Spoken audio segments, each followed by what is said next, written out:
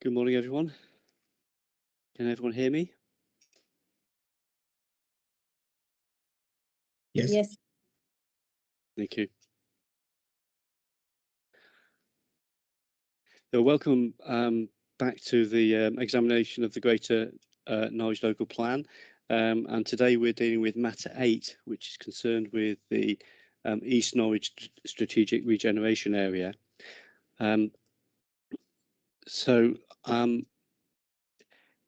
In our March sessions, we will examine the soundness of all of our proposed allocations, but the East Norwich Strategic Regeneration Area is one which we wanted to examine within the first block, given its strategic importance. And we are going to do things slightly differently today. Both Mr. Hatfield and I will be dealing with the session jointly. Questions will come from both of us as we move through. Both Mr. Hatfield and I have visited the site and seen it from a number of public viewpoints. We intend to visit the site again after the close of the hearing sessions, and we'd like the partnership through the programme officer to help facilitate access for us. We do not need to see all of the site, but we do wish to see some parts of it that do not have public access. We recognise that the site is a fundamental part of the plan, and it's a critical regeneration site within the Greater Norwich area. But you will be aware from our questions to date that we have numerous concerns about how and when the site can be brought forward, its viability, what impact the constraints will have on the development of the site, and a number of other concerns. Today we'll be looking at how the strategic regeneration policy also relates to policy 7.1, and we have touched on policy 7.1 in early discussions. So today we'll also be looking at the detailed wording of both policies. Now, we consider that we want to use the matters, issues and questions as a structure, but actually those matters, issues and questions jump around somewhat. So Mr. Hatfield and I will be referring to all of the questions that we've raised, but in a slightly different order, and we're grouping them together. So first of all, we shall look at the background, ownership, planning status and history of the site. Then we shall look at constraints that apply to the site, and that includes flood risk, heritage, etc. And then we shall look at site capacity, its viability and the delivery assumptions. And then finally, we shall look at the detailed policies and requirements, how policy 7.1 and the strategic allocation policy work, how effective those policies are, etc. So that is our structure as to how we propose to go through it today. Before we start, just a few housekeeping points, particularly for those people who have not joined us at any of the previous sessions. If you wish to speak, please use the hand raise function. If you have any technical difficulties, then please contact Annette Feeney. If you drop out or you have some particular issue, then Annette will help you get back into the session. Please keep your camera off until you're actually speaking, when you should ideally keep it on unless there's a bandwidth issue. And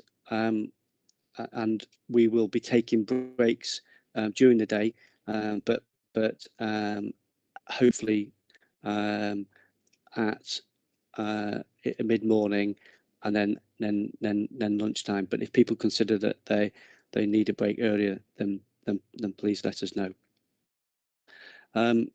Before we start, I'd just like to ask the partnership to introduce their team for today, and I don't need to hear introductions from everybody else today, except for when you first speak, if you can just say who you are and who you're representing. So if I can turn to the partnership first, please, and ask, I think Mr. Nelson's going to lead on this, but if the partnership, Mr. Nelson, could just introduce partnership's team for today, so everyone knows who's representing them. Thank you very much, sir. Yeah, I'll start with myself. My name's Graham Nelson. I am Executive Director of Development and City Services for Norwich City Council, and I've spoken previously in my context of the introductory session at the inquiry, the examination in relation to that, but also responsibility for sponsoring the entire project of the local plan on behalf of the Greater Norwich Development Partnership. The team who will be giving evidence today for the partnership include myself, Martin Saunders of Avison Young, who are the lead consultants on the multidisciplinary master plan that the City Council has with the range of partners who are working on the East Norwich master plan contracted, and is the process that is still ongoing. And we will also have Simon Bird of Council here to assist our case. Thank you. Thank you very much. Can we then turn to first issue, and can we look at the background ownership and the planning status? Could the partnership briefly please outline the history of the site and how it came to be identified for development? Yes, I certainly will give it a go. There's a long and complex history of what effectively is 3 and at various times 4 different sites that have been used for things in East Norwich. Essentially, this part of Norwich has been well and intensively used for most of the 20th century. The principal components of the sites are if you start with the city end first, is the Carrow Works and the adjacent site of Carrow House. Now, until comparatively recently, up till 2019, when food and drink production ceased, that was a significant employment site in the city, being the home to Britvic, Unilever, and effectively the home previously of Coleman's, which was a brand that was subsequently acquired by the two companies. For complex reasons, the companies decided they were going to close the plant in 2018, and that triggered some form of processes. Up until that point, we weren't aware that there was a risk to it. Clearly, it's a very long established food processing plant with sources of mint in the local area, with mustard seed, with everything else, and with its own groundwater abstraction on a really major site. The adjacent site of Carrow House, which was historically associated with the Carrow Works, insofar as it used to be the residence of the Coleman family who owned and operated the previous food factory, was at the time owned by the county council, who used it as offices with a vehicular access via the Carrow Works site. So that was the situation back in 2018 when the closure was effectively announced. Since then, obviously, the factory has closed, and we've done various things to bring forward the master plan and support delivery of the site, which I'll talk about in a moment. But also then the ownership of Carrow House has changed from the county council, who withdrew it to concentrate activities at County Hall across the road, moved through to the City Council, who were successful in securing funds through the first tranche of Townsdeal funding to enable us to purchase that site of Carrow House, where we are currently on site refurbishing the office building so we can let it effectively as meanwhile office space. So that deals with hopefully a bit of background initially about where we are in relation to the Carrow Works and Carrow House elements of the site, that on the western side of the railway.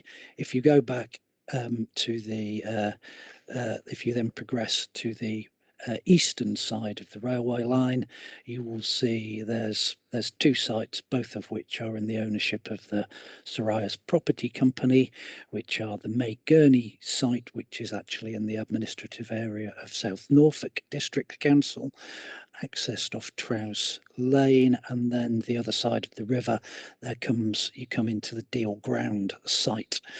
The Deal Ground site is so known because they used to effectively receive and build the pallets with the wooden deals that were associated with the Carrow Works site on the other side of the railway. There's a tunnel under the railway connecting the two that hasn't been operational for quite some considerable time, but still exists. And the industrial uses, effectively the buildings were cleared some time ago on the Deal Ground, which has frankly been vacant for as long as I can remember. In terms of key planning history aspects of it, there was an application that was considered and granted planning permission in 2013, both by the City Council and South Norfolk Council, covering both the May Gurney and the Deal Ground, which is still extant, effectively allowing for, I think it was 680 homes to be delivered across that site, with various, obviously quite a complex set of conditions and requirements on it, and that permission remains extant but as yet unimplemented on that site. Going north of the river, which I probably ought to explain, the river is within the administrative area of the Broads Authority as the local planning authority area for it, and they've got navigation and planning responsibilities over that area, but it's in the ownership of the City Council as well. Moving to the north of the river there, you have the utilities site, which was home up until the 1970s till the for an oil-fired power station that served the needs of Norwich. Still contains effectively a substation where the main grid connections come into the city, and a variety of underground utilities connections, gas connections, and is home at the moment to a Cadent depot on the site. It also has a shared access under the railway line to the between by the Wollong Lawrence Scott factory, which is immediately to the west of the railway line, north of the river.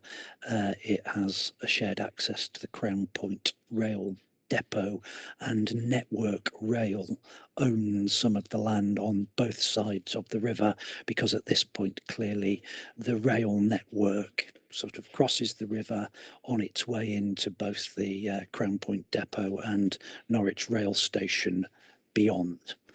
So that's just in terms of sort of ownership planning history. By way of background in terms of process, and please stop me if you think I'm rambling on unnecessarily, clearly 2018, it was something of a body blow to the Norwich economy. Not only was there a significant amount of relatively well-paid blue-collar employment on the Carrow Works site, that also the association with the Coleman brand and Norwich and the long history of food production on that site was very closely ingrained into the economic sort of being that was Norwich, so it was undoubtedly a blow to the economy.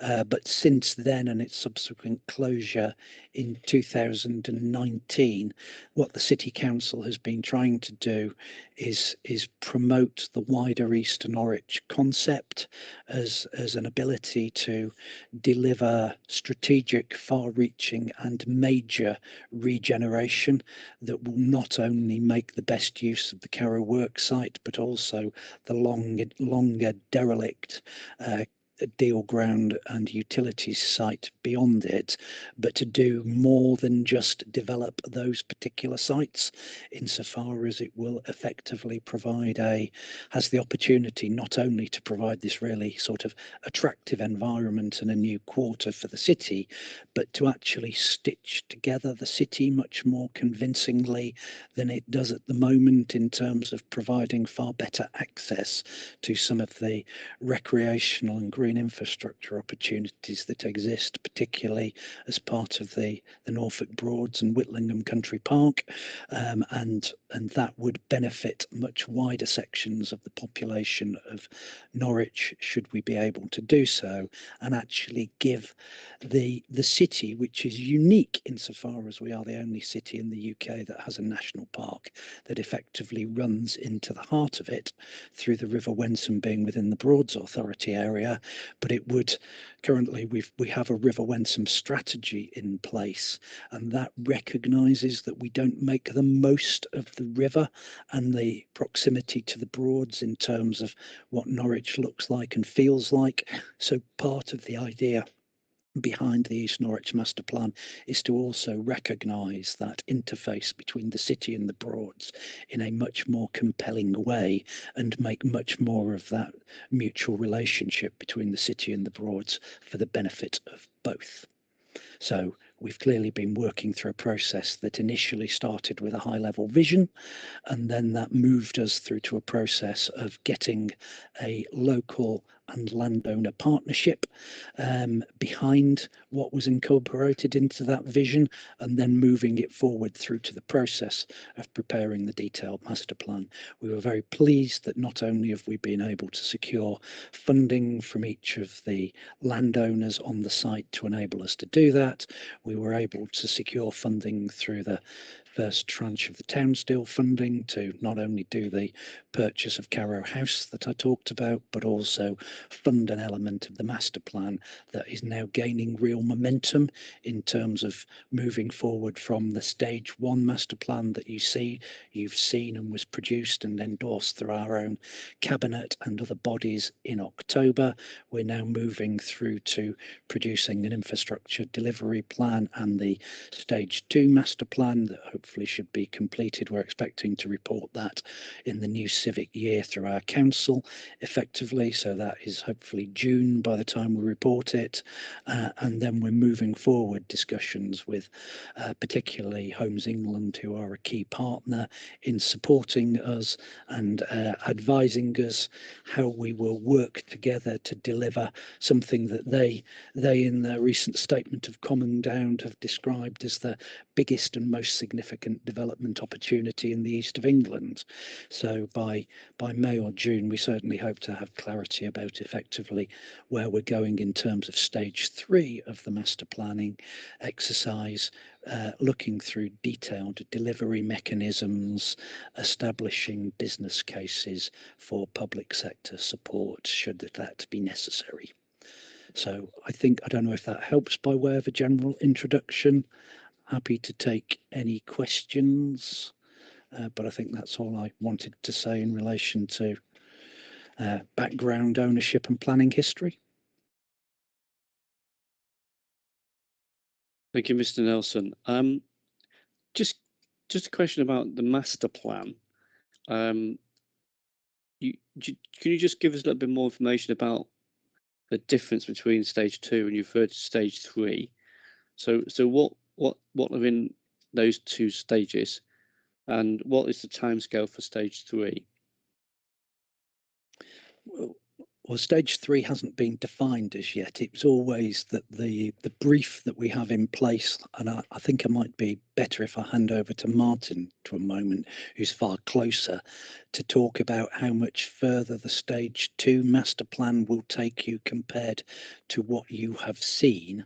But the stage 3, where we go next, has yet to be specified. The contract always knew when we were going through the master plan that producing what was going to be produced by a stage 2 master plan wasn't going to be the end of the process, and provided, because we've always recognised here, there is at least possibility, and the evidence supports this that we've got access to at the moment, that simply producing the master plan to guide the development will not lend itself to delivery of the sites, and there may need to be some further work done in relation to securing public subsidy into delivering some of the infrastructure to unlock the full potential of the site, and or into actually forming some form of delivery mechanism to ensure that the master plan can be delivered in full. So I think that's all I can probably say about stage 3, apart from that discussions about the funding of that stage and the technical nature of it are ongoing with Homes England, and certainly by April or May, I would expect to have budgets and briefs agreed for those further stages of the work. Can't really say much more about it now, but I will hand over to Martin to tell you what stage 2 is likely to reveal. Thank you. Mr. Saunders. Thank you very much. So it's probably worth, I'll start with just a brief overview of stage 1. I know obviously that's a document, as Graham said, that's being endorsed by Cabinet and is in part of the evidence base we're considering.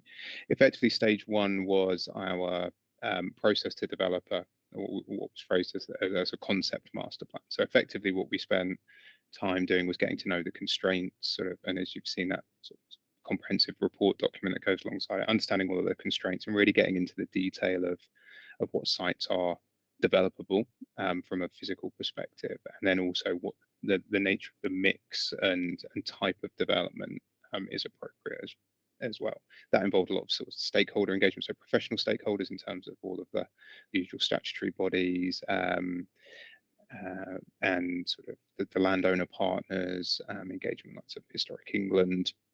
And that effectively got us into the end of October, early November last year, into a position where we had a good understanding and a good and a solid approach to the physical development opportunity, in light of both the opportunities and the constraints that we had across the site.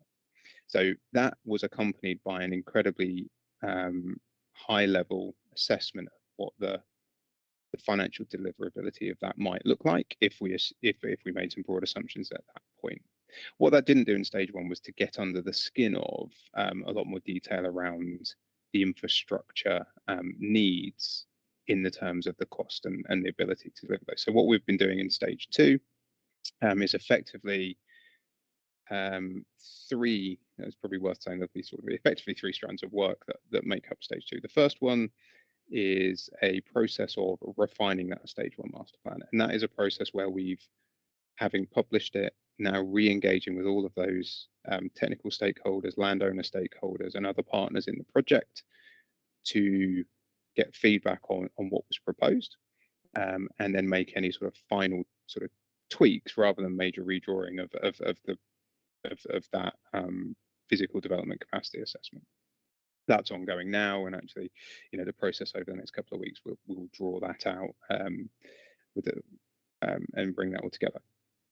That's sort of an evolution of what you can already see in the published document rather than a revolution. What we've then been doing in much more detail with the team that we've got in place, and again with individual meetings with all of the sort of technical infrastructure, particularly stakeholders, is to then drill into what are the key infrastructure moves we need to make to enable this site to happen. And that sort of tiers itself into a series of strategic bits of infrastructure, so the things Graham sort of referred to around things that have a benefit to connecting these sites into the wider city, so they're not just site-specific challenges and opportunities, and also how we manage some of the and work with some of those sort of other sort of sometimes constraints, sometimes opportunities in terms of the historic context and fabric and the flooding. So we've been working through a lot of that process. What we have at the moment is a draft infrastructure delivery plan. We're currently just working that up. That provides a schedule of all of those key bits of infrastructure that we need. And that is everything from physical infrastructure through to social and community infrastructure.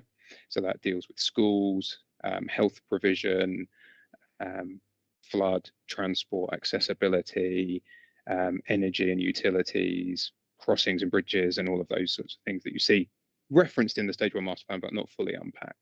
That provides costings for those, and also starts to schedule out where they link to certain trigger points or tipping points in the delivery process. So it then starts to link to where in the process are those things needed to unlock growth. So we can start to understand what sites or plots within the sites, probably a better way of putting it, can come forward when, and what are the costs associated with bringing those forward. So that again is a process we're working through now. We've just finished the first pass at that. We're now re-engaging with all of those technical stakeholders to review that first pass. What's then working in train with both those two things I just talked about is a viability and delivery strategy. So we are currently, as a team, now working through more detailed financial viability assessments. Again, they're very, given the nature of the master plan, it's still high level, commensurate with sort of policy evidence, but that starts to look at what we are delivering, the cost of delivering that, and the relationship between the two things over time. What that allows us to do when we get to the end of the process is understand how much of this is commercially viable, what the challenges to that might be, and as Graham's already sort of talked about, where that might lead to a request for or some need for some public support on some particular items.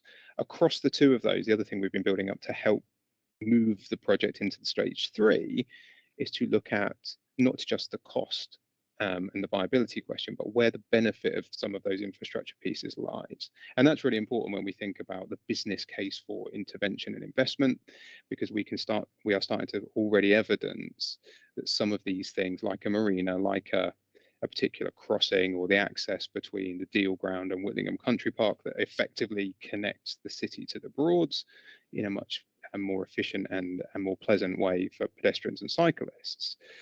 Those things have a benefit that is much beyond the site itself, and therefore starts to build a business case for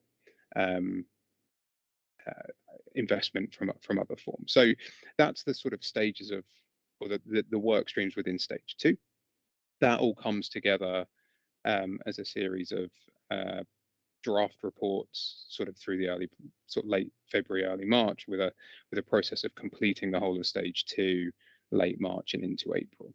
And again, that's when a draft SPD on the back of the master plan would also be prepared, ready for the point at which we can consult on that. So effectively, we'd be looking to wrap all of those technical pieces of work up in the next sort of 2.5 months.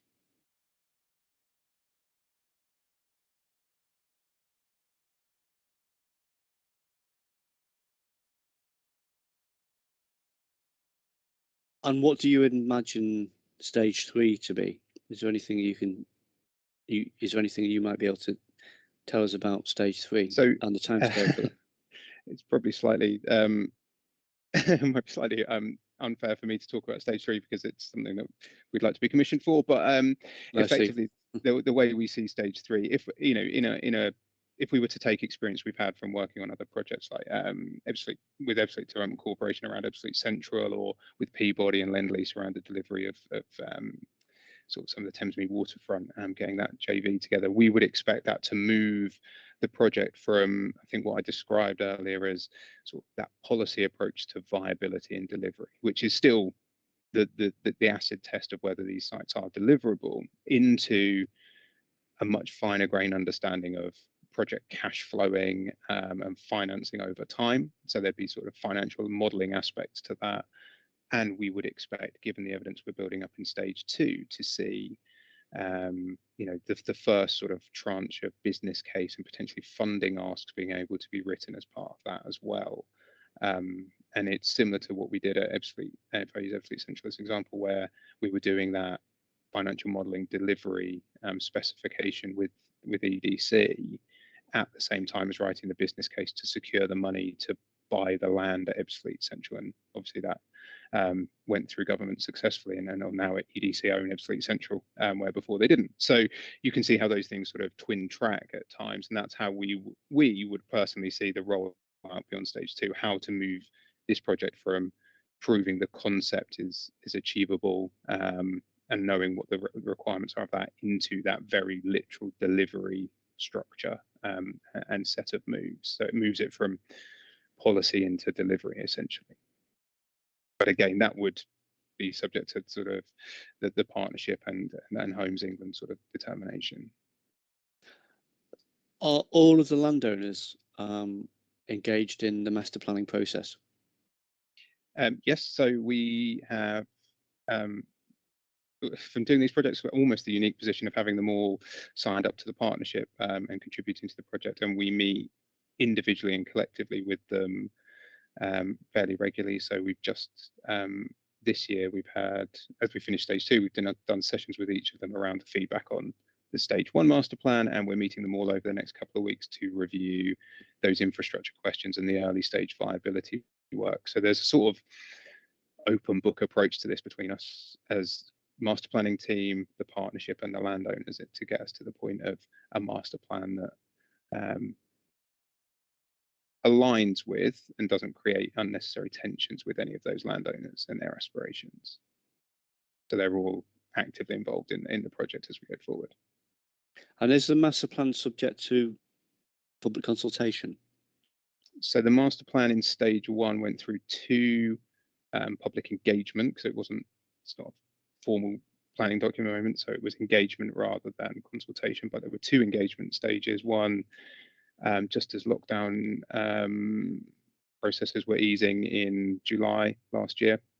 So we did a 2-day public drop-in, kindly hosted by Fuel and Britvic Unilever at Carra Abbey.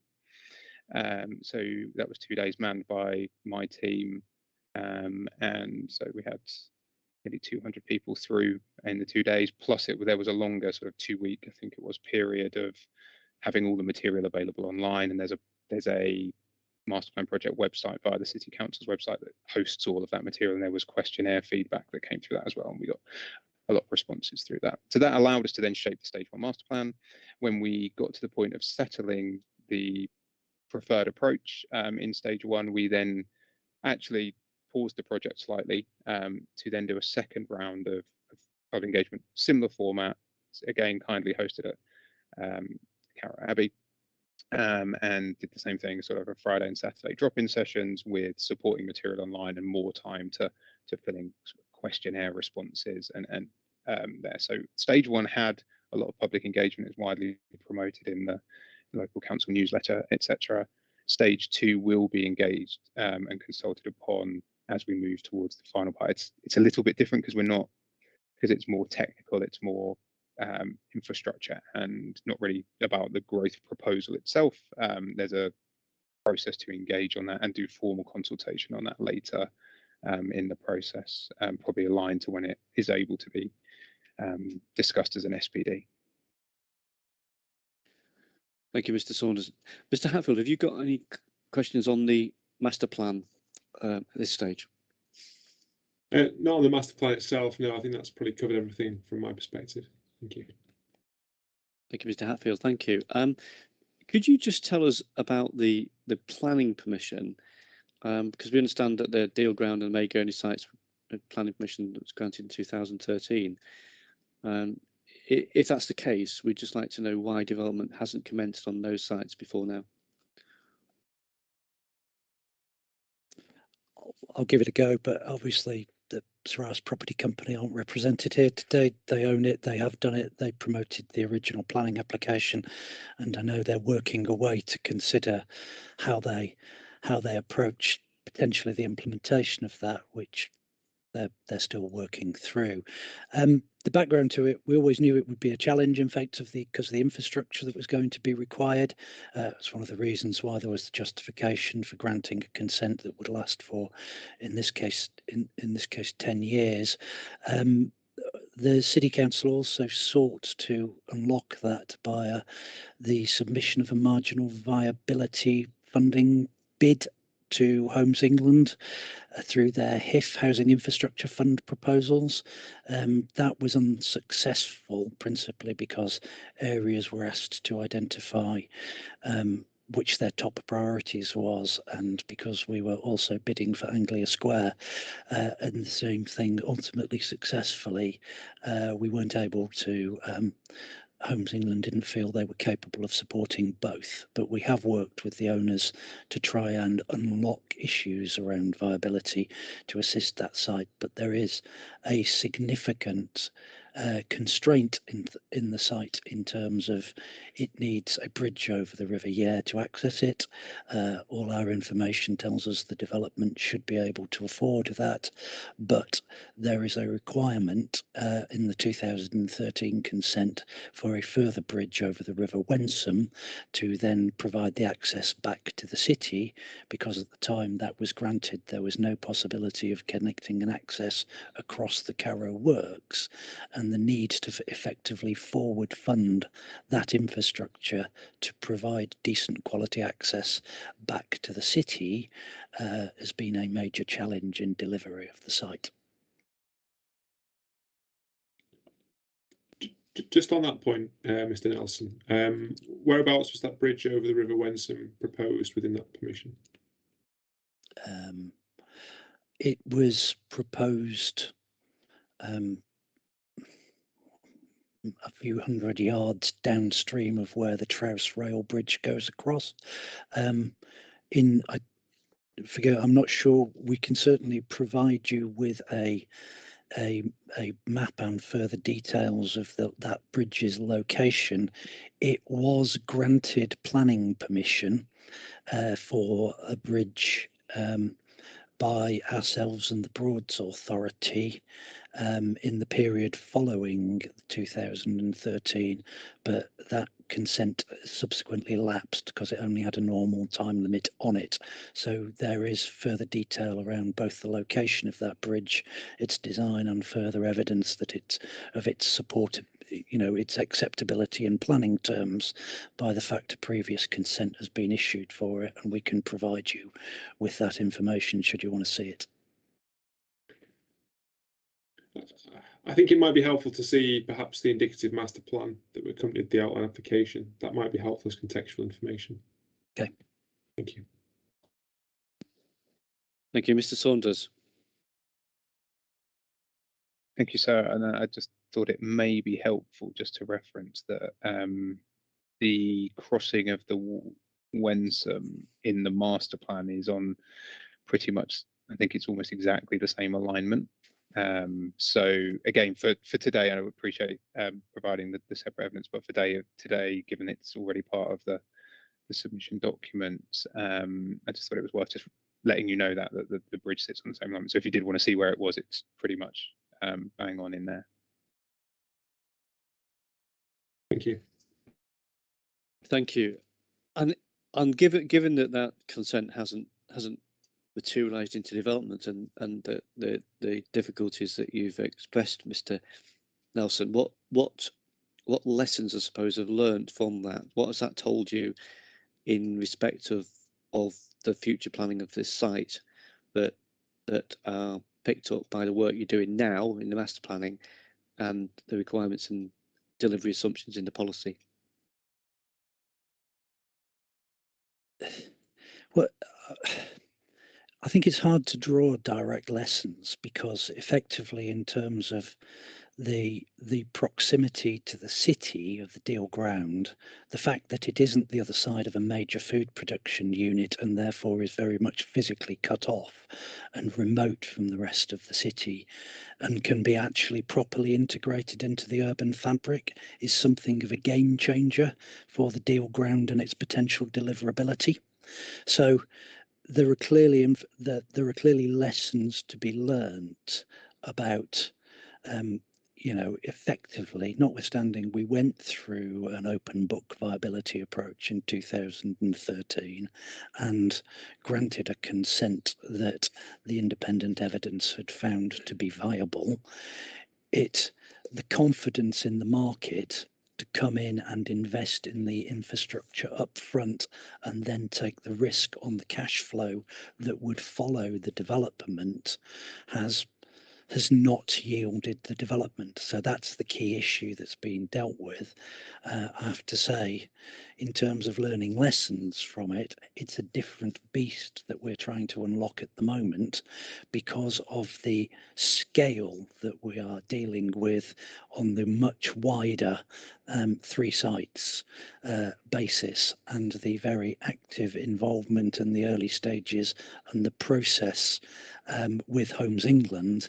And I also would suggest there's been something of a sea change in government guidance and policy approach to that, sort of most recently culminating in the Levelling Up white paper, which almost seemed to recognise there was, I think I would describe it as something of a moral imperative not to see sites like this, sustainable urban brownfield sites, sitting idle whilst plans such as the one you are examining allocate very large greenfield sites on the edge of urban areas.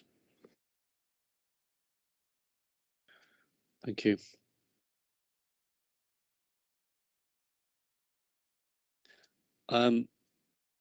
So is that consent going to lapse? It will lapse in 2023 if the conditions aren't discharged.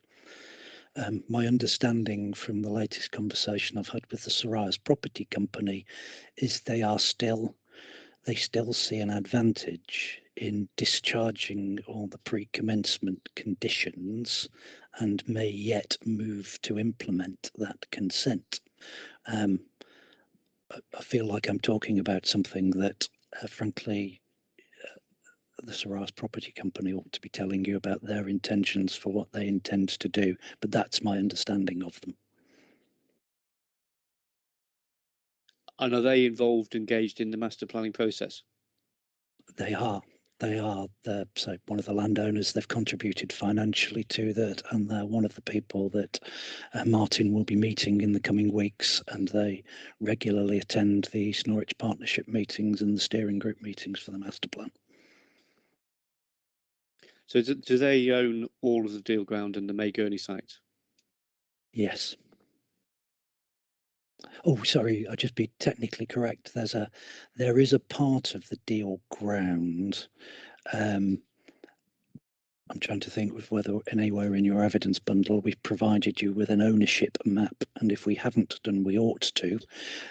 But there's effectively a part of the deal ground site around the tunnel that connects back to the Carrow Works that is owned by Network Rail, who are also participants in the master plan process, have contributed financially to it, and were signatories to the access agreement that was put in place associated with the 2013 consent that gave various reciprocal access rights over the deal ground and the utilities site to allow either the council or the respective landowners to put in the infrastructure to serve the development. Thank you, Mr. Saunders. Thank you, Mr. Nelson. Thank you, Mr. Saunders. Sorry. Again, just to hopefully help with that point on land ownership, and it again sits within the stage 1 master plan document on page 49. There is a land ownership plan. So again, you can have a look at that, and that references all of the points that Mr. Nelson's just raised, and how that land ownership is structured. Thank you. Quick question from me, Mr. Saunders. There's reference in the council's hearing statement to, or allusions in the council's hearing statement to different capacities being assumed on the different land ownerships within the site. Whereabouts within the master plan is that the breakdown of the assumed capacity by site parcel? The master plan document doesn't break it down by site because at that point of stage 1, we're obviously still refining what that ends up looking like. So we don't have it presented in the master plan. We do have it sat behind the master plan, but effectively, and if it helps, examination, we can obviously share that with you. But I can, if it helps, I can sort of take you through the capacities of each now. I think I'd picked up the point in relation, well, initially at least, in relation to the deal ground, the wider deal ground site within the ownership. There was a statement that a higher density of delivery was being assumed, or a higher capacity was being assumed on that site than the outline consent. Yes. How much higher was the assumed capacity in the master plan? So for the deal ground itself, the master plan assumes 1,099 units at the end of stage 1. And that was then 161 units on the May Gurney site as well. So I believe in the consent covers both of them. And forgive me for not being 100% familiar with all of the detail of that consent, but so there is a significant uplift there. So it's 1,099 on the deal ground, yep. 161 on the May Gurney. Indeed. So it's in the order of 1,250, 1,260. That's sort of for that's quite a big uplift on the 670 assumed in the planning permission. So if the planning permission is implemented, and it was implied a moment ago that that's still an option the owners are considering, wouldn't that take quite a big chunk out of the assumed capacity in the master plan? It wouldn't necessarily, because I suppose the starting point is the infrastructure and road alignments, and all of those mechanisms are that, you know, the framework for the site is actually fairly fixed because of all of the constraints / opportunities of things like county wildlife site, where the flood zones are, in particularly 3B and 3A. So the parcels of development are relatively known.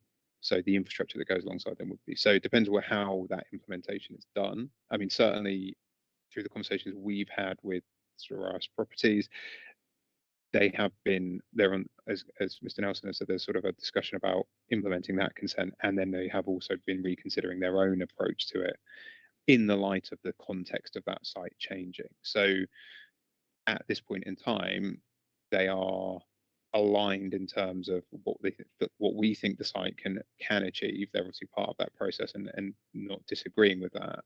Where they end up is obviously a slightly different question that I can't answer. But if they built that consent out rather than implemented it, yes, it would change the numbers.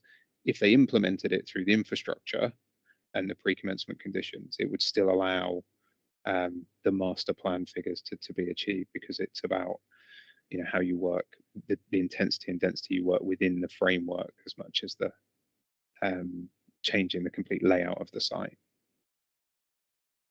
Okay, I mean that's helpful clarification. But that is a figure that's in excess of 500 dwellings, though, the discrepancy between the two, isn't it? Which is not an insubstantial number. But your assumption in going for the higher figure, to what extent was that guided by discussions with the site promoters?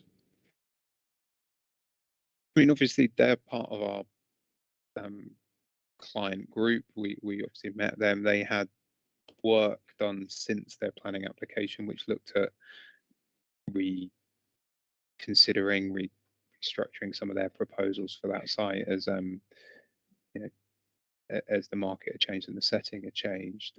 It's not driven by them. We've done our own on all of the sites, and I'm sure we'll come up to talk about this on other parts of the area as well. We've done our own assessment. What Allies and Morrison effectively have done their own assessment of what is appropriate in terms of how massing layouts should work. That's informed by the work that Avis and Young have done. So my team have done around what the market can would want to see here in terms of the broader housing market, developers, builders, and the like. So what that mix between apartments and houses looks like. So that's an important driver of the capacity here, is what the mix of housing really is. So all of that has come together as our own work, which of course has then been gone through with all of those landowners to review and check, and there's certainly been no pushback from the owners of the deal ground and May Gurney on that approach. And in fairness to them, they've also observed it to align in broad terms, maybe not in infinite detail terms, about where their revisions and their rethinking of their own asset had been heading anyway. So there's sort of an independent and then a checking process that's gone on throughout the master plan with all of the landowners. Okay, thank you, Mr. Nelson. Did you wish to comment on that point? Yes, I was just coming back with a bit of sort of reference to the statement of common ground between the partnership and Maddox Planning, effectively on behalf of the site owners, Sarah's Property Company for the May Gurney and Deal Ground. They deal with the issue of the disparity between the emerging master plan and their extant consent, and this is done in sort of paragraph 3 of the statement of common ground that refers to the master planning broadly following the parameters of the existing outline permission, as Martin referred to. However, it is noted that a greater density and scale is likely to be identified across both Deal Ground and May Gurney. This is unlikely to affect the delivery of the May Gurney site, but may result in overlapping planning consents on the Deal Ground, so that the greater unit numbers, etc., can be reflected, which I think probably gives the greatest steer about their thinking that we've got access to. Okay. Sorry. Thank you. We will come on to look at the deliverability of the site later and delivery assumptions. But given what you've explained, the background and where you are with the master planning work and pulling together statements of common ground, etc., and working with landowners, where does that take you in terms of the planning application process, and what is the current thinking on what form that will take and when it will be in train?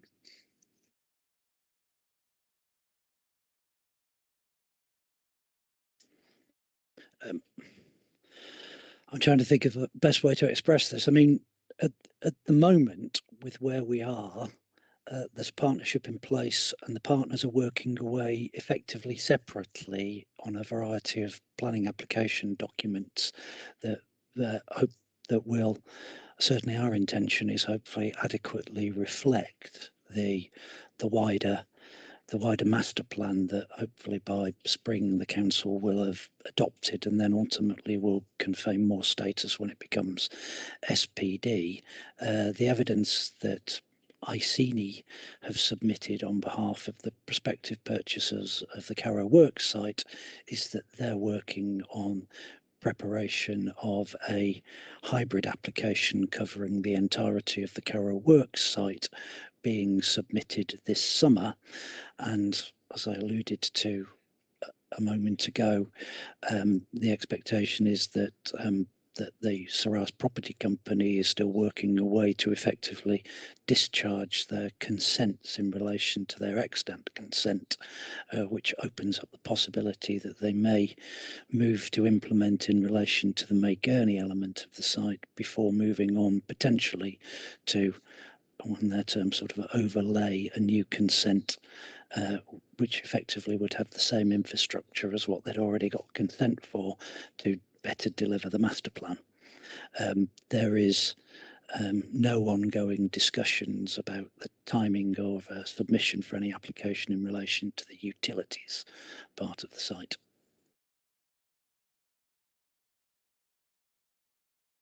And within that hybrid application for the Carrow Works site, how many units of residential development would that involve?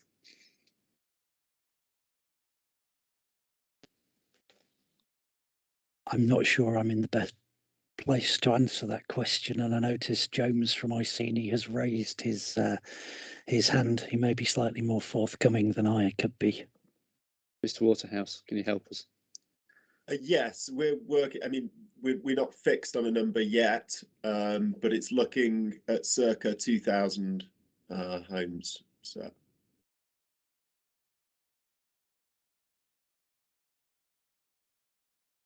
Thank you. And so that application you say will be expected in the summer, is that correct? Correct, yeah. And how long do you envisage that application taking to get consent? Well, I don't like talking about predicting the future, because whatever I say is invariably going to be wrong.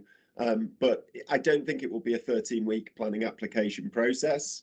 But that said, I would expect a determination process to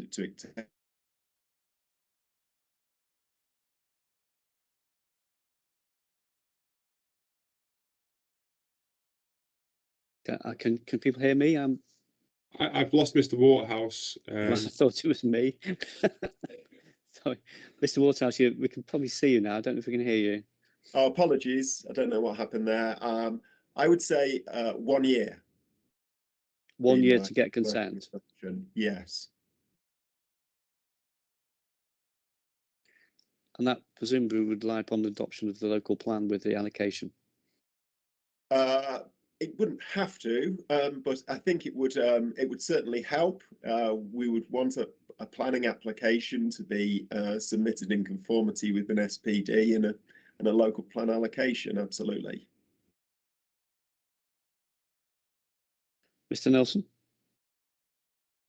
I'm just the time it would take us to determine any application is likely to be influenced by the degree of tension or adherence to the published master plan that we will get out effectively in spring this year. In the light of where government guidance stands on the matter, I think I would feel uncomfortable about recommending to our members that we shouldn't deal with an application if it was otherwise deemed to be acceptable, because there had been some hold up in the process, and sort of to not determine an application on prematurity grounds of this nature. I'm not sure that would necessarily be a showstopper that would prevent the determination of the application if it was otherwise deemed to be approvable. So the process, so the partnerships, the council's view then would be that may happen before the. How does that relate to the adoption of the local plan? And how does the finalisation of the SPD relate to the adoption point of the local plan as well? The finalisation of the SPD, the SPD that is emerging through the master plan work, is intending to supplement the policy that's in the GNLP, so effectively cannot be adopted and have the full force of its material consideration status through the planning process until it is so adopted. Clearly, the timing for taking forward the Greater Norwich local plan is partly in your hands, partly in the hands of the local authority, and other things may move forward.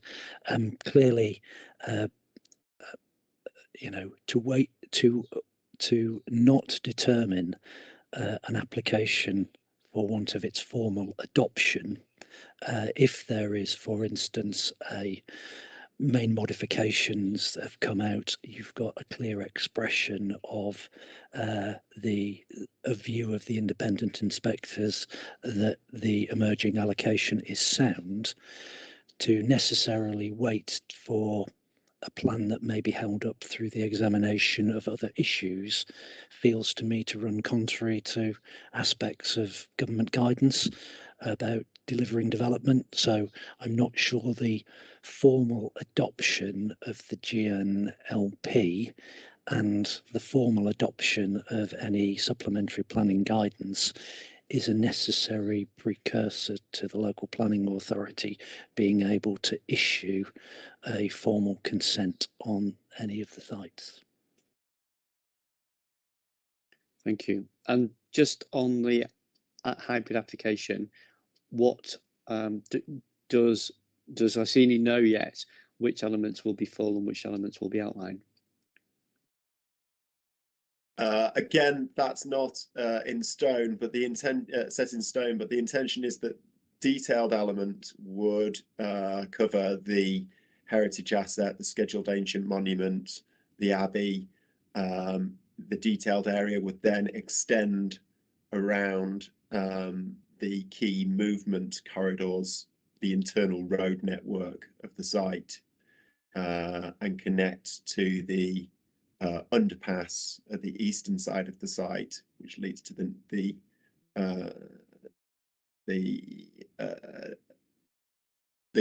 land and the rest of the master plan area, and also connect to the western edge of the site.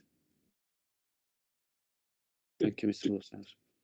Just a quick follow-up question to Mr. Waterhouse from me.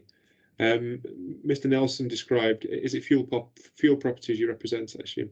Yeah. Mr. Nelson described fuel properties as the prospective purchaser earlier. How concrete is the fuel properties control of the site? They are not. They are contracted. I think it's a subject to planning agreement, is my understanding. Okay, thank you.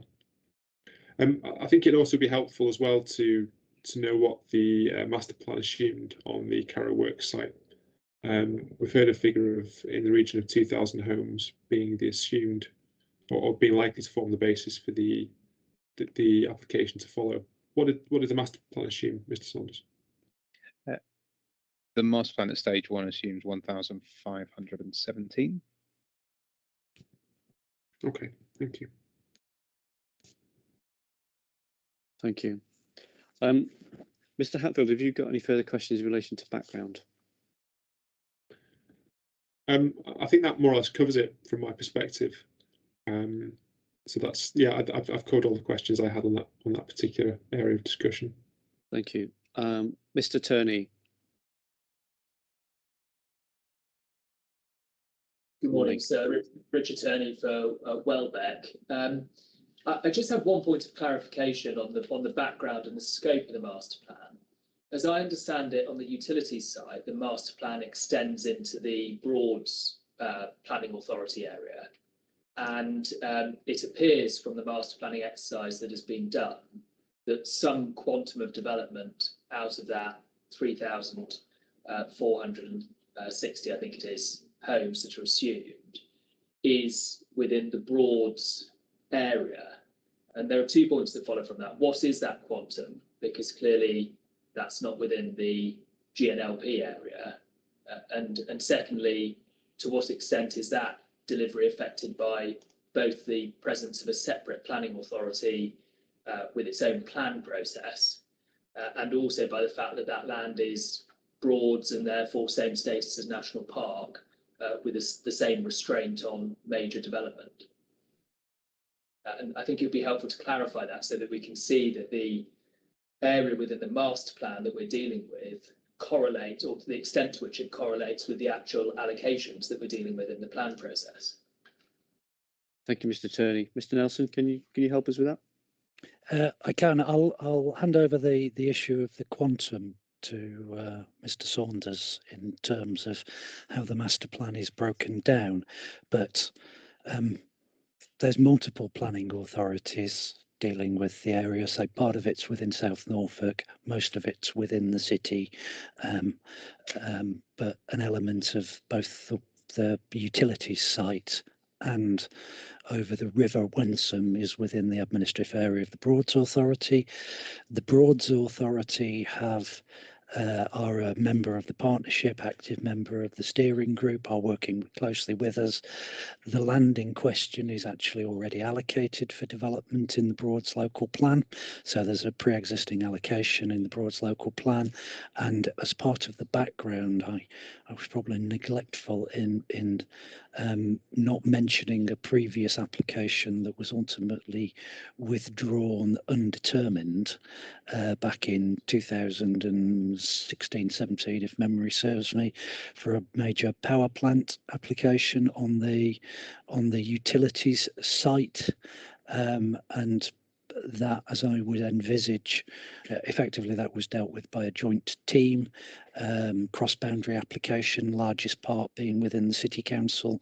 Separate, we actually were planning sort of get the different committees together in the same room to hear the same things, to simultaneously determine the planning application. We'd expect some similar arrangements to be in place for the determination of any application on the utilities site when that would ultimately come forward.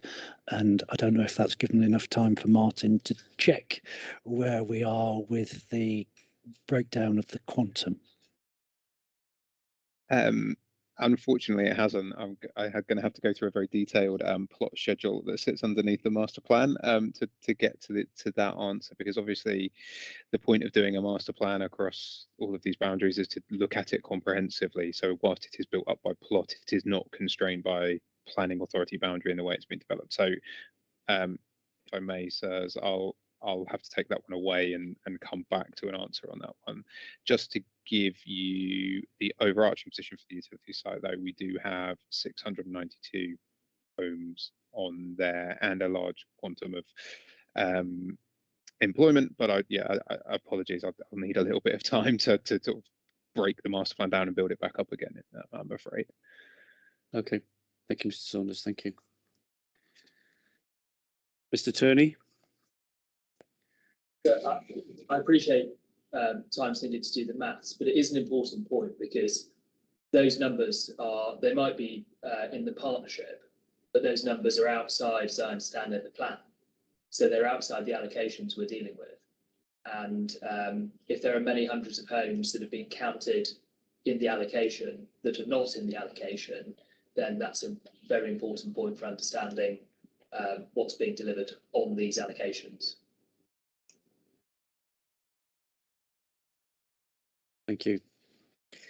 Can we return to that when Mr. Saunders has done the calculation?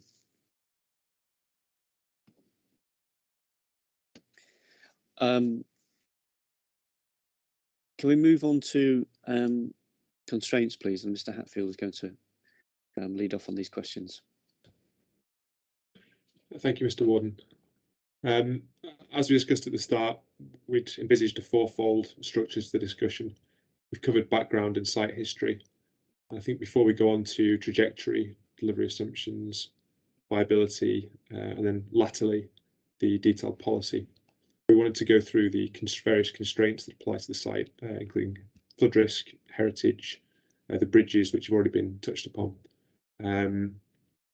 Okay, I think given we've already discussed the extant consent on the deal ground, might be worth starting there. Obviously, the deal ground is the part of the site that has the most significant flood risk that applies to it. Presumably, that was addressed to the Environment Agency's satisfaction in the extant outline consent.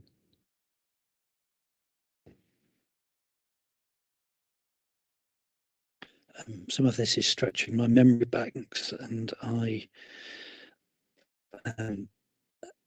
just crave the ability to go back in the record and formally check what the Environment Agency's representations were in relation to that planning application.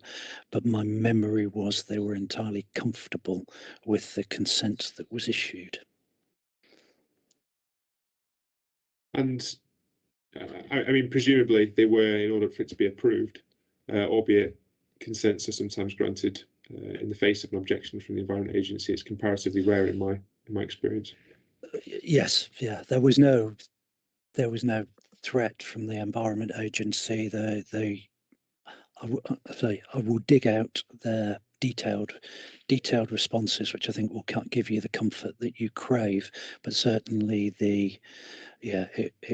my memory of the committees and the decisions that we made, there wasn't any significant degree of concern from the Environment Object Agency, and I am pretty confident they were comfortable with the flood mitigation solution. Okay, Councillor Davis has got his hand raised. Do you wish to come in, Councillor Davis? Yes, it's just a query on. As I understand it, the deal ground is the functional floodplain, and as I understand it, guidance is that we should not build on the functional floodplain. When you look at the EA flood map, the flood risk is the highest possible, and so it is curious that it would be interesting to see what the latest Environment Agency guidance is on that, but I don't quite follow. If we're not allowed to build in the functional floodplain, 3B, 3A, 3B, how would the flood risk be mitigated in this particular situation? But as you say, we need to see what the EA guidance is on that, or what they have said. But it's just that observation, really. Thank you. Okay, thank you, Councillor Davis. And I'm just looking at page 51 of the Phase 1 Master Plan, which has a map of the flood constraints which apply. Mr. Tierney, do you wish to come in? Yes, sir. On flooding, I think it's a more simple point about sequential test, really. I think both the utilities site and the deal ground, more than 60% of each of those sites is flood zone 2 or higher. And that means that you have to consider whether there are areas of lower flood risk, which could be instead allocated for housing development. And what's happened here is that through the master planning process and perhaps through some site history, it appears that an assumption has been made that you can build on these areas of higher flood risk and that you should look to manage it. But that's not what the national policy on flood risk, both in the NPPF and the PPG, requires. Instead, you've got to say, if these areas are at higher flood risk, so they are 2 or 3 AB, then one needs to look whether there's flood zone 1 areas that are available instead to accommodate the development that's proposed. And that's the missing point here. And we see in the master plan that there's an indication that there would, on the master plan assumptions, there would be development in areas in flood zone 3 even, and certainly in flood zone 2. And the suggestion is that that will then be mitigated. But for plan making, that's completely the wrong approach. One's got to say, is flood zone 1 available? And if it is, then the sequential test is failed for these allocations so far as they are in flood zone 2 or higher. So that's the simple point. And it seems that we've jumped ahead by looking at whether flood risk can be mitigated in areas of higher flood risk. Thank you. Mr. Chung, do you wish to come in? Yes, good morning. It's Sam Chung for Hallsbury Homes. I've got Ms. Clements with me today, so good morning. Just arising from the points that my Mr. Attorney's made about flood risk, can I just ask a question of clarification? Do we have site-specific flood risk assessments for the component parts of this entire regeneration area, or do we have a sort of site-wide flood risk assessment to inform the discussion as to what the constraints actually will be? Has that work been done? Do we know what the Environment Agency's position is on the development of this site or the specific components of it? I mean, Mr. Nelson made reference to the EA's position, I presume, on the previous application, but we know that flood risk guidance and policy has changed over the years, and it's become much more strict, understandably so. So my question really is, what evidence do we have in terms of site-specific flood risk assessments which tell us what the actual constraints are, having regard to current policy and the position of the EA as it currently stands? Thank you. Does the partnership wish to respond to those points on flood risk?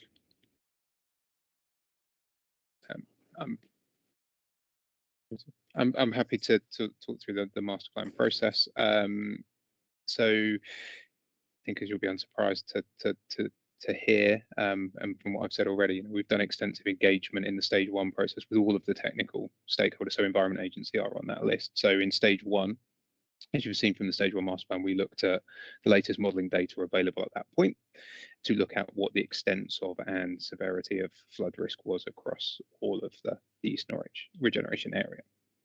So what we did from there, working with the hydrology and flood team at Hydrock, was to sort of understand the implications of that, and then to shape a master plan in the main, as far as it was possible to do, to avoid the areas of risk, and look at initial strategies for how we can manage residual risk.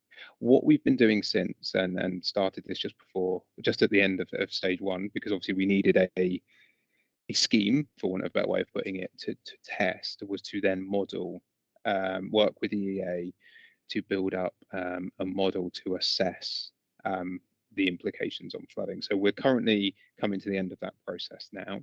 We've been engaging with the EA through that process, and directly sort of the experts at Hydrock, rather than myself doing all of those detailed meetings, but obviously taking that through. What the EA have agreed, and will come out as we finish the stage 2 work, is that all of the 20-year flood issues are now dealt with.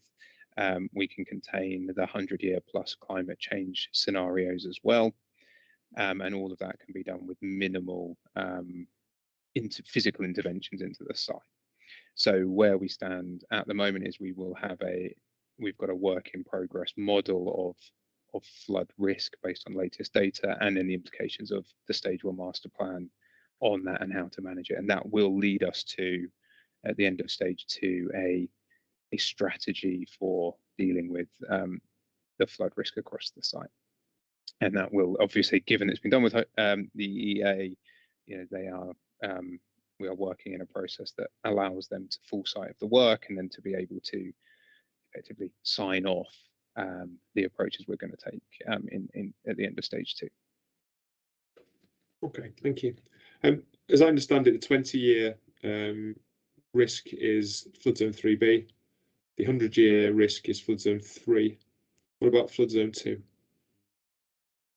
We're currently, so that was what we've managed to agree so far. We're currently working through that. So we've been doing it in tiers. So that's the final bit of work we're now doing, is to deal with the residual part of 2.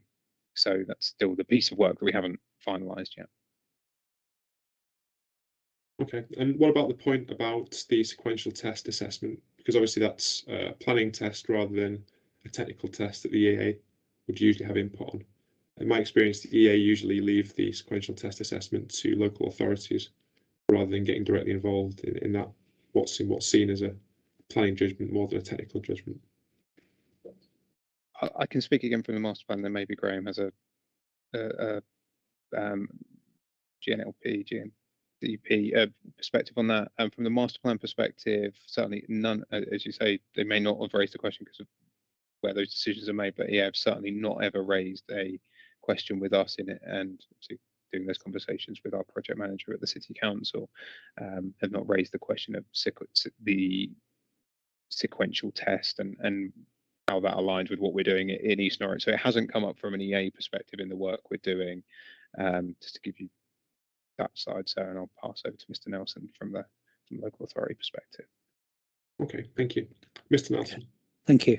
Just 2 points to come back on. The point about the principle and the sequential test and where government guidance sits. It's para 162 of the MPPF that says development should not be allocated or permitted if there are reasonable reasonably alternative sites appropriate for the proposed development in areas of a lower risk of flooding.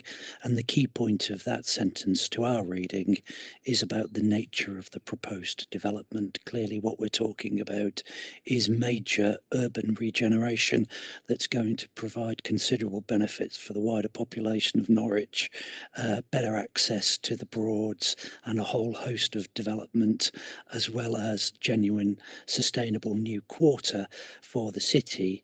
Clearly there is no alternate location other than developing this location where that same set of overall benefits could apply. It isn't just merely about housing numbers. And the other point I just wanted to come back to was where I said I would just to refresh my memory from 2013, dug out the committee report for the Deal ground planning application that was approved. Environment Agency responses were listed as no objection, subject to the imposition of conditions relating to minimum finished floor levels, details of safe routes, etc. Okay, thank you, Mr. Nelson. There's a couple of hands raised. Sorry, I'm going to get these wrong. The screen 3 and Philip Jeans. I'm going to get Mr. Turney and Mr. Chung mixed up at some point. It's Mr. Turney on screen 3, isn't it? Thank you, sir. Sorry about the naming. I think there are sort of 3 problems with the approach in the master plan that you've just heard about. Firstly, there is no sequential testing at all, because it's assumed that you're going to allocate that and therefore master plan for that site. The second point is that when you look at what's been done in the master planning exercise, there's a job of mapping 3B and looking to exclude, not entirely successfully, but looking to exclude development from zone 3B. But there's no job of mapping zone 2 to do effectively the same exercise, and therefore it's assumed that you can sort of mitigate within zone 2, and that's, for plan making, the wrong approach. And the third problem, which is something we make clear in our hearing statement, is that there isn't a consideration of all sources of flooding. And that's a change in the NPPF July 2021 for the application of sequential test. But it's quite important here because there's surface water flood risk to parts of the allocation beyond the flood risk, fluvial flood risk that's been identified. And that hasn't been the subject of any consideration in the master plan so far as we can see.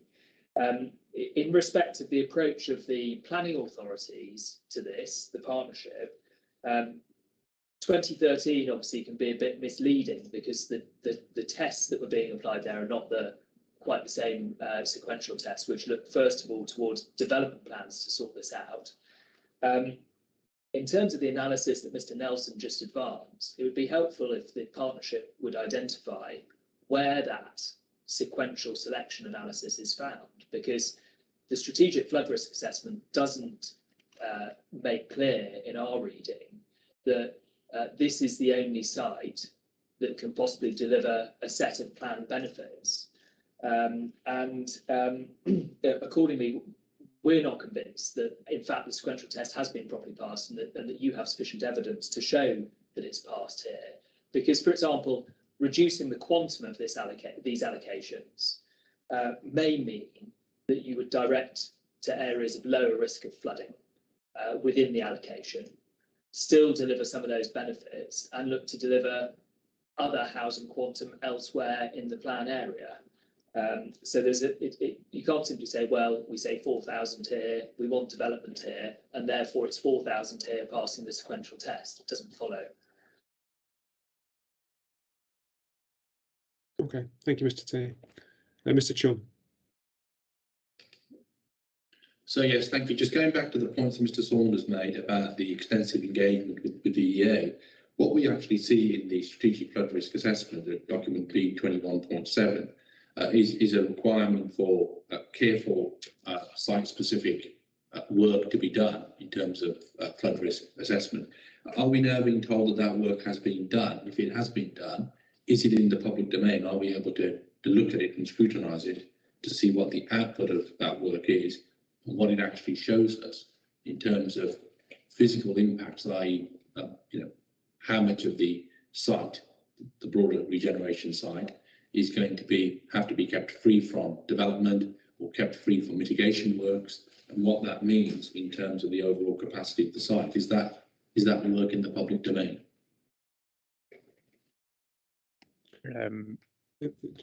Just a second, Mr. Saunders. I'll take a final comment from. Thank you, Mr. Chung.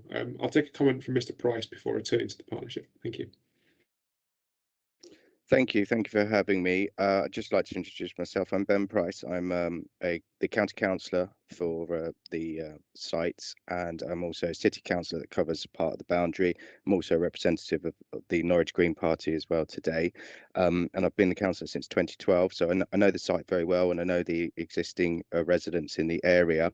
I don't profess to be an expert in the technical understanding of all of the points being made by the people today, but what I would like to add at this point is that I do remember the deal ground application coming forward. You know, there were a set of constraints on that site due to flooding. A lot of cuts were, flooding cuts were required for that, and you know, I've had concerns about that development coming forward, whether or not it was viable, whether or not, you know, it's possibly that there's land banking issues going on with the particular site. I just want to refer yourselves to the Climate Central diagram, which we put in our submission earlier. And it does show that, you know, at the 2040 level, that much of the site, particularly the utilities and the deal ground, will be under flooding, you know, annual flooding, and I think the point that I'd like to make is that this is a tidal river, and so, you know, if you go along further up the river, you know, by the Carrow Bridge, etc., at the edge of the site, you see that the river is often at the height of the area for it to be contained, and that's already happening today. We've got a small community at Trouse Millgate, which is just on the opposite side of the main road, which backs onto the May Gurney site, and that is again in the flood zone. So my concerns is how much hard standing is going to be in these developments, how you're going to mitigate the flooding on these sites. You know, we're talking about a housing development which we hope to see standing for 100 years plus, etc., and that there's going to be flooding on the site, so it's going to have a lot of costs and engineering. You know, we do need to look at how other low-lying countries develop such land, if it to be developed at all. But what's the knock-on impact of this hard standing and this development? The knock-on on the water, sewage, pumping, the impacts on the existing housing further into the city and at Trouse Millgate on the opposite side. The density of the properties as well. It's a village feel there. It's a completely different feel to the city. So I'm really concerned in terms of flooding about how that's going to impact existing houses, pumping facilities, and we already have so much issues of flood water, untreated water hitting the river and increasing the pollution levels in the river. I'm really concerned about how you're going to deal with high levels of water flooding on these sites, and what the residual impact is going to be on the existing water network and housing. So that's what I would like to say now. Thank you. Thank you, Councillor Price. Does the partnership wish to respond to the points that have been raised? Thank you. I'll pick up, I think, the point that was raised about the public domain. Apologies if what I said wasn't clear earlier. It isn't that East Norwich wide flood modelling isn't in the public domain yet. It will be as we complete stage 2. So that will be the thing that I think will answer the questions that were being asked around, you know, what's the impact, what's the developable land. Obviously, what we've got in stage 1 is using the existing data to tell us which sites are which areas of the sites, should I say, are subject to certain different parts of levels of flood risk. So we've taken that into account from the starting point. That was all part of our baselining work, but the actual then modelling of the impacts and the mitigation strategies come out of the stage 2 work in detail. So that will be available by the close of the examination, but obviously isn't in the public domain today. And just on, I think, the last point, so there's sort of multiple things in there. Clearly, is new development, and hopefully by what we talked about the modelling and all of the work we're doing to prepare the stage 2 of the master plan. You know, we'll deal with a lot of those questions in terms of making sure that we are dealing with flood risk and mitigation appropriately. From a surface water perspective, certainly the conversations we've had with the Environment Agency today, that we are taking that into account. We will have a drainage strategy and all of those things that you would expect in this type of master plan. That's being prepared through the stage 2 work. And in terms of that surface water pluvial flooding, there haven't been issues beyond raised with us directly as a team beyond what we've already got in the work in train. And in stage 1, there was sort of initial drainage and surface water assessments made to inform the strategy we have. So the master plan, when completed at stage 2, will have the SPD and master plan will have all of those things underpinning it. So hopefully that will allay some of the fears that have just been raised with development here. Okay, just a couple of follow-up questions from me. The issue of flooding from other sources, has there been any dialogue with the lead local flood risk authority? Yep. So they are, the county council are part of the partnership. So that's the one. There's a point into that wider organisation. We met with them in the early part of January, got feedback on stage 1, and obviously part of the work we're now doing as we refine the approaches and the infrastructure side of the master plan in stage 2 is to take all of those on board. So we are engaging with the county and the local flood authority as we go through this process. So we're in a dialogue with them as part of. Have those other sources? Sorry, Mr. Saunders. Have those other sources of flood risk, surface water, and others been factored into any modelling so far? So they haven't so far. So we are in conversation, as I said, with the county as the local flood authority in terms of surface water. The conversation and the work we're doing with at the moment should deal with that in terms of the concerns. And obviously there's a sort of process here of where we get to in the master plan, which sets the strategies that can be used, and then obviously follow-on applications deal with the implementation and the detail of those. But certainly we're working alongside and with the local flood authority on surface water and how to manage that. So part of the master plan concept is to manage that on site as we go through. So it's ongoing work as the project is. And is there a prospect, to pick up one of the points that was made a moment ago, that detailed work that's being undertaken, is there a prospect that could affect the capacity of certain parts of the site? Where we stand today, and I'll have to start that answer that way, which isn't necessarily the most helpful, but where we stand today with the conversations and the work we've done with the local flood authority and the Environment Agency, we don't believe so. That we identified some management mitigation strategies in stage 1 without them having been tested, of course. At this point in time, with the modelling we are in the middle of doing, as I said, the EA is confident and comfortable with how we've dealt with those 3B, 3A issues. We don't expect, and they don't expect, that to have significant consequences beyond what we've already proposed. So as far as we can be sitting here today, we're confident that it won't further erode development capacity in that sense. Okay, thank you. I'm just mindful we've reached 11 o'clock, which is usually the time of the morning we break. And I think we are rapidly approaching the end of the discussion on flood risk. Councillor Davis has got his hand raised. I'll take a comment from Councillor Davis, if necessary, a brief response from the partnership. Then I think that would probably make a good point to break for the mid-morning break. Councillor Davis, thank you. Yeah, thank you very much, sir. I'd just like to support the points that have been made by Councillor Davis, Green Party.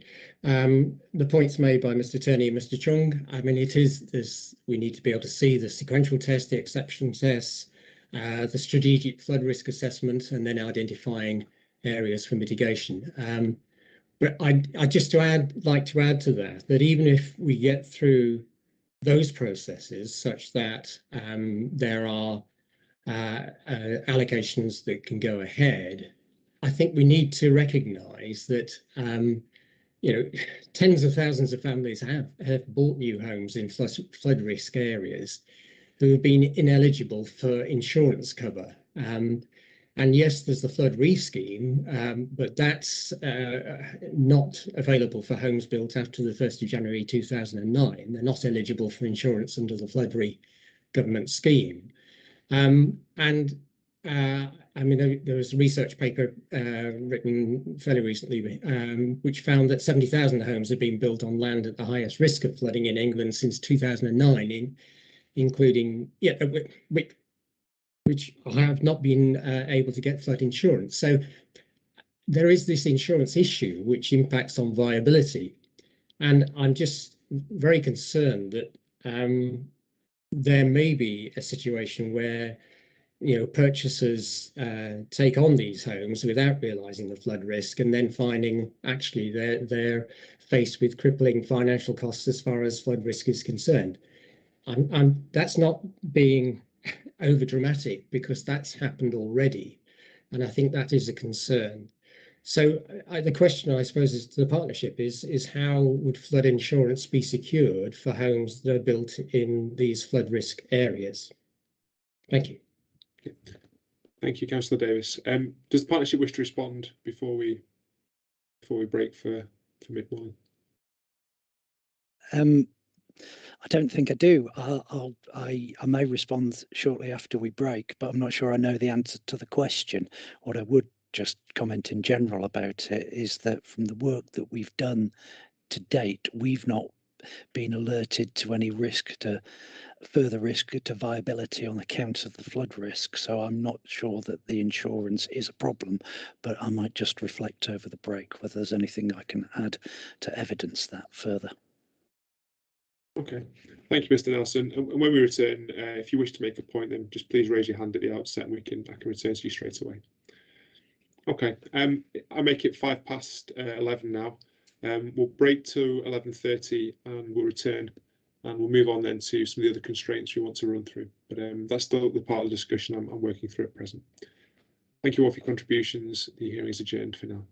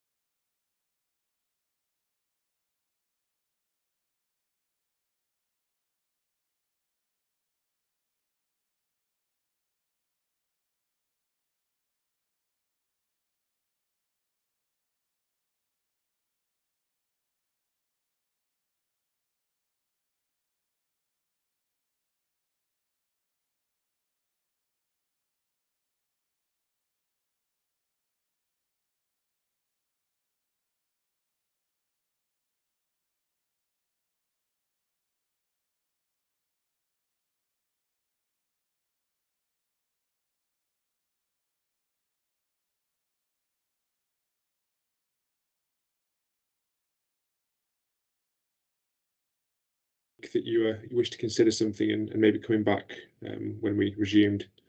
Did you wish to make a supplementary comment at this stage? I did briefly. It was just on the issue of insurance and the difficulty of getting it potentially in the area. I haven't got anything substantial to add, so I'll keep it brief. The comment that we would make is we've got considerable development going on just upstream of where we're talking about here in the same flood zone, and we're not aware that tenants and residents of that area immediately near the football club are having any difficulty in getting insurance on their property. Okay, thank you. I've heard all I need to hear on flood risk now, so it's my intention to move on to another area of constraint that affects the site. In this regard, it was apparent to myself and Mr. Warden when we conducted the site visit, there's a fairly substantial asphalt works next to the site, particularly the Deal Ground area of the site, but also it's adjacent to the railway line, so that large industrial premises does run close to part of the Carrow work site as well. The question is, I suppose at this stage, to what extent has the detailed work that's been undertaken so far addressed that as a constraint to development on either side? Thank you.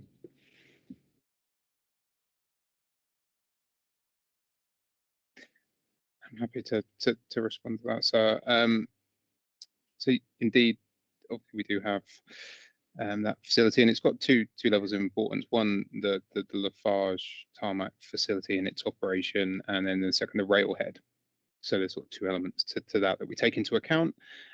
So the master plan, again, I won't go over what I said earlier this morning, but has been through the process of engaging with the stakeholders. Network Rail as the landowner and obviously the landlord of Tarmac Lafarge on that site. So we've worked closely with them to take into account the considerations of that operational site and also its future and the long term of that. And obviously that as being something at the moment which is fixed as a use. So what we've done in master planning terms is we've undertaken sort of baseline desktop assessments of acoustics and noise, acoustics, same thing, and sort of air quality and those issues. So we've done the baseline assessments of those, and then we've worked the master plan land use arrangements to then make sure that sensitive uses that are sensitive to those factors are not closely located in zones where they would be impacted. So effectively, we've tried to design around it. There are some areas in stage one where those relationships were a little bit closer, and through the review of the stage one master plan that we've already talked about with Network Rail, with the Waste and Minerals team at County and other stakeholders, we're now currently just refining that process to make sure that we've got a master plan that effectively deals with and works with those potential constraints. So on either side of the railway, we've got the right land uses in places where they can effectively be delivered without, so effectively not having residential too close to where the biggest impacts would be. There's also the point on the Carrow works side that there is an access to Network Rail's operational land. So again, we've made sure that the master plan deals with operational needs of Network Rail to be able to get onto the rail way itself and service there, and obviously with the Trouse Bridge as well, and be able to make sure all of that as well. So the master plan effectively takes all that into account because we've been working with Network Rail from day one. Okay, I mean, what's the assessment you've undertaken in terms of what level of noise is produced by the asphalt works? Is it a particularly noise generating use? I mean, I don't have the technical decibel levels to hand, but I mean, certainly we can share with you the baseline work we've done. It does generate noise. It isn't constant, which might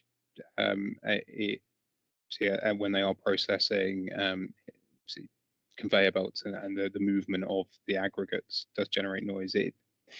It fades away as you walk across the deal ground, that the noise does fade away. So there's a lot of the deal ground actually that isn't impacted, but certainly as you've seen from the master plan layouts, as you get up closer, we have to be very cognizant of it. It doesn't it's not so loud that you can't do development, and actually, you know, you could look at some more intensive and potentially some residential closer, but the master plan chooses not to do that in the areas where it's most sensitive.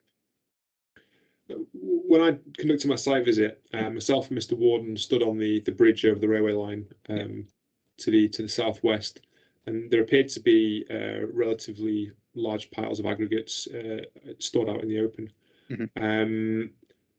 Is there the potential for dust to be generated from the use, say when there's high winds?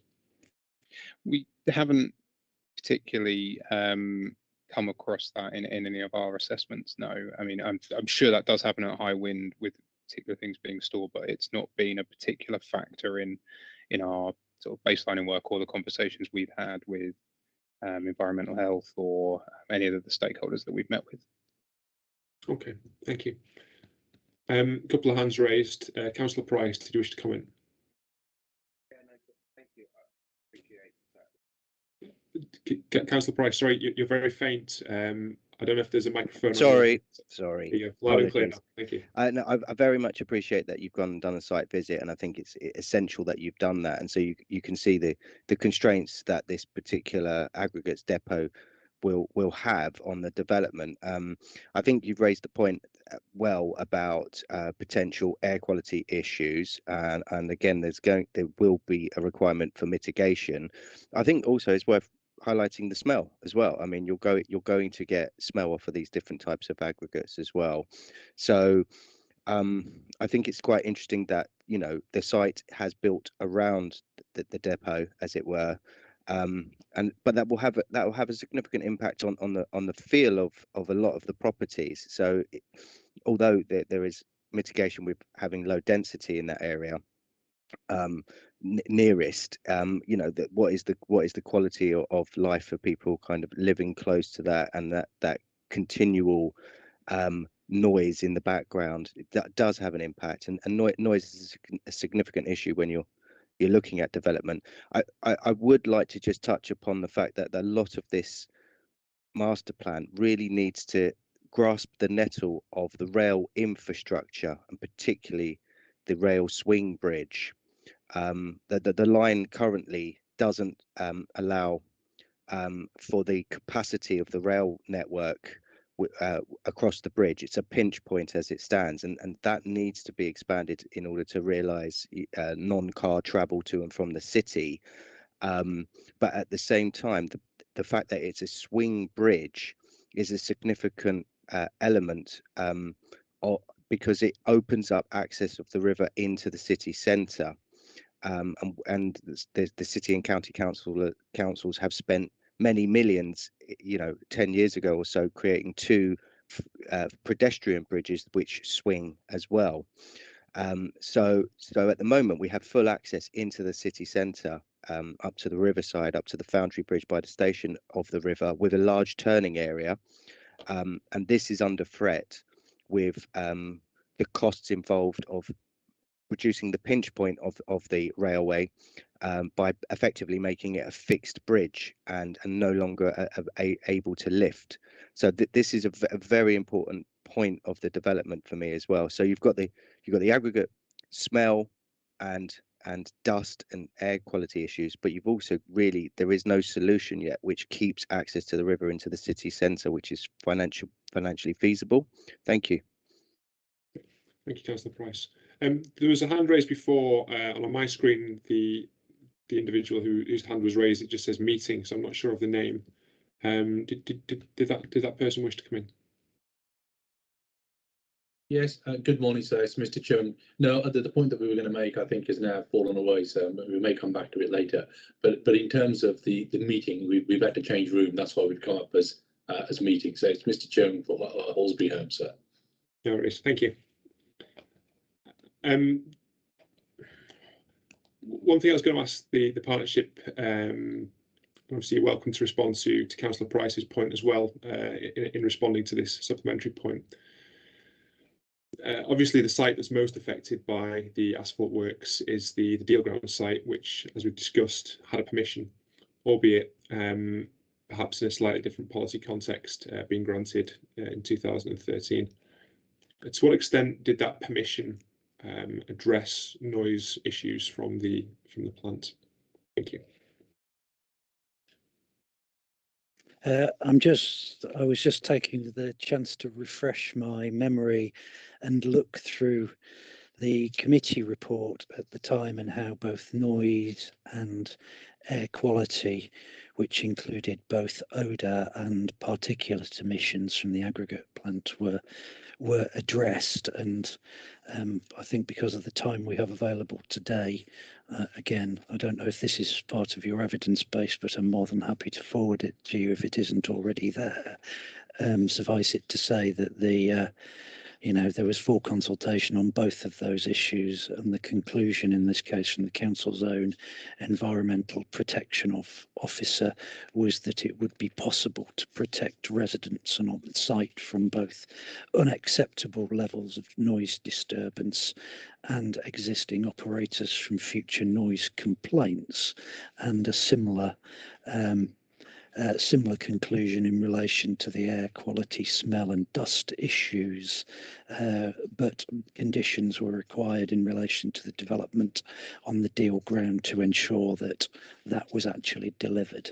But they were addressed at some length in 2013, and I'm not aware that this is a particular area where the MPPF has changed significantly since.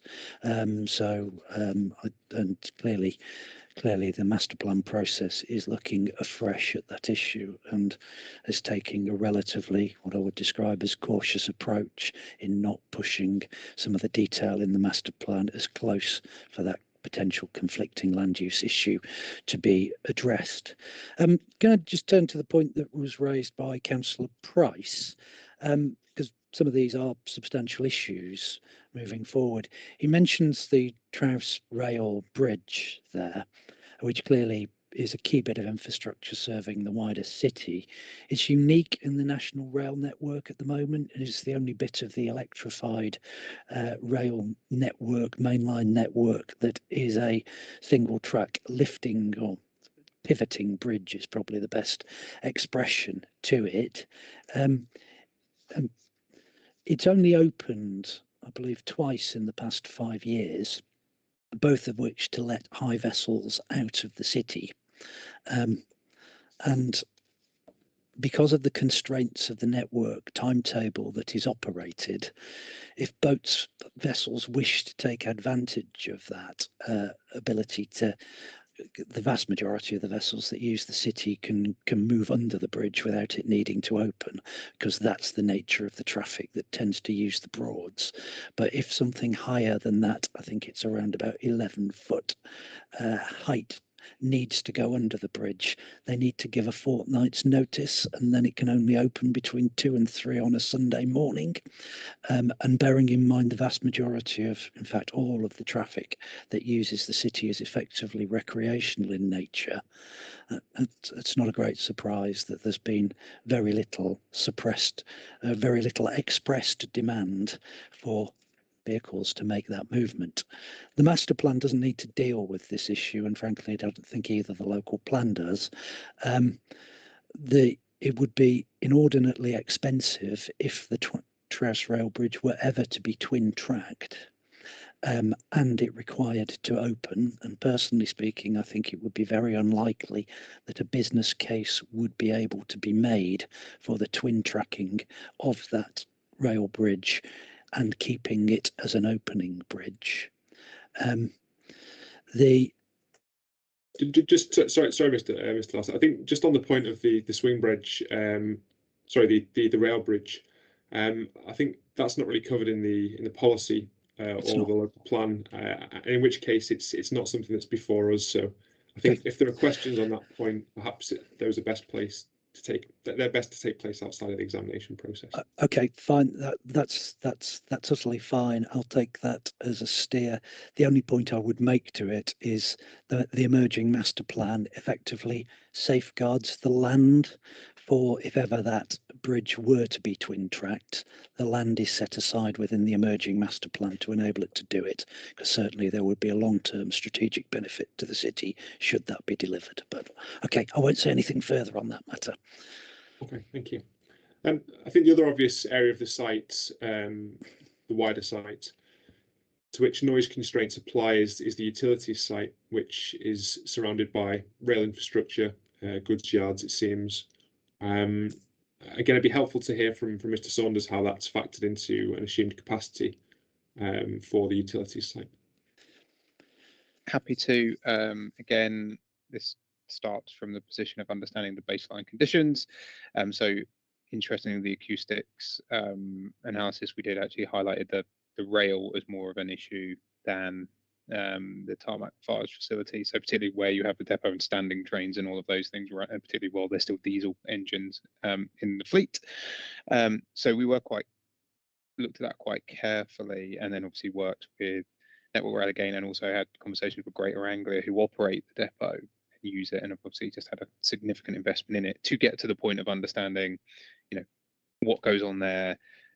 Is it always going to be like that? What's going to change, so on and so forth. And what we've actually done in the master plan is, if you look at the land use schedule within the master plan, is again step away any and more sensitive uses. So actually along the edges and the plots that run along the edges of that, particularly to the south and east, as we move through the utility site, they are all those that are closest to it are all employment uses within it. They're not residential, and then they blend out as we move a bit further away. So there's as the master plan sort of describes, the opportunity for effectively swing blocks. So some of them can be residential or can be employment, depending on the future. But the core of that interface is considered to be employment uses. Then as we move towards on that side, as we move down towards the Trouse Bridge, there's obviously quite a large offset between any development.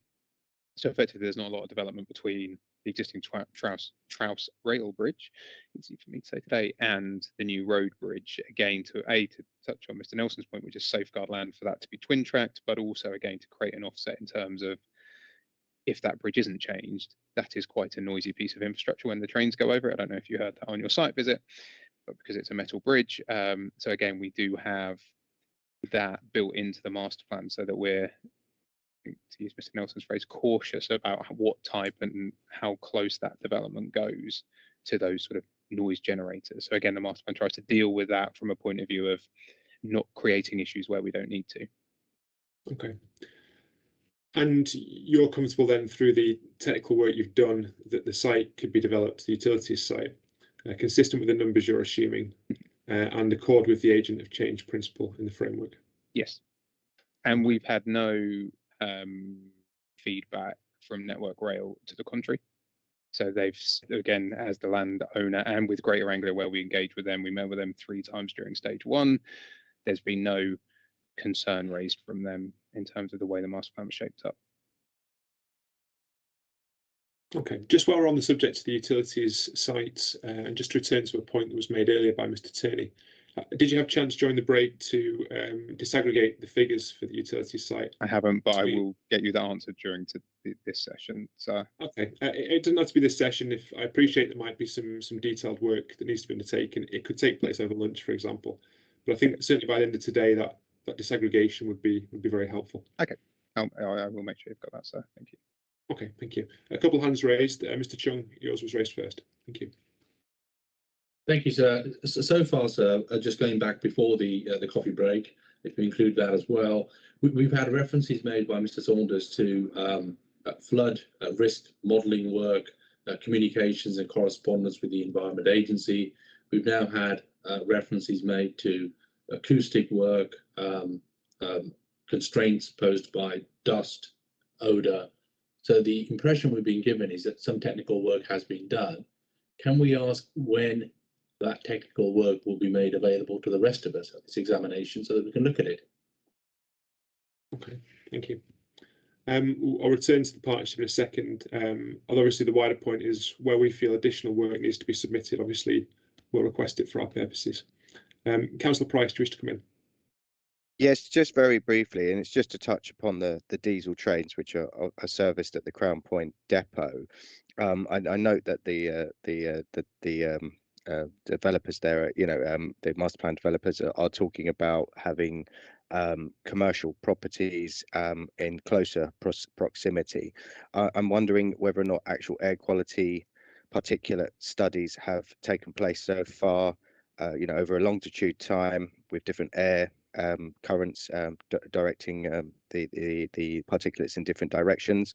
What the impact is that going to have on the utility site, either in commercial or residential use? Because obviously air quality is now a much more seen important issue, and the diesel trains, there is no plans for electrification through to the Yarmouth part of the branch at the moment, so they'll be here for the long term, it seems. Thank you. Thank you.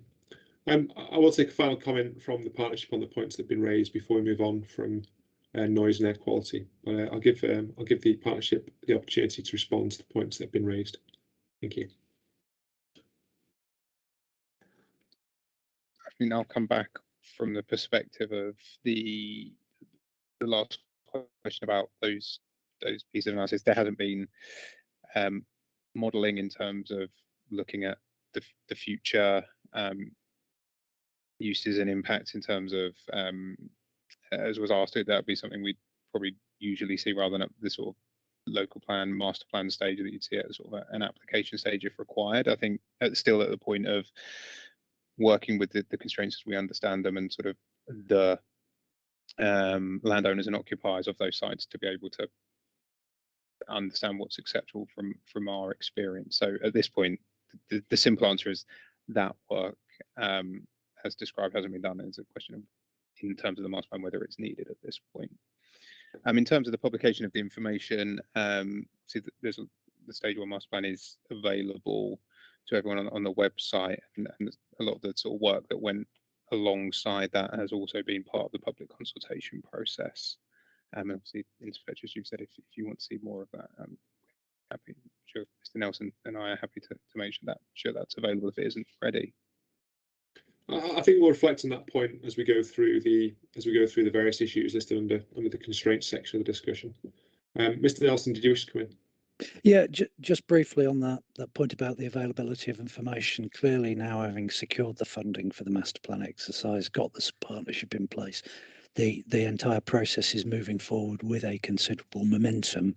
As I say, there's an awful lot of technical work going on. I think we'd all feel a bit more comfortable if all of that was available in the public domain at this point, but actually certainly by the summer, effectively of June, I'd expect there'd be a whole host of further technical information available to inform not only the council's decision in relation to the adoption of the master plan that's being produced or not, but also your own consideration of the deliverability and the availability of the allocation that's brought forward.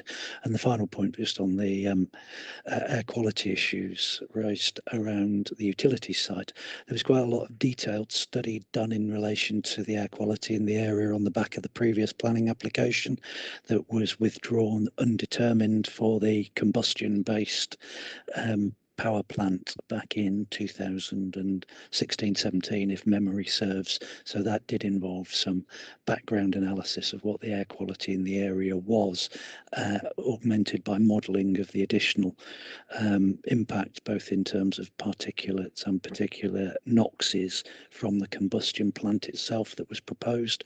And whilst the application was never determined and with withdrawn, air quality issues I don't think were any particular gave rise to particular concerns at that time.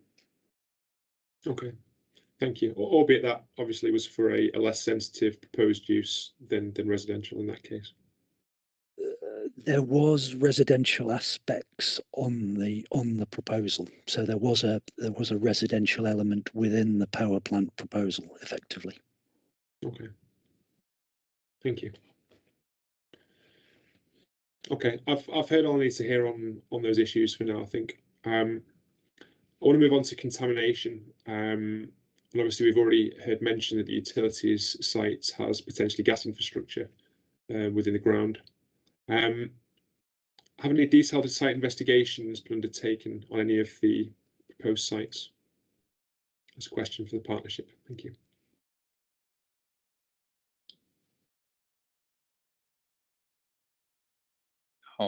Sorry, to more to the camera on then. From the point of view of the master plan, we've worked with both historic information that exists, so a lot more desktop work more than intrusive on-site survey work. So we've used all of the sort of publicly available registers. We've also looked back at, as Mr. Nelson's alluded to a couple of times, the work that was done for the previous planning applications on each of those sites. In terms of the utility site particularly, and working with RWE and National Grid as part of our client team and sort of meeting them, the gas infrastructure is, as they reported it to us, and the sort of work we've done with them isn't there. It has all been removed, and when the gas odometers and things were removed, as far as we understand it, and that has all been dealt with. What lies under that site is still the electricity infrastructure. So there's high voltage cables, which when the pylons that ran across the deal ground were undergrounded, that still runs through. So we've, as you've seen in the master plan, we know where those cable runs are. We've worked with Hydrox utilities and energy team to understand which of those would be movable or not movable, and then again work the master plan to minimise the impacts on those and the requirements to move them. Obviously, the big 37 kV cable we wouldn't be able to move, so we're not looking to. I think, fortunately, most of those run outside of the developable areas anyway. So there is infrastructure under there. We know where it is. We know what it is. We're working with the landowners and actually the people that put it in the ground in the first place all those years ago to understand that and to work our master plan around that constraint. So again, in terms of the numbers in the master plan, there isn't a risk at this point to the numbers changing because of that underground utility infrastructure. It is all mapped and worked with. Okay, thank you. I mean, in terms of contamination, the issue of contamination more broadly, obviously the cost of remediation varies by type of contamination and the expense of any required disposal procedure. From your desktop work, did that identify any of the sites as being subject to any particularly significant or severe contamination in terms of costs to remediate? Not that we wouldn't have anticipated given the uses on the sites or historic uses on the site. So our cost plan that's going into the infrastructure delivery plan takes those into account. So that does deal with what is expected of a former oil power station, what has gone on with the deal ground. The deal ground does have the potential of some legacy from that work that was undertaken on the site around the wood treatment and what that has seeped into the ground. So there is enough understanding of what those potential things might be to make the appropriate cost adjustments in the modelling that we're now doing around infrastructure needs. And IDP is about the contamination as well as much as the physical infrastructure, and then into the viability appraisal. So again, that work takes that into account as far as it can without sort of the fully intrusive. And I think that, as I said, there was a lot of work done for the deal ground in terms of the work, the previous planning application that was granted. So again, that's been a good starting point to get a good handle on what those costs would be. We're also now, I think next week, I've got a meeting with Sirius Properties to review the cost assumptions for their site. So again, we will be turning the handle on making sure that those costs are as accurate as they can be. Okay, and there's, from your work so far then, is there anything to indicate there being particularly high remediation costs associated with any of the constituent sites? They are, as ex-industrial sites. Is there any site that's a particular, is there any site that's a particular concern in that regard? Sorry, I don't usually have lengthy pauses in my sentences, but I did then. No, apologies, my fault. I think, as I said, nothing that, given we know what the former uses were, we're working with the landowners and particularly on the utilities. The utility site would have been a bigger concern had we not been working with National Grid and RWE, who are the ones who were responsible for removing that, that former use, and so know the ground better than we could from desktop survey. So from our point of view, we don't think there's a huge risk on the costs we've applied, and bearing in mind that we are applying costs relative to what the former uses were and what we do know about the risks of the land contamination there. So from a desktop only perspective, we're as confident we can be that there wouldn't be something that springs up, throws it all out from what we've got. And we've got RPS doing our cost advice, who are sort of very experienced. We've also got, as I said, Hydrock doing the work around general ground conditions and utilities, and then we've got the landowners themselves feeding into that process. Okay, thank you. Councillor Price, did you wish to come in? Yeah, just briefly. I mean, I was part of the council when the incinerator was considered before it was withdrawn. We did do a site visit. I mean, it was made clear to us that there was a certain degree of site contamination from the historic uses and a complex network of cabling underneath the site. I would say that, when you take into account the asset that the electric infrastructure offers, and you couple that with the fact that it is effectively a flood area by 2040, if not sooner, I think that site lends itself much better to a renewable energy source of a 5 megawatt solar farm, which can help support energy for the city. So I think that rather than working against the site with high additional costs of changing infrastructure and removing pollutants to make it acceptable for living standards, that you actually reimagine the site and actually use it as an energy producing asset for the city. So I'd be interested to see what the studies were beyond a desktop study, and actually getting spades in the ground to find out what the actual true costs are. We saw the costs of the Olympic Stadium and the cleanup that were involved in that site, and I fear that there would be a lot of runaway costs with developing the utility site for housing. Thank you. Thank you.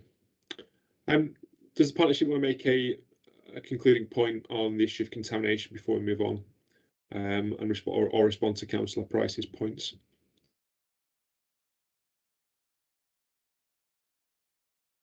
I don't think that there's anything further for us to add from the work we've done. Okay, thank you. Can I just ask a question, Mr. Hatfield, about the planning application for Carrow Works? Is a contamination issue in respect of the Carrow Works?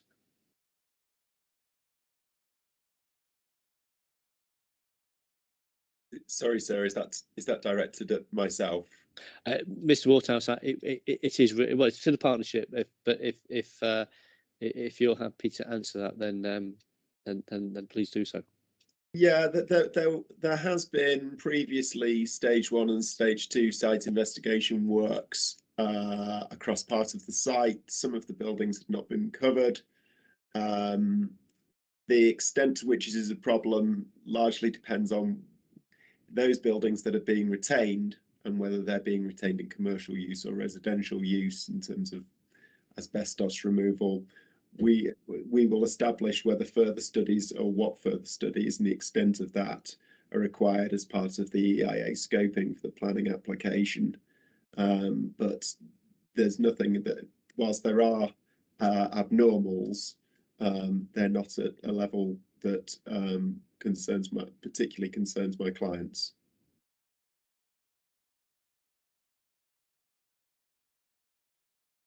Thank you, Mr. Nelson. Perhaps just to add to that, I was aware there was quite a considerable amount of evidence produced about the level of contamination on the Carrow Works site itself as part of the sales particulars of the site a few years ago. There is an area that was identified as being contaminated not far from the Trowse Rail Bridge side of it, but overall, the level of contamination, bearing in mind the length and the history of the uses on the site, was actually I viewed as fairly for probably less severe than you would have normally expected. And part of the reason for that was, of course, the groundwater abstraction that had gone on for many years. So whilst the food plant was operating, I remember dealing with several matters about how the development in this area of East Norwich would be managed in order to avoid any possibility of that groundwater contamination from development that went on in other sites. So I remember it was considered at length in relation to the deal ground application and how that would be managed because of the approach which Britvic Unilever kept to ensuring their groundwater was of the highest possible standards for the drinks they were manufacturing on site. Thank you, Mr. Nelson. Thank you, Mr. Hatfield. Thank you. Okay, I wanted to move on now to the issue of the various bridges that would be required within the site, which are a constraint insofar as they're obviously a costly piece of infrastructure that would need to be funded, particularly to unlock development of certain parts of the site. First off, the council's hearing statement refers to a legal agreement between the owners of the utilities site and the deal ground regarding a vehicular bridge across the River Wensum. What does that legal agreement entail?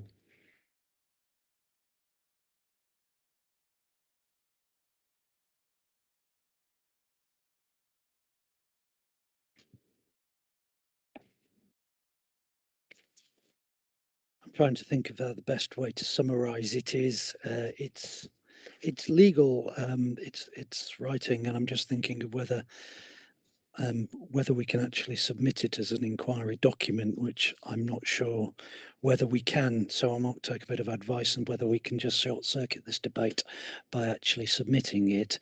But as I understand it, the detail of that, hold on, can you give me a second while I just call up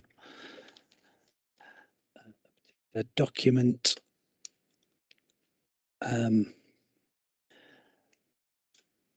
Essentially what it does is it allows specified parties, I'm told, including the council, to step in to deliver infrastructure if other parties aren't delivering, and helps prevent one party holding others to ransom. Its key provisions relate to obligations in relation to the planning and delivery of the Riverside Walk, rights in relation to infrastructure, adoption arrangements, step-in provisions, temporary solutions where a pedestrian bridge is initially constructed and then later replaced by a vehicular bridge, and determination of disputes. Does that help you? I think the word that helped me the most was when you mentioned ransom strips. I think that was obviously a concern given where the footings of the bridge would need to be on either side of the river. So from your perspective, the legal agreement would eliminate the possibility of the owners of the utility site being held to ransom in that regard. By a ransom strip, I should call it. By a ransom strip across the river and across the deal ground and May Gurney site, yes. And conversely, it obviates the risk of ransom in the other direction for northward access from the deal ground to towards the Riverside Walk north of the river. Okay. Because at the time the food plant was operating and there was no public access across there, so to deliver the deal ground access, cycle and pedestrian access was deemed necessary to connect to the network to the north of the river. That's helpful clarification. So at the 2013 application then, or the 2013 approval, that was required to knit it back into the city effectively. Yes, it was. Residents walk all the way to the south and then looping back through that way. Okay. Yes. Yeah, the agreement was dated July 2013 and was signed by the owners of the deal ground, the utility site, the prospective developers, RWE Empire, National Grid, Network Rail, as well as the City Council. Has there been estimates published of the likely costs of the bridges, particularly the vehicular bridges over the Wensum and the River Yare? Thank you. That's probably best if Martin answers that question. Well, that might be. So the cost schedule, as we said, is still being refined. So there was I believe, whether it was published, but there was a cost linked to that original application. Through the current exercise we're doing, as I described earlier, we're currently costing up and reviewing the cost assumptions on all of the required infrastructure. So it will be part of that infrastructure delivery plan that's published in the next couple of months. So we do have more of a feel for what those bridges and that particular bridge would cost. The element that comes back to the conversation that I know was had a little while ago around opening and closing bridges, we are also preparing order of magnitude cost differences between the two. So the working assumption at the moment for the master plan is that the bridges are fixed, because that's the piece of infrastructure that's more straightforward to cost without detailed sort of engineering drawings for the opening mechanisms and how all of that works, which is sort of out with the ability to do it at this high level master plan stage. So, but we do have RPS working on sort of, if that bridge were to open based on some assumptions, what would that cost? So sorry to stop. We don't need to touch on the Traws Rail Bridge if it falls outside. Oh, no, sorry, the link to the Traws Rail Bridge was, we have to protect in the master plan and in the allocation the ability for bridges to be opening or to be fixed. So the cost comes from, we need a cost for both, really. Okay. So sorry, I was probably detailed. You might not need, but it was sort of going into the point of, when we do cost estimates, we need effectively two costs for the bridges, which is what we're working on now. But the two bridges I'm particularly interested in are the two that would accommodate vehicle traffic over the Yare and over the Benson, which certainly seemed on our site visits to be the biggest span. Yes. Yeah, so the Wensum, we have an initial cost estimate, which I'm just pulling up, apologies, in the draft IDP. There's also been some work done predating the master plan on the county did with WSP, looking at infrastructure costs, or accessibility infrastructure costs. Sorry, I'm just looking in terms of second.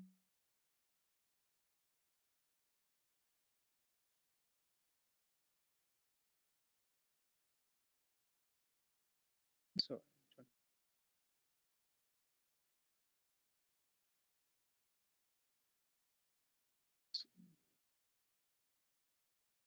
So we've got a cost for the bridge structure at the moment of about, it depends on the type of bridge, but is,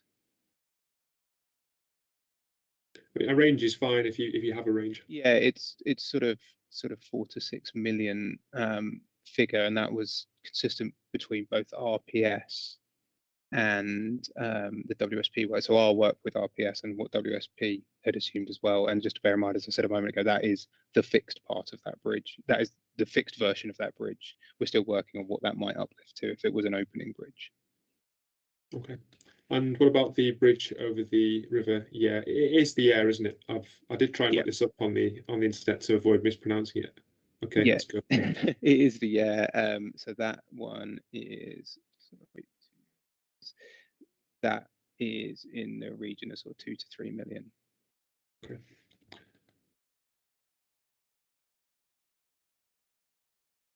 I know that Councillor Price has his hand raised. There's just a couple more questions I want to run through before I bring you in, the Councillor. So just bear with me. Thank you.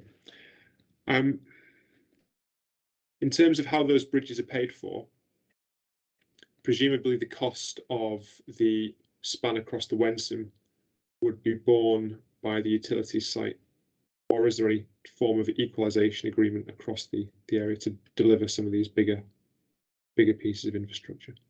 So that's the piece of work that sits, that sort of viability and delivery strategy that I talked about earlier this morning, and that's the piece of work that really sits at the heart of the stage 2 master plan process, and was always sort of designed with the partners to look at what is the overall viability, and what is the equitable, rather than equalisation, the equitable share of infrastructure funding, so whether that's from developers or City Council, Homes England, another, to deliver the whole potential of East Norwich. So that's again a process that's in the middle of being worked through, but in theory it would be a shared cost from landowners and potentially others, given it has a strategic benefit to the integration of Norwich into the Broads and vice versa. So there may, again, in business case terms, there may be an element of that, which is the likes of a HIF type funding opportunity, if we go back to the last big round of infrastructure funding that we had in this country. So that's the piece we're working through at the moment, in like, what can developments pay for, what is the case for any other investment if it is needed, and we're still getting to the bottom of that question. It's just, as we discussed the constraints, I think it's jumping out to me that the utilities site seems to be significantly more constrained than other parts of the wider East Norwich area, in terms of the cost of the bridge across the Wensum, in terms of the surrounding uses and diesel trains, in terms of the extent of ground conditions.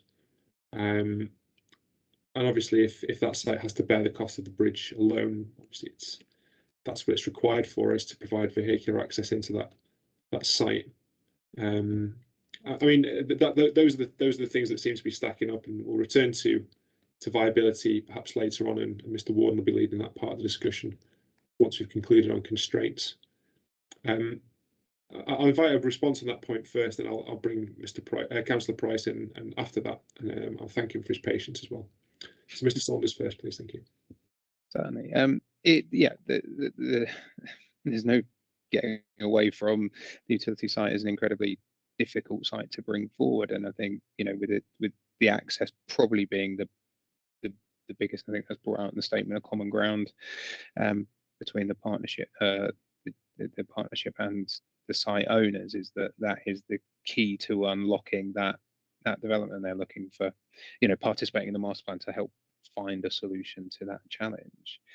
The other issues are challenges, and the master plan is seeking to work with that landowner to find the strategies around it. But it is a difficult, as you've stated, as you've listed them, it is a difficult site to bring forward, but it's also one with great potential if we can find a solution to those. The opportunity for development in that, you know, different forms of development in that setting, the ability to create, you know, a piece of city or piece that blends city into Broads on that site, as we've established in the master plan, is almost unique. Other than the sites in East Norwich, there's no other site like it in Norwich to make use of that brownfield land. So it's a tricky one. It is challenging in a viability sense. We'll come to that, but it's also quite a prize if we can get to the point where we can find the solution through the master plan of that equitable share of infrastructure funding to unlock it. Okay, thank you. Councillor Price, thank you for waiting. Thank you. Yes, I just wanting to come in on that. Overwhelmingly, since the original application for the utilities, one of the main benefits that the community have consistently put to me is the access across the river from the bridge, and it's been consistently said to me that should be delivered first and foremost, and that this infrastructure and access for the rest of the city is an essential part of it. So there is a fear that planning permission will be granted, etc., and then bridges don't materialize, giving access. I think it's important to kind of talk about the northern end of the utility site. Effectively, there's an access bridge for the site there, which is access from Salisbury Road, and so there seems to be vehicle access already, and so there's always been concerns about vehicles using bridges. You know, what comes back from residents is that this should be active travel and walking access to the Broads, and avoiding what is a terrible pinch point existingly in a cycle network 1, which is along Brackendale and the roundabout outside County Hall, where traffic is terrible, so the point there is that the bridges need to be delivered for the community to see the benefit, that currently the local plan supports a riverside walkway on the south side of the bank as well. And obviously, as Graham has said before, that there would have been a constraint with the Carrow Works site still being in operation. I do think it's worth pointing out that the existing local plan, the sites that are coming forward for the new plan, we've put in a submission about the King Street Stores site, and it's important that any planning decisions made further up the river retain and build in the walkway, so that on that south side, it can be realised, and so the design for this master plan needs to build in good access along the south side of the river as well as the north side, because there's a subtle difference with the bridges going across. It opens up everything north without having to come down to the pinch point of the existing Carrow Road bridge to make access on the south side. So both are needed. The south side needs to be developed, but the bridge infrastructure needs to come forward. So the other concern is with the existing rail bridge. I have seen there is damage to that bridge. There are trucks that have used that over time, and any additional traffic going over that existing rail bridge that you were stood on, that you described earlier, is going to have some impact. I think all in all, having more vehicle access across that rail bridge and into the site there is going to only compound the traffic and air quality issues that we see along Brackendale, along King Street, and outside County Hall. So, in essence, you know, I don't see it as viable that this is a car-built site. This needs to be car-free with good access into the city. So, you know, I'm sure we'll talk about the traffic impacts later in more detail, but significantly introducing 4,000 homes, etc.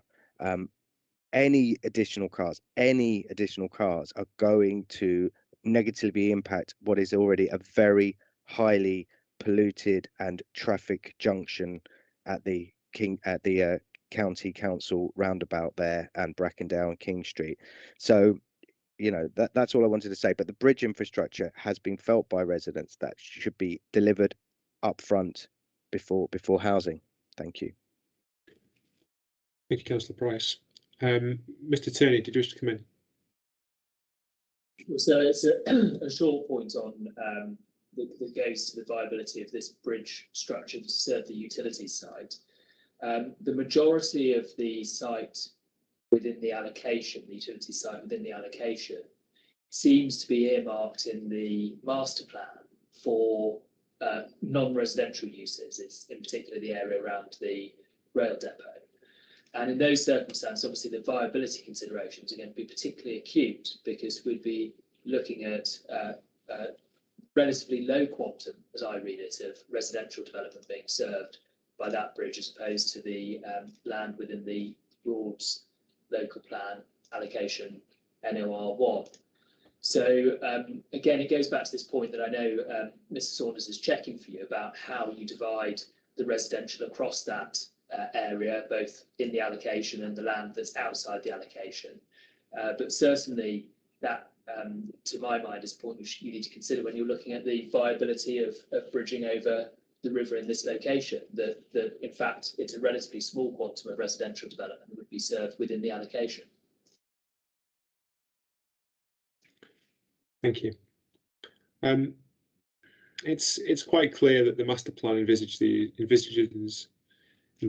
I should say. Sorry, I'm sure there's not words out today.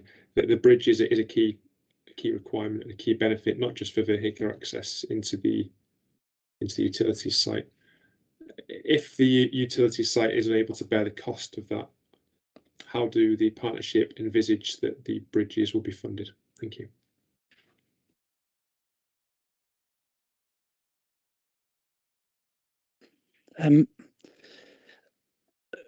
The work on viability is clearly ongoing at the moment, but this is one of the key issues that we're going to face alongside marinas, whether the bridges lift other than that, for this development to happen, the bridge across the River Wensum that provides vehicular access to the utilities site is absolutely key.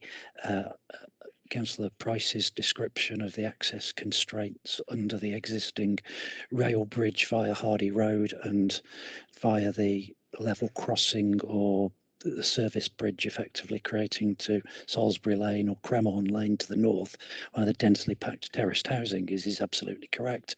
Both of those things have opportunities for sustainable access, which is utterly key in terms of delivering strong north-south connectivity, delivering some of the wider benefits of linking up riverside walks and connecting much of the population in the north of the city, many of whom are considerably effectively cut off from some of the green infrastructure assets in Whitlingham, joining things up, and so much delivers a much wider strategic benefit with those sustainable access things being put in, but the vehicular access over the Wensum absolutely key to actually probably undertake the construction, let alone secure the operation. That's acknowledged by both the county councillors, the highway authority, the landowners in relation to it. In terms of paying for it all, this is where the lot comes in.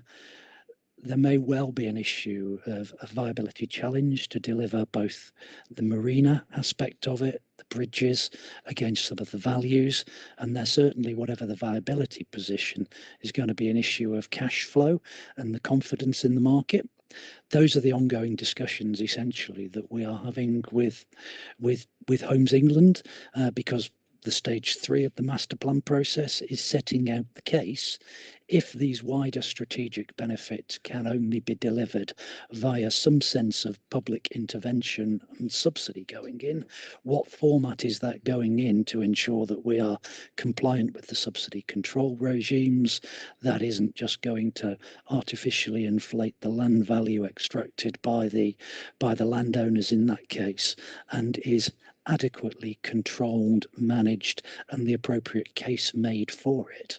Clearly, we have no guarantee that we are going to be able to unlock that funding at this stage, but we have, both through, the strong start we've made in securing £5 million through the shared towns deal, effectively, which involved all the local parties agreeing that as a priority in the town investment plan, through the ongoing discussions with Homes England, and they've alluded to the level of support that they've given to equivalent schemes such as York Central, and may yet give to other schemes in Bristol, which they view as largely sort of similar in terms of their scale and the opportunity that is created to promote regeneration. Other government funding streams that are coming along, we're aware we've got opportunities to bid for levelling up funds, we've got shared prosperity funds coming down the pipeline, all of which the emerging criteria seem to support strongly urban regeneration, following the steer that's coming through in the levelling up white paper. And last but not least, we have the arrangements with the Greater Norwich Growth Board, where again we have this slightly unique arrangement of us effectively pooling our collective SIL into a single infrastructure investment fund and having a further borrowing capacity that was agreed as part of the city deal for works at the public loan board discount rate to be able to draw down to fund the delivery of infrastructure in certain cases.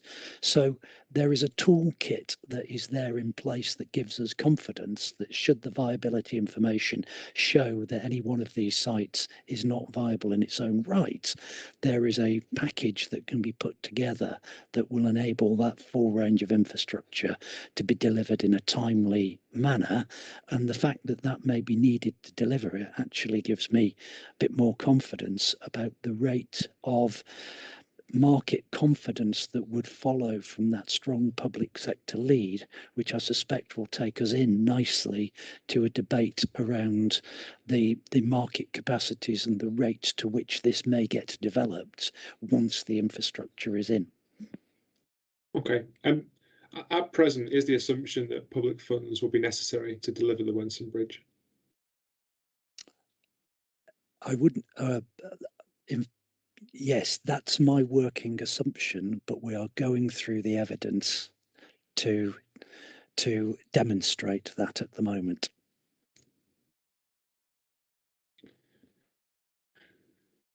And is there any initial work that's been done on the viability of the utility site? Because as we discussed before, there's other constraints to factor in there, not just the bridge. Is there any initial work at this stage, and what does that indicate in terms of? I'll hand over to Martin in a moment, but certainly there's initial viability work has been done at the overall wider site level, and as we move forward, that is progressively getting broken down to inform the decisions about the delivery mechanisms and potentially where funding may be necessary to be injected to make it all happen.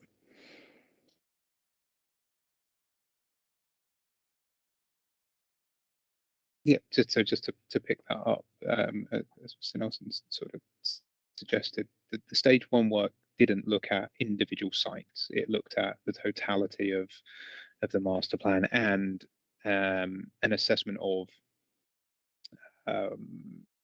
sort of delivery, I won't quite say phases, but sequencing. So when does the cost and the amount of housing align across the site? So it didn't ring fence utilities and say, let's assess that. That's an exercise we're now going through to do both a East Norwich wide sort of sequencing viability assessment, and then we can also look at that, and we are also looking at that from a site specific end, so we know where in timing and in location the challenges will arise. But again, that's part of that work that delivers out in the coming months.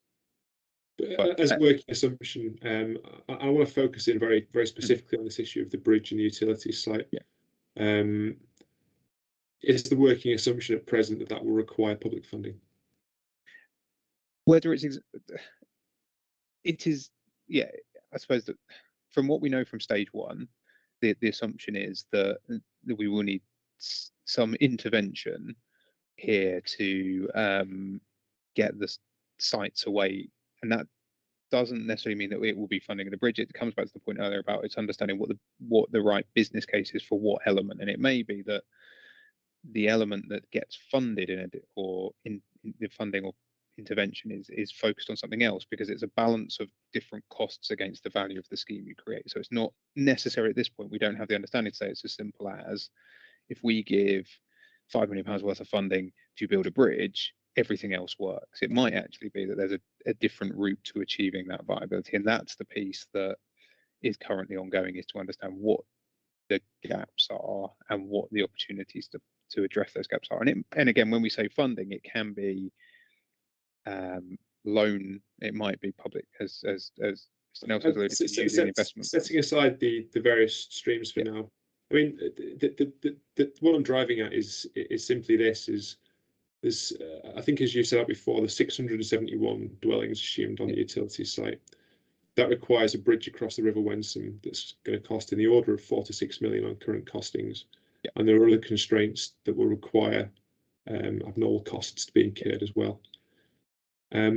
If that gap can't be bridged, if there is a gap, then obviously that calls into question the delivery of that part of the site. That's the line I'm thinking I'm going along, really. Hence the focus on the bridge and that site in particular. And so I asked the question earlier about whether there was any equalisation agreements off the site, across the site. Presumably there needs to be something like that to cover the primary school, but very specifically on the bridge, because the delivery of the whole of that northern site hinges on the bridge. If it requires public funding, what steps or what progress has been made to securing it? I mean, are you saying to me at this stage that it's not clear exactly what the gap is and what the public funding, any public funding gap would need to be? Is that the stage you're at now? Well, the stage we're at is, we know from the work we did at stage one, the delivery across East Norwich as a whole is not commercially viable. It delivers some value, it delivers some return, but it's not enough to just leave it in the private sector hands and make it happen. And that's because there's a number of constraints. The bridge is obviously a very obvious, very singular point of that, which relates to the development capacity on the utility site. It isn't the only benefit of that site, as Mr. Nelson's already alluded to. So what we're working through is, what are the costs and which are the one, what can the scheme bear in terms of cost and what can't it? So as I said, we are clear that there is public sector intervention needed, and particularly to unlock all of the sites here. Whether that is exactly funding the bridge is the point of discussion at the moment, and is the point of investigation. Is it may be that the development can fund a bridge, or the development can fund a bridge, but couldn't fund a marina or something else that goes on that site that has a wider benefit. So that's where we're agreeing. Yeah, what I'm trying to say is we agree with you that there is a need to intervene. Exactly what is that intervention is to be determined over the next probably 6 weeks of the work we're doing. Okay. And then that links, sorry, just to finish, I think your part of your question, what progress are we making? We're making progress in understanding defining what the ask is and what the potential sources of funding are. That's the delivery strategy off the back of the viability. As Mr. Nelson's already said this morning, the partnership then working with Homes England to look at stage 3, which is then about the business cases and that funding ask being made. So that's the progress that's being made through the process. Okay, we'll return to viability in a short while. I don't want to blur the lines between the different parts of the discussion, because I think myself and Mr. Warden were very keen to keep a fourfold delineation of how we address this site, and we're on the constraints section now. I think one final question about bridges. Well, it isn't the final question. There'll be another one after this, but in relation to the bridge across the Yare, to what extent has the requirement for that bridge between the two components of that land holding delayed delivery on that site? Because that cost was given it in the order of, I think, 2 to 3 million. I think was the figure you gave me, if I recall correctly. I'm not sure it has, because of the nature of the previous consent on that site. So there is no requirement on the extant consent that requires that bridge to be the bridge across the River Yare to be constructed prior to the commencement and occupation of dwellings on the May Gurney element of the site. That, I suspect, hasn't come forward because of a wider reason, that there was no the clarity about where the wider development was going, but that's really a question you'll have to ask effectively SPC as to why that aspect of the development hasn't been delivered. So to my mind, it could have been delivered in isolation by now, just in the absence of the clarity over the wider development and a lack of confidence in the area. Perhaps someone has chosen not to do it. The issue of the timing comes in that clearly before there is any occupation of any properties on the deal ground, the bridge over the Yare needs to go in to access the properties and to allow people the safe vehicular way out. But there was also the Grampian condition on the consent that picked up, I think, Councillor Price's point about the criticality of a pedestrian and cycle connectivity to the north, which clearly has created a cash flow hurdle, if not an overall viability issue, in relation to the delivery of those 600 odd homes on the deal ground. Okay. The council's hearing statement lists 3 pieces of infrastructure which would require land in third-party ownership to deliver. And those are 2 footbridges, one across the Wensum to connect to, I think there's a new development, it's a development we stood next to when we were looking at this site, close to Carrow Road football ground. And the second one connecting into the Broads at the eastern tip. The third element, which it refers to as requiring land in third-party ownership, was an access into the Carrow Works site from King Street. And the statement said that no agreement with those landowners had been reached, or that those landowners hadn't been engaged. So if those 3 pieces of infrastructure were incapable of being delivered because of those ownership constraints, would that prejudice the delivery of any part of the wider site? Thank you.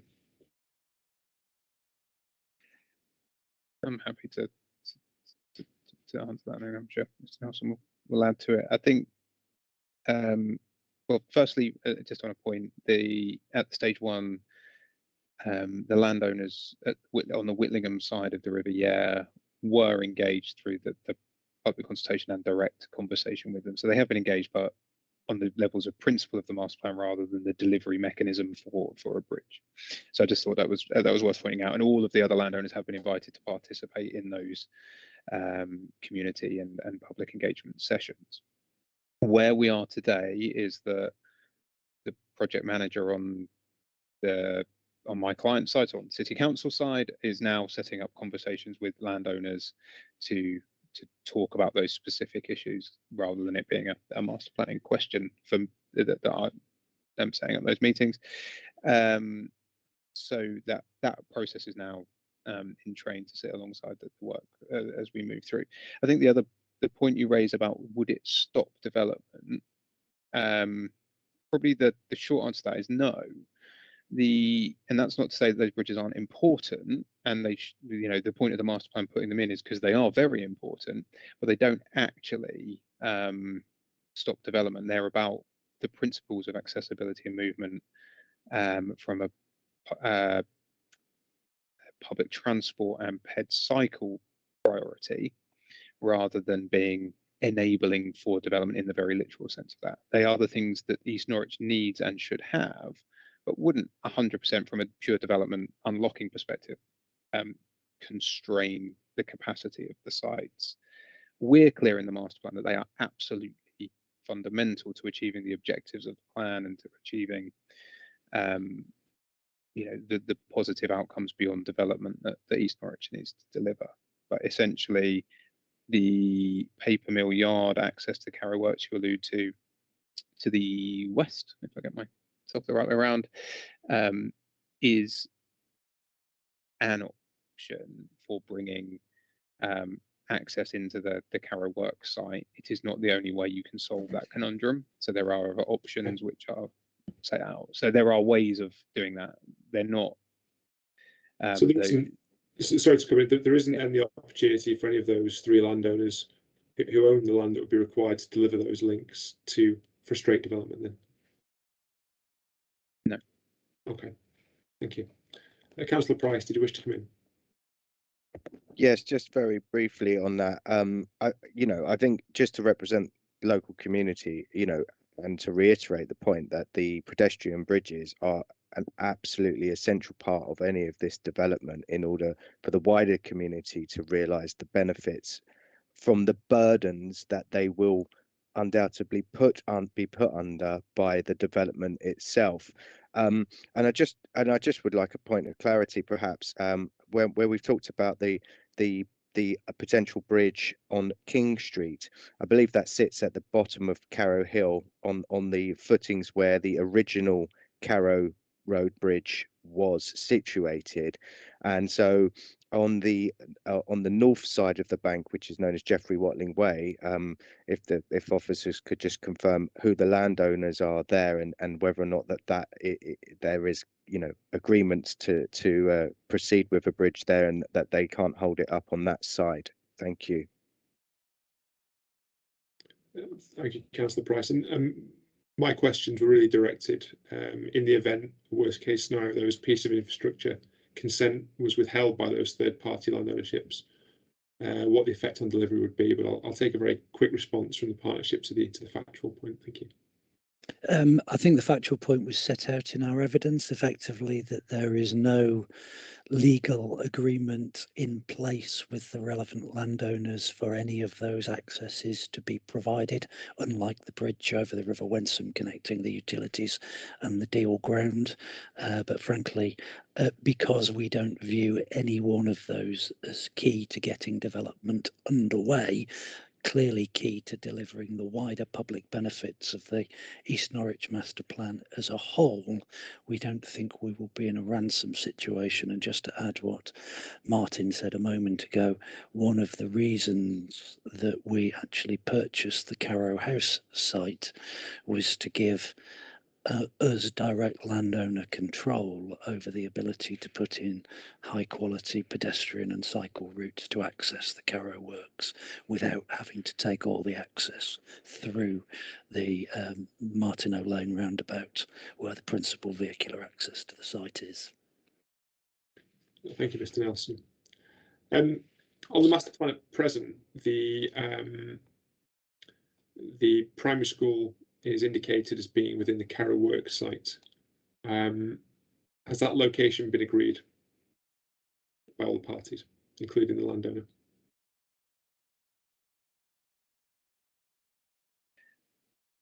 There isn't in the master plan. There's identified the need for a primary school. We've also identified where we believe from master plan in terms of best locations are. As we're working through stage 2, we're refining that and looking at that.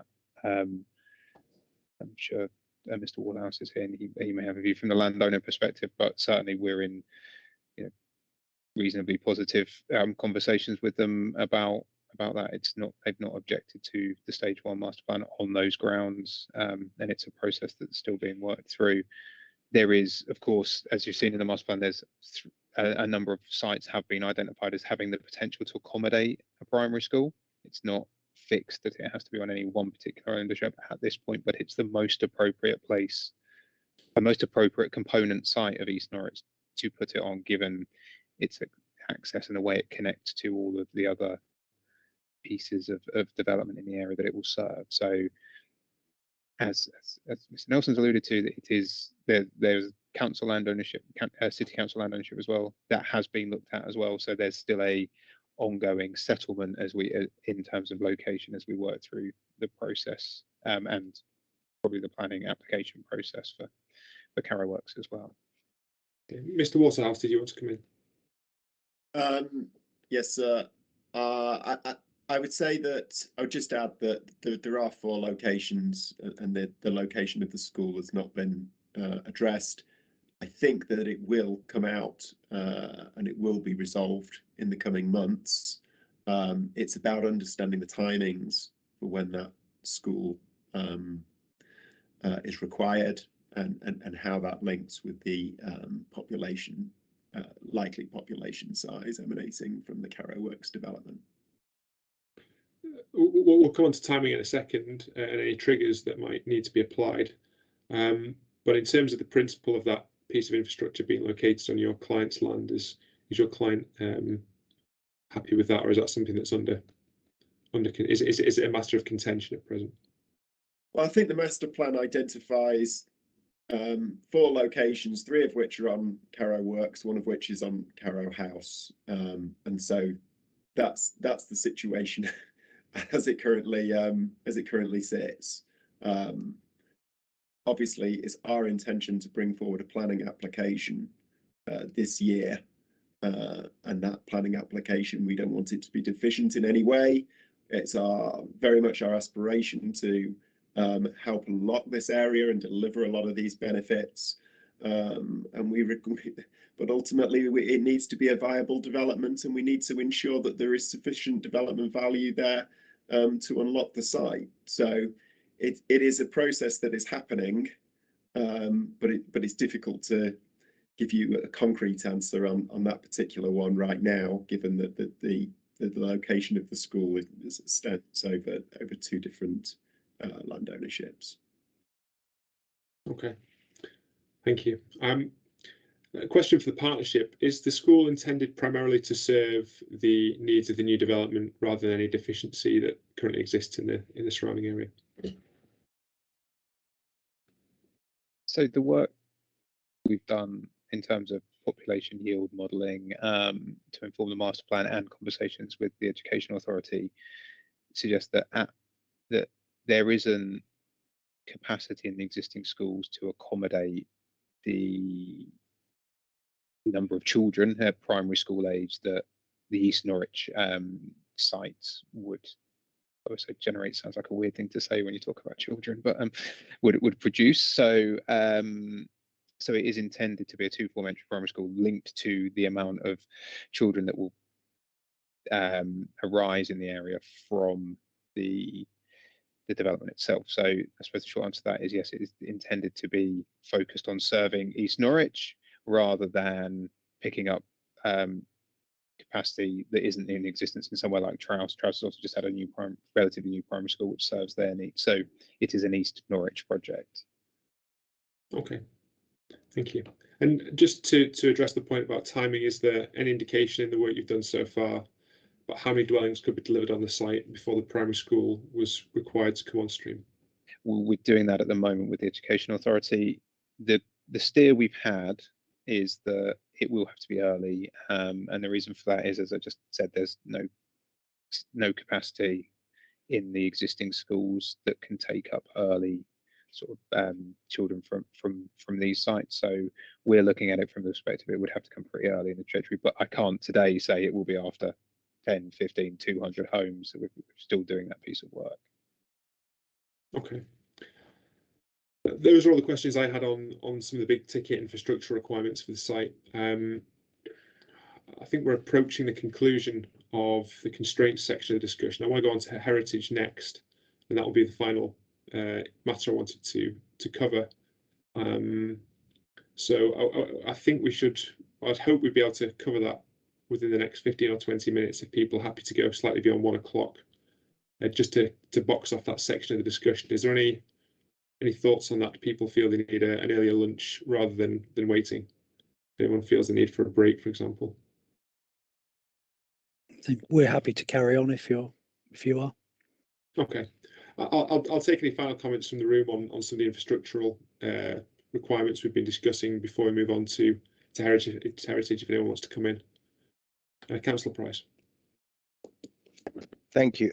Just briefly, I just want to touch on the constraints, which is the traffic constraints. And I just want to just reiterate that point. And I'm not sure if you'll come back to this later, but do forgive me. But I just want to point out the air quality issues that we have along Brackendale and along King Street already by the Martineau roundabout as well.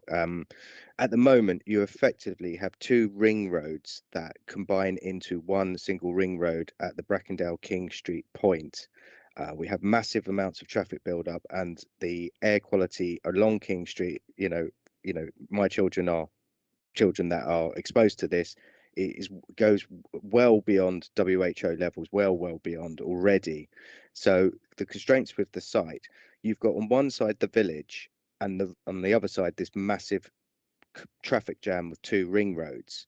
So what's going to happen when you are introducing additional cars into the area? So it's essential that as much of this development is car free as possible and has good transport links as well as active travel. We need to see much better links, because otherwise you're sending a load of cars through a load of small villages, or you're compounding what is already an unacceptable level of traffic.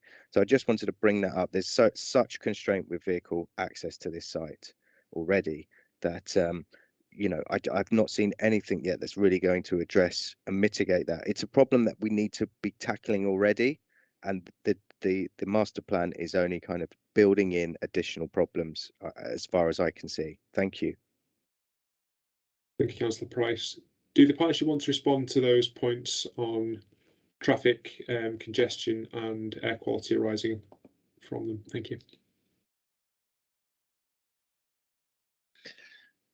I suppose it's not necessarily about traffic arising and air quality per se, but I think the one thing I would just like to come back on is the closing comment there about building in problems for the future. I think the master plan strategy has very much been to prioritise walking, cycling, wheeling, and then bus access. So the way the access routes are structured, the way the internal road network is structured, and the potential to, particularly with our east-west link going all the way through the site, the idea is we make it as easy as possible and ideally preferable to choose one of those modes of transport to do commuting into the city than jumping in the car. And certainly where we've looked at sort of notional parking strategies in the stage 1 master plan, that again it's not car free, but it's certainly lower amounts of parking than you'd see in many of the greenfield or sort of urban fringe developments around the city. So the master plan is doing everything it can to promote all of those sustainable modes of transport, creating those connectivity opportunities for people on all of those modes. From a wider transport perspective, obviously the master plan can't do network modelling, isn't tasked with doing that network modelling and understanding what it means for congestion and the knock-on impacts of air quality. We're working with county colleagues to at least help them understand what the site is doing and generate it. They are supportive of the strategies we've set out. And then it is a wider question of at planning application stage to look at the transport assessments and impact assessments of those developments as they come through in detail and what needs to do it. We do have built into the cost plan, just to help, some estimates and figures around off-site junction and highway improvements to help deal with some of the congestion issues. We haven't designed schemes, we can't do that because that's a wider network question, but certainly based on best practice and sort of experience, we're putting in some line items to cover in the viability appraisal the notion that we would know we'd have to do something across the wider area from East Norwich. But the principle has always been, let's prioritise, let's make it easy for walking, cycling, wheeling, and then bus, and then we will have car charging points, car hire scheme hubs already built into the land use schedule of the master plan to encourage shared car ownership and e-vehicles rather than petrol diesel. So we make as many of those things as easy as possible, as you'd probably expect in any sort of future looking master plan. Okay, thank you, that's helpful. I want to move on to heritage now, because I do want to conclude this section of the discussion before lunch if we possibly can.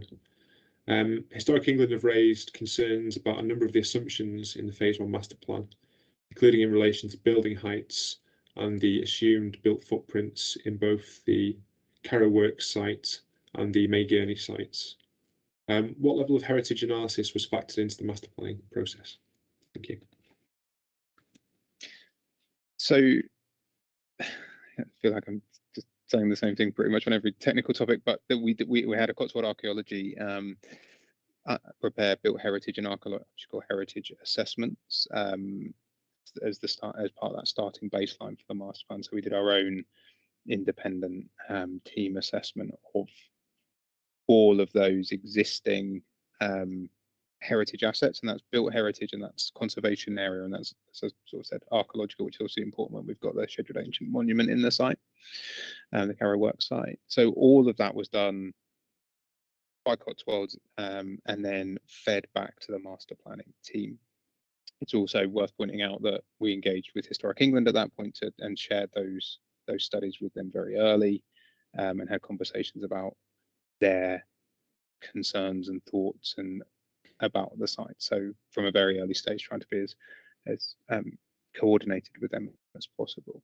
What we've then done is work with, Allies and Morrison, from the design perspective, have worked with the knowledge of those assets, with the knowledge of the value of the first assessment of the value of those assets, the importance of those assets, to develop an approach to each of the sites that is making the most of those heritage assets and seeing them very much as assets rather than constraints, in the way that Allies and Morrison have done with York Central, they have done with King's Cross, developing a master plan that really makes the most of heritage as the thing that sets this area apart from other development opportunities in the city and can create something unique which will help support delivery and the keenness for people to actually live and work here. So the master plan has dealt with all of those through the design process, and then come back to check that with Historic England at the point where we were finalised stage 1. We had a meeting with them, I think it was 2 weeks ago, to then go through the comments, concerns, and observations they've made, and we are now, as I said earlier, in light of all sorts of comments we've had back, tweaking that approach so that the SPD is taking into account the views of all of the stakeholders. One thing I would stress is the master plan is trying to weave a way through lots of different constraints and considerations and opportunities. And as we've talked about already today, there are lots of different ones that we have to take into account, and we're trying to optimize the master plan to address all of those as best it can. It will always have to be a compromise in some way in terms of how we balance off the deliverability of the site, but the master plan is trying to work with all of those opportunities to make this as best it can. And actually, even before the new listings review was undertaken, we were recommending in the master plan retaining heritage assets that weren't designated, and they have now been designated. So already we were taking into account the importance of heritage and their setting as we developed out the approach to the master plan. I would say that in terms of the height question, which was a specific point raised, is, you know, that has to be taken into account against where we are today with Carrow Works in particular. One of the key points of the master plan is to create greater articulation along the riverside, so that height actually is broadly similar to what we have today, but isn't a wall of height anymore. There's permeability of views through that, so that actually some of that setting improves, because it's not over the tops of trees looking at walls of industrial buildings. So some of the things have actually been done to try and positively address some of the issues we face with what's there today. So, you know, it's quite a involved process, and you know, we're not saying at stage one we got it all completely right, but we're now trying to work with the comments that we've had back to improve that situation. Okay, thank you, Mr. Saunders. I'll bring in Historic England now. Ms. Mack has a hand raised. Thank you. Thank you. Good morning, Inspector. Debbie Mack from Historic England. I provide planning policy advice across the east of England on local plans, but I'm joined as well this morning by my colleague Mr. David Eve, who is an inspector of buildings and areas, and he will provide some of the very detailed and specific advice on the significance of assets across this site. He'll also provide some detailed comments on the heritage assessment to date, and also on some of the master planning that we've just heard of. So as you know, East Norwich represents such an exciting opportunity for the city of Norwich. There's a significant amount of brownfield land and an urban regeneration opportunity in a very sustainable location to help meet the growth needs of Norwich. And that is to be applauded. But we do have concerns that there could be a degree of harm to some of the highly graded heritage assets on the site. It is a fascinating site, and I'm so pleased to hear you have already visited the site and will be visiting again to see some of the areas that you have not yet been able to access. And certainly as a team, as we have visited the site and explored it in recent years, we have been struck by just what a rich history the area has, encompassing the medieval monastic period through to the 19th and 20th century industrial works of the Coleman's factory, with its very strong identity with the city and the associated domestic buildings and landscape. The site contains a total of 15 listed buildings, including some very highly graded ones, the Abbey, listed at grade 1, and Carrow House Priory, listed at grade 2 star, as well as the scheduled monument, the priory itself. And nearby, there are also a wide range of assets, numerous listed buildings, conservation areas, and the registered park and garden, Crown Point, which locally is known as Whitlingham Park. So this area is very rich in heritage, and certainly in a site where we would expect a significant amount of assessment to have been undertaken to inform an allocation. I'm going to bring my colleague, Mr. Eve, in now, if I may, to give a little bit more detail and flesh out some of that significance, the things that make that site special from a heritage point of view, because I think it's really important that we understand that before I come back to consider the level of assessment that has been undertaken and whether that's proportionate and provides the amount of evidence that the NPPF would require at paragraph 31. So if I may, is that acceptable to bring that's Mr. fine. Eve? All I'd say is that I have read your statement, and there's no need to go over points that have already been made at this stage, but I'm happy to have your colleague come in at this stage. Thank you. Thank you. Hello, David Eve for Historic England. Hope you can hear me okay. In which case, so I won't reiterate the full list of heritage assets on the site. We've said that the work by Cotswold Archaeology that's previously referred to does itemise correctly the assets on the site. It's a little out of date with listings, though it doesn't go any further really than itemising assets on the site. which we'll come back to. So the only point I think I'd like to just flesh out, to be absolutely clear that everyone understands this, is the extraordinary survival of Carrow Abbey and its connection with Carrow Abbey House and Carrow House at the core of the site. The factory is, of course, internationally famous due to the brand and contains some important heritage, and I think there's huge potential there for redevelopment. But it should be I'd just like to stress the degree to which, when the factory is constructed in the 19th century, the abbey is isolated from it deliberately and consciously by its owners, and an intimate small country house almost within town is created. And despite the extensive development that's taken place, that remarkably survives. And of course, the Colemans also have another house. Jeremiah Coleman constructs the Grade 2 star, partly Grade 2 star listed Carrow House just across the small park, and historic maps show they shared the landscape between. There's access to both houses across it, and there are remarkable survivals. That this has survived at all, as Norwich has grown out, is extraordinary. That it survived containing a prioress's house from a Benedictine nunnery, an extraordinarily rare thing to survive nationally, and that it has survived within the context of the factory, still highly legible, is quite something.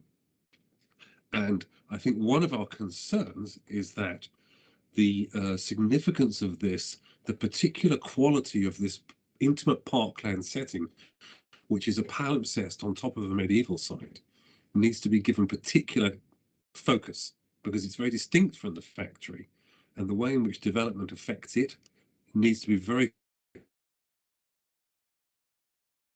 the factory could be redeveloped. I won't go on any further about sorry, Mr. Reeve, I lost you for a second there. I don't know if others did as well.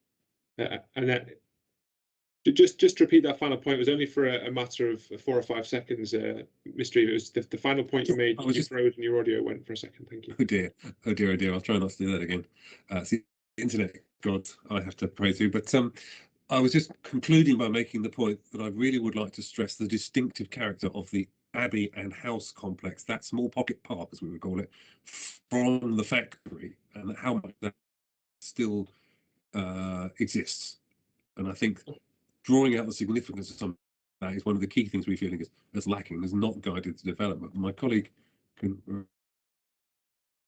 I'm struggling again, Mr. Reeve. I'm going to suggest we had this issue with another participant the other day. If you turn off your video camera, that will allow more bandwidth for us to hear your audio loud and clear. And that solved a similar problem we were having the other day. That might be something to bear in mind. I mean, I've read Historic England's statement. As I understood it, and you'll correct me if I'm wrong, a key part of your concern relates to introducing. You've just been discussing the parkland that surrounds the abbey and the house, introducing development immediately to the south of that and severing it from the stables, or would have been the stable houses, as well as some of the footprints. Is that the case, or do your concerns go beyond that as well? Would you like me to respond to that, sir? Whoever's most appropriate. Okay, yes. Yes, they do. There are other areas, I think, where it's the potential for harm is less clear. I think we feel that despite the limited nature of the assessment that's been carried out so far, which, as my colleague will say, is something we've advised the council on repeatedly for some considerable time, that the qualities of the setting of the abbey's formal garden and its relationship to the other Coleman house is not being respected by the development. I think even at this master plan stage, we can say that, and that's why we put down a quite strong marker in our statement. Yes. And in terms of the quality of the assessment, what would you expect to see in order to assuage your concerns? Well, we have for some considerable time been asking for a heritage impact assessment. What we've got essentially, the document is quite correctly labelled a built heritage appraisal. The Cotswold archaeology work, what it essentially does is itemises the built structures on site. It does assign some significance to them, but rarely concludes. And it's also very poor on setting. Again, sometimes it describes setting, and this goes through to its treatment of Whitlingham Park. It's a very limited treatment of the Grade 1 listed Church of Trowse, which is in immediate proximity of the May Gurney site. but rarely does it actually conclude as to what setting is contributing, and rarely does it actually come to conclusions about the significance of the assets themselves. I think there's a difference between describing what a thing is, it's 1750, it's this type, for example, which you said about the park, and actually saying what is significant. It's not the same thing. I would say, actually, that if you look at the recent listings, the descriptions issued by our colleagues in the listing team, particularly for the newly listed buildings like the sewage works, the two sewage works buildings, they're both very good at this. They don't just say how old a thing is, they actually say why it matters. And I don't feel that's coming through at all in Cotswold Archaeologist's report. And crucially, it's a very good first step, but what it doesn't do is give you any of the tools to actually look at impact. I don't see any evidence as to how impact has been assessed. So to make conclusions that the development in certain areas is appropriate, or even more so that it's actually enhancement, seems entirely without basis. There simply isn't the assessment here to reach that level yet.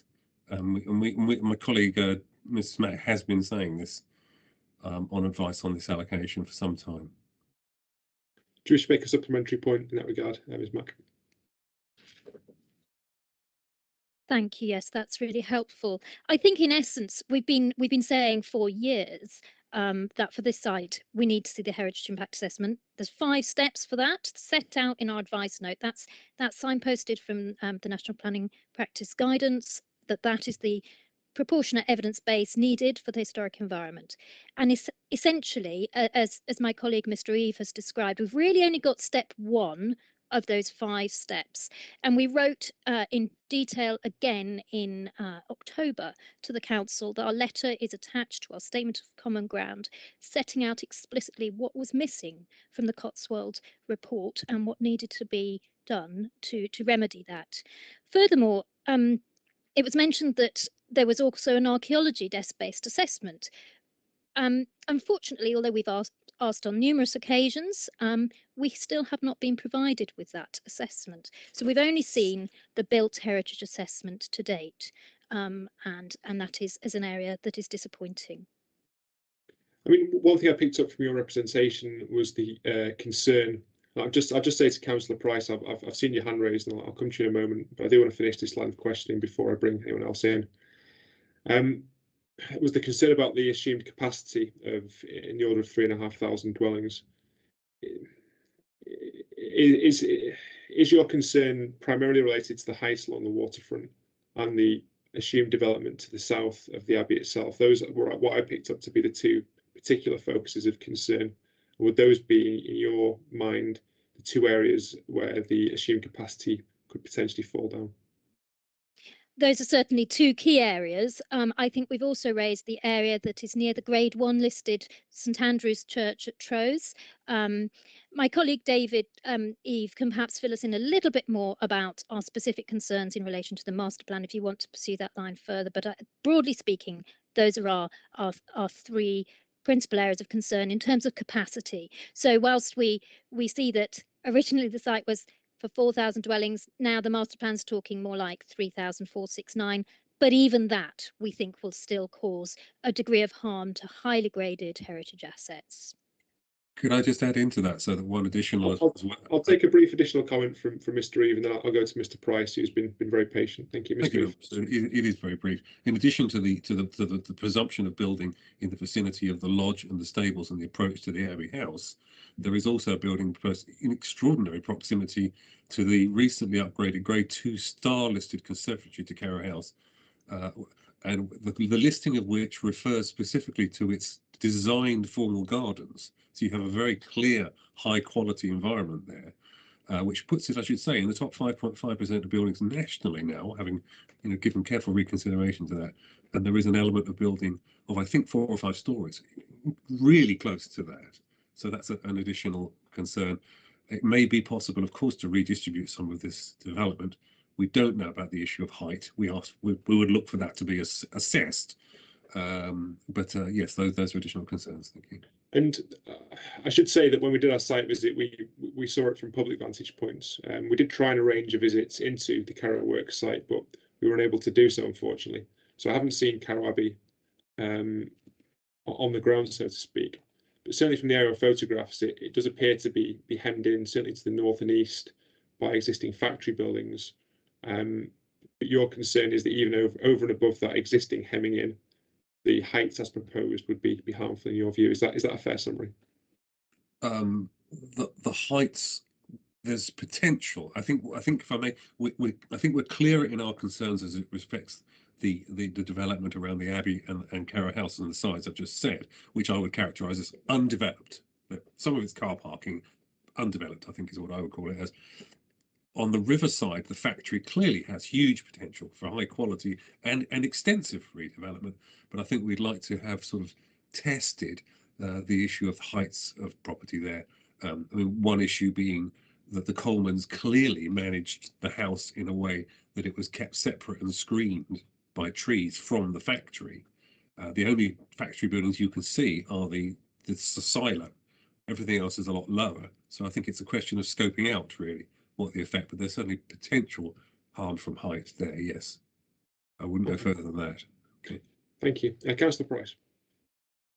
Thank you. I'd just like to say, I think the master planners have done a good job in trying to be sympathetic to heritage assets, but I reiterate the points that have just been made about the impacts on these existing heritage assets that we have on the site. It's unfortunate that you've not been able to see on the ground, and I hope that you get an opportunity in the future to go and have a look.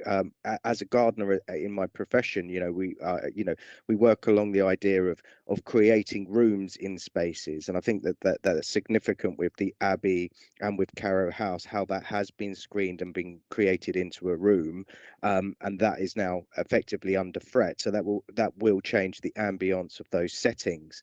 I think an important point to make is that those existing factory buildings, the ones from period, are beautiful structures in their own right and can lend themselves, if properly maintained, to good housing. But there's always a fear about canyonisation of the river, and so although the master planners talk about creating breaks to continue what has been poor canyonisation of the river further out into the Broads, I think would be a negative aspect.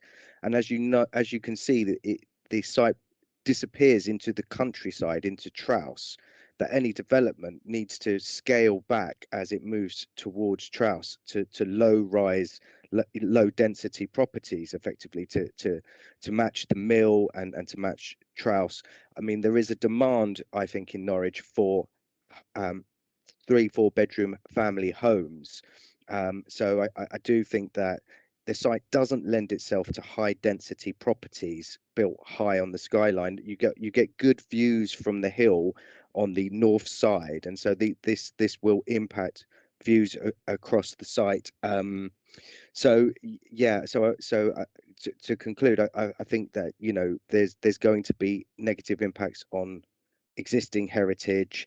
And because we've already discussed today that there are so many kind of flooding constraints with the site, I think to keep trying to match these high numbers of housing density, you're only giving yourself an option to build upward, and then that's going to have an impact on views, and that's going to have an impact on the heritage assets, and it's going to have an impact on the kind of countryside feel of Trouse and Trouse Millgate, which are at that end of the site. So I just don't see how you can marry the density without actually impacting the heritage and the views and the village feel at the end of the site. Thank you. Okay, I'll take a very brief comment from Mr. Waterhouse as well, but I do want to return to the partnership because they've not had the opportunity to respond to the points that have been made so far. Mr. Waterhouse. Thank you, sir. I guess the point that I'd like to make is that there's a substantial amount of heritage benefit that can be achieved through the redevelopment of this site. You couldn't access the site. Nobody can access the site. The opening up of this site and the creation of a place that's based on a kinetic experience and one's reading of the historic environment is something that we're all in agreement for and we're all striving to achieve. I would just say in respect of the numbers, sir, about the 4,000 potentially dropping down to 3,500, going down below that, I don't think that that's justified by the evidence so far. And I would add We'll that. come back to that. Sorry, Mr. Waterhouse. We'll come back to the just in terms of the structure. We'll come back to site capacity, delivery assumptions, trajectory after lunch. But we'll return to the point later. Fine. Okay. Okay. A lot of points have been made. Does the partnership wish to come back on anything that's been said? Particularly, there's a lot of detailed comments provided by Historic England. I do certainly wish to come back on it. I'm just thinking about how best to do it and whether you would like to take a break at this point and us respond after lunch effectively, because there's 2 points that we need to respond to. One is the sort of principle about the HIA and the process that we're going through, that we believe we're acting in an entirely sound and consistent way with the guidance in the NPPF, as well as being practical and realistic about how to deal with it. But there was further points made about the level of detail in the emerging master plan, and so I fear it might take us a few minutes to deal with those. Do you want us to deal with them now? It is 1:20, and we've overshot by 20 minutes already, and there may well be Historic England may wish to come back on anything you say as well. So, valiant though our fit has been, we may have to admit defeat on concluding this section before lunch. Can I just come in, Mr. Hatfield? Sorry. Of course, Mr. Warren. Can I just remind people that we're not examining the master plan. The master plan is an evidence document. We're examining the soundness of the submitted plan.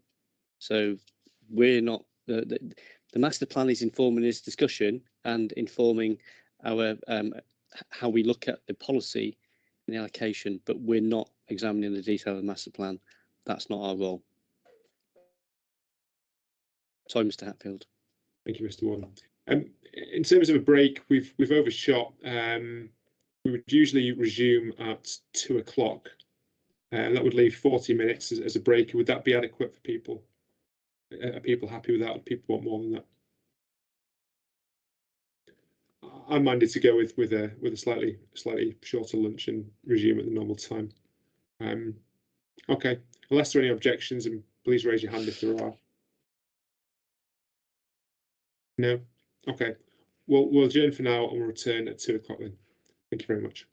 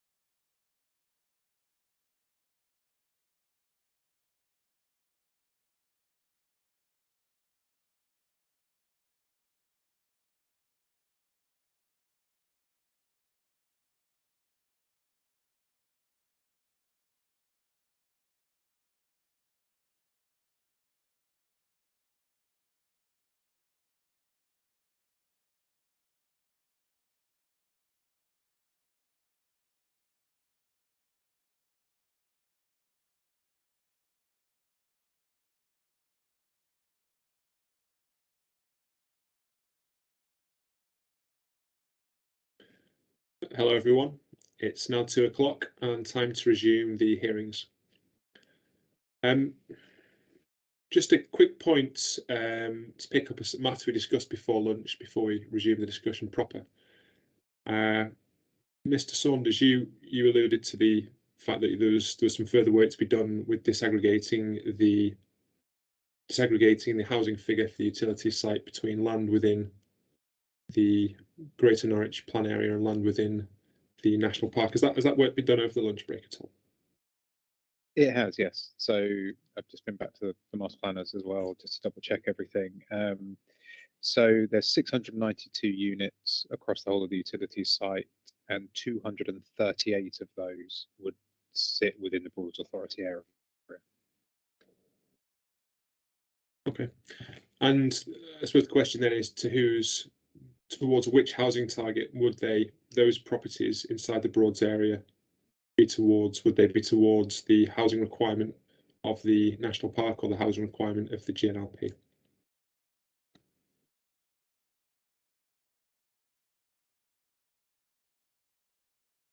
The latter would be our expectation there.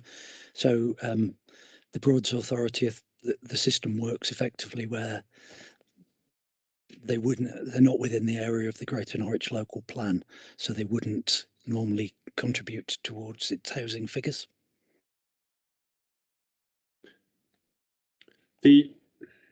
Just on that point, Mr. Nelson, before I allow others to come in, when I looked at when the point was first raised by Mr. Tierney, I cross-referenced the boundary of the allocation against the boundary that's assumed in the master plan, and the allocation is different as shown on the various maps for the GNLP, and the eastern or the northeastern part of the utility site is not within the allocation, but is shown on the master plan. So given that it's not within the plan area and not within the allocation, does that have a different spin on things? Does that change your view at all with regards to whose housing target it would contribute towards meeting? No, it doesn't. The development, it's quite right, because we're working across boundary, that an element of the housing is expected to be delivered within the administrative area of the Broads Authority. My understanding of the way the housing target has been set is the target that we're working to in terms of the Greater Norwich local plan is the combined target for the entirety of Greater Norwich, but effectively omitting the Broads Authority area. So does that answer your question? So it's quite right that the master plan contains a figure that ascribes to the wider area, but the allocation only applies to a slightly smaller area than that. But the balance, the 238, in your view, that counts towards the GNLP's housing requirement, the part that's outside? No, it doesn't count towards the GNLP's housing target, is the view. It counts effectively towards the Broads Authority's housing target. Okay, thank you. Is it Mr. Tierney, screen 3? Is it Mr. Tierney, do you wish to come in? Thanks, sir. I'm grateful for the clarification. It would be good to understand offline a little bit more about how that's calculated, because as we see it, the whole of what's identified as the Marina Village is in the Broads area, and it looks as though that's a fairly substantial amount of the housing allocation in the utility site. But we'll take Mr. Saunders' number. Assuming that's right, then I think it would be helpful if the partnership could agree now that the realistic figure for housing within the allocation, based on the latest evidence, which is in the master plan, it drops from 3469 to about 3231. I think that's my calculation, because it's quite important that we've got a 4,000 house allocation, and on the latest figures that you have, the capacity testing, we've already said about the potential issues with that number, but it's 3231. That's a fairly significant change to supply, and I think it'd be important the partnership clarify that as soon as possible. The second point I just wanted to make is this, that if there is an assumption about delivering some 238 homes on that part of the master plan site, and obviously that makes a contribution may make a contribution towards viability, then there is a potential conflict which may go to soundness with the Broads local plan allocation, NOR1, which is for about 120 houses on that site. And again, remember, this is a national park constraint, so it works rather differently in policy terms. But the allocation that exists for that site, that part of the utility site, is for 120 homes. So again, it looks as though the figures that are assumed in the master planning process and perhaps might inform or infect the viability analysis assume that rather more than the policy allowed on that site will come forward. Okay, I'll take a brief response on that, Mr. Nelson, but we'll return to these matters in a short while. Thank you. Thank you. My brief response on the first point that was raised was, let's return to it when we're dealing with site capacity in the round. I know I'm being pressured to agree something now, but I think it's sensible that by the end of the day we get to a realistic capacity figure, and we do that once as a whole for the area of the allocation. The other point was about effectively viability and policy, and the way this may come into others, because there is a figure in the emerging master plan that is higher than the nominal figure in the Broads allocation, local plan allocation, and somehow that may be deemed it to be contrary to policy. This is a process which the Broads Authority are clearly involved in, and the intention is that they will ultimately adopt and apply the supplementary planning document for their areas. It isn't resolved as yet, finalised. They've not formally made any determination, but they're a planning authority for the area, as we are. They're co-funding it, they're closely involved in it, and they haven't raised any concern about the tension with their own local plan through the stage 1 process, and they're aware of these figures. Okay, thank you. And it would be helpful, Mr. Saunders, just to have a little bit of transparency about how that figure had been reached as well. It doesn't need to be anything detailed, just to show you how you reached that point. Yeah, certainly I can provide that. That's no problem. Thank you. Okay, before we broke for lunch, we were just wrapping up on heritage matters. We did hear quite a lot of detail about various assets within the site, some of which was probably too detailed for this stage of the discussion. From our perspective, we're looking at the soundness of the allocation of the policy wording, and I think the key point I'd like a response from Mr. Nelson or whoever from the partnership on was about the effect on the assumed capacity of the site, based on those comments that were made by Historic England and others before lunch. I think that's the key focus for us at this stage in terms of assessing soundness. Thank you. Okay, thank you very much. I will take that steer. I will deal with some of the issues. I know there was some quite lengthy debate before lunch, and much as I feel the temptation to go back into it and respond to all of those points in detail, I won't. What I will just say is that some of where Historic England started with their comments about the remarkable legacy that's left on the site of heritage assets is we wholeheartedly agree with. It is unique. It is an incredibly special place.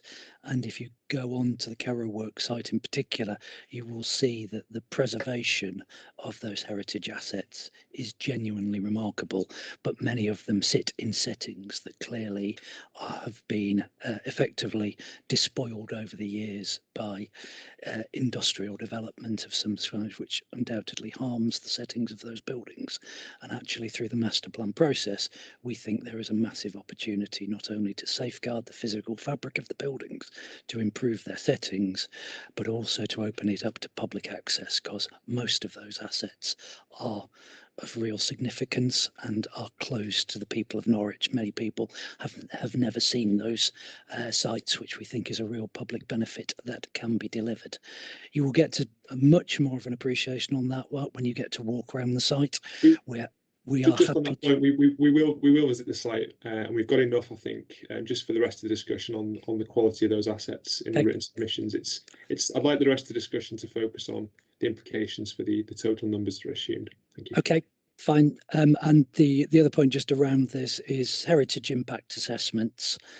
We are working through a process which I'll hand over to Martin and talk through the capacity figures and how it relates in a moment. But we are trying to get to an end point where we will have a full heritage impact assessment before decisions are made. So we will have to do everything. We clearly have started this process in a less than ideal process where, for instance, the listings were out of date and we have had to pay for effectively the service provided by Historic England to get them updated.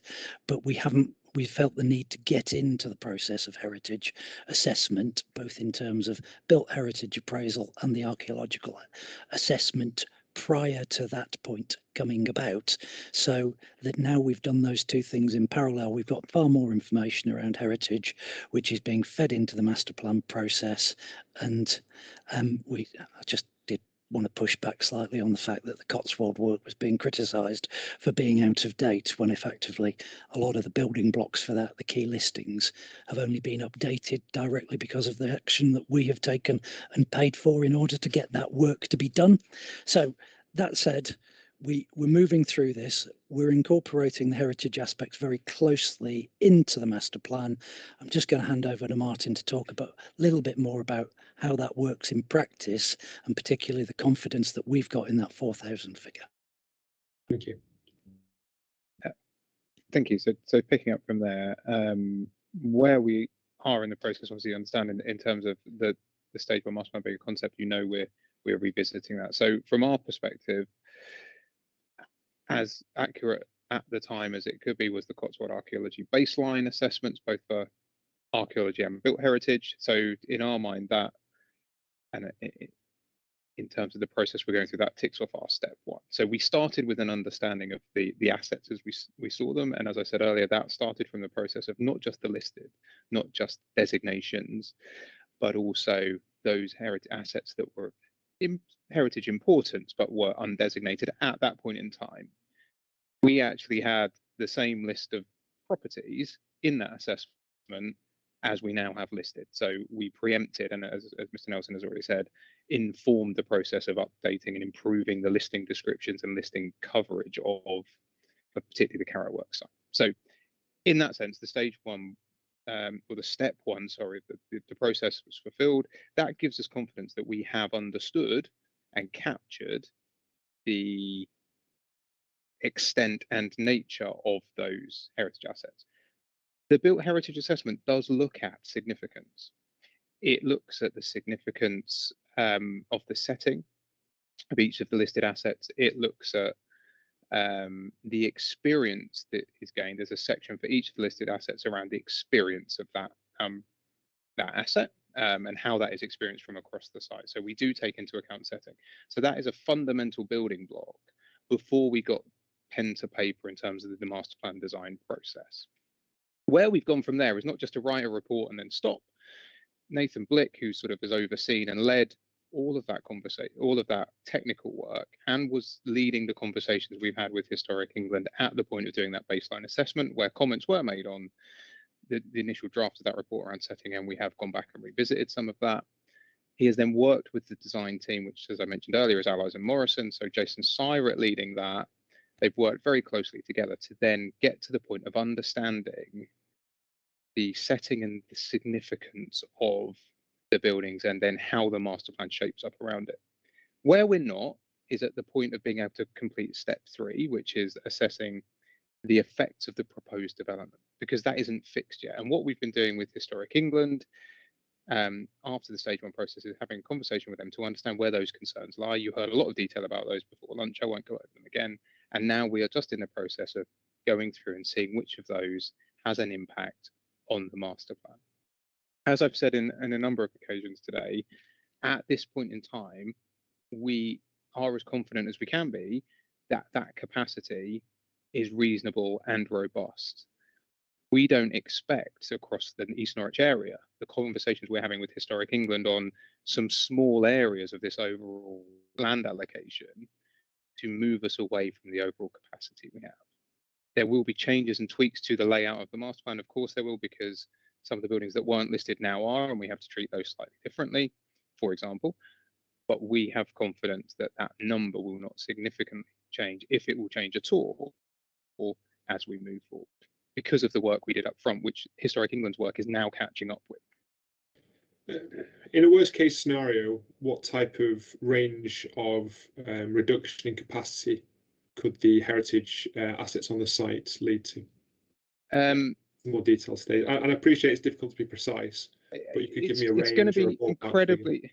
I don't really have a range to answer that off the bat. I think where you, Mr. Reed, sort of described earlier, there are two real areas where we believe, because of the listing changes, there's a need to revisit, and that's one block close to the listed conservatory at Carrow House, and then some of the setting around the cottages that are linked to the Abbey.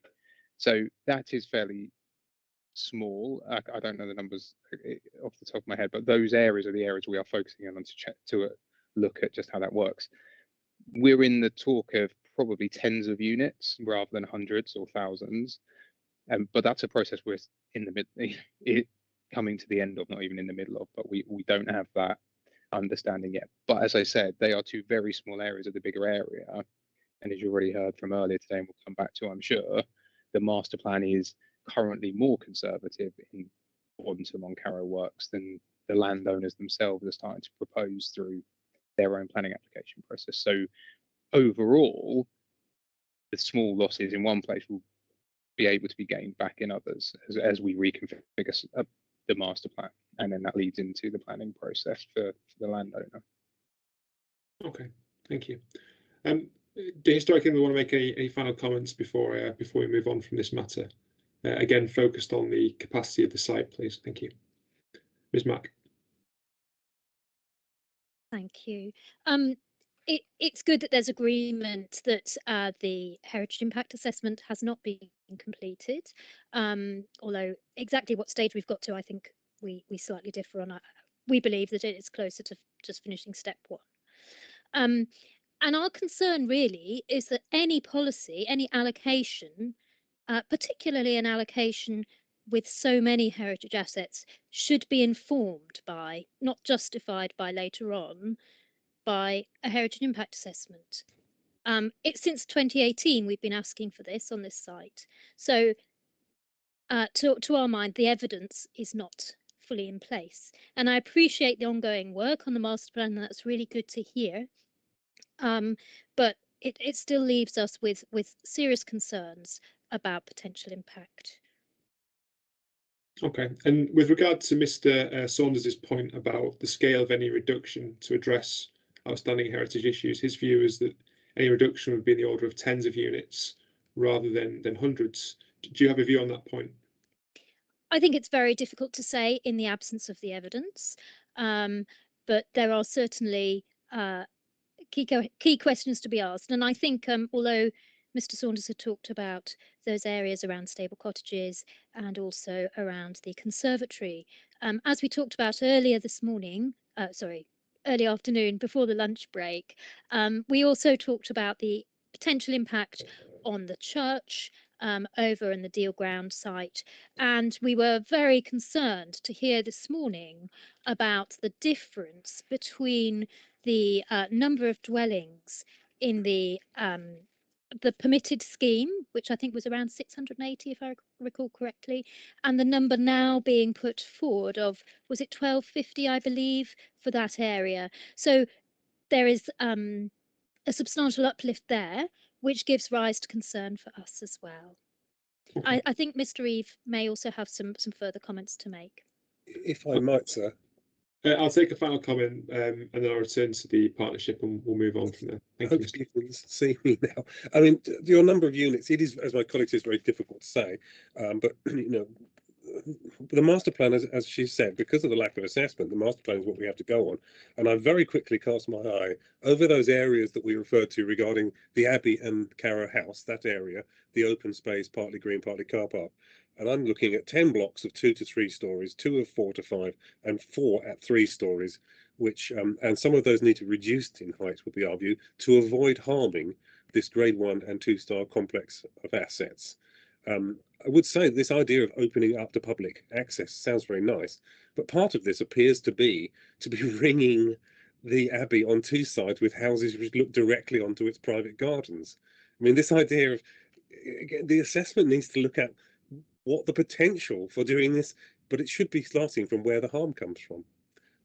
Could I just make one final point as well, as regards the Cotswold, my very final point, archaeology? There are many places, but I mentioned before the setting of the Church of St Andrew, which is paragraph 639 in that document.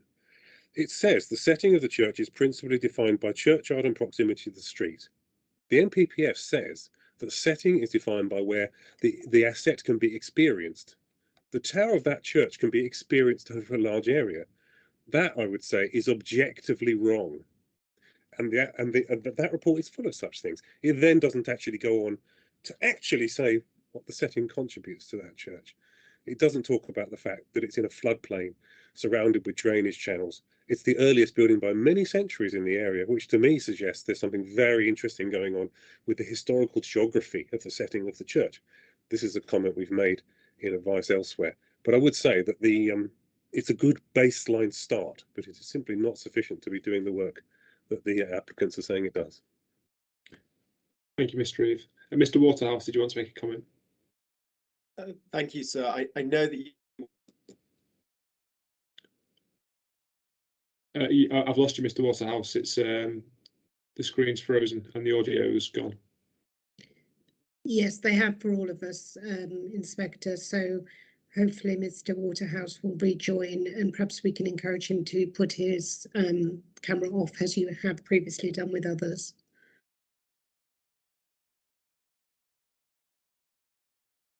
Okay. I think while we're waiting for Mr. Waterhouse to return, I'll take a response from the partnership, please. A final comment on the matters raised by Historic England. Thank you. If you wish to add anything that you haven't already said. I think two very quick and very small points. I think we all are in agreement. It's very difficult at this point to know the impact. Knowing that the scale of the blocks and the number of stories does not mean that they all have to be completely deleted. So it's not necessarily a sound basis to assume a capacity on. I think we do have to go away and we are going away and looking at it properly, following the conversations we had with colleagues at Historic England and the points they made there.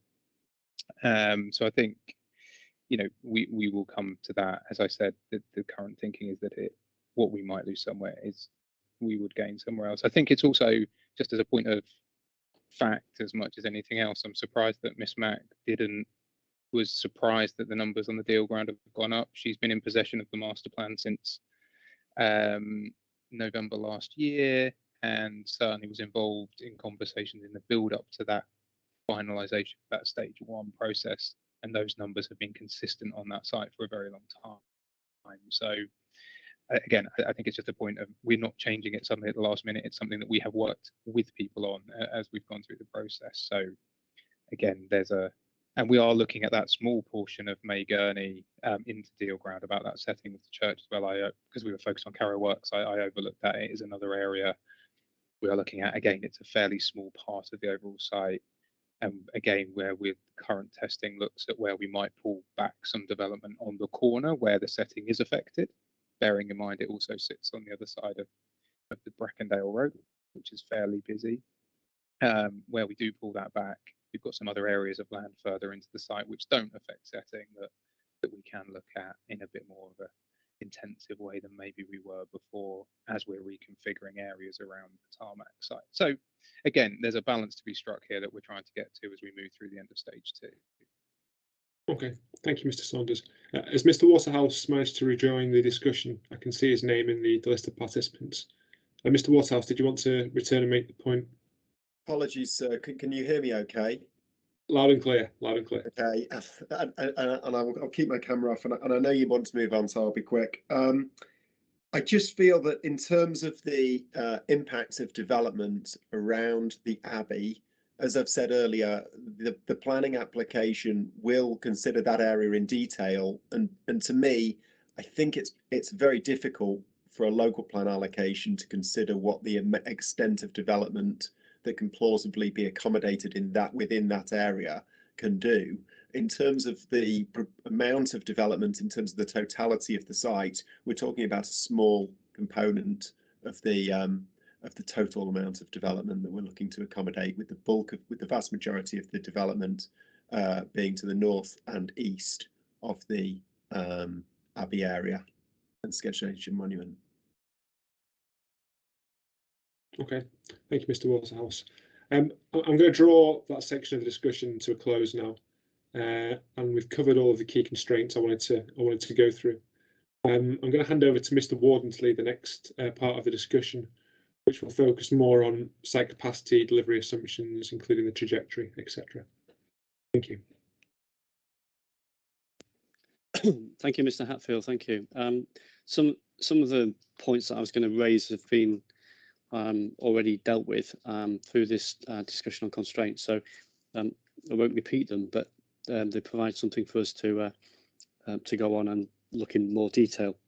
I'd like to just ask a question first about the position of how the partnership arrived at, and for now we'll deal with 4,000. How did the partnership arrive at the figure of 4,000?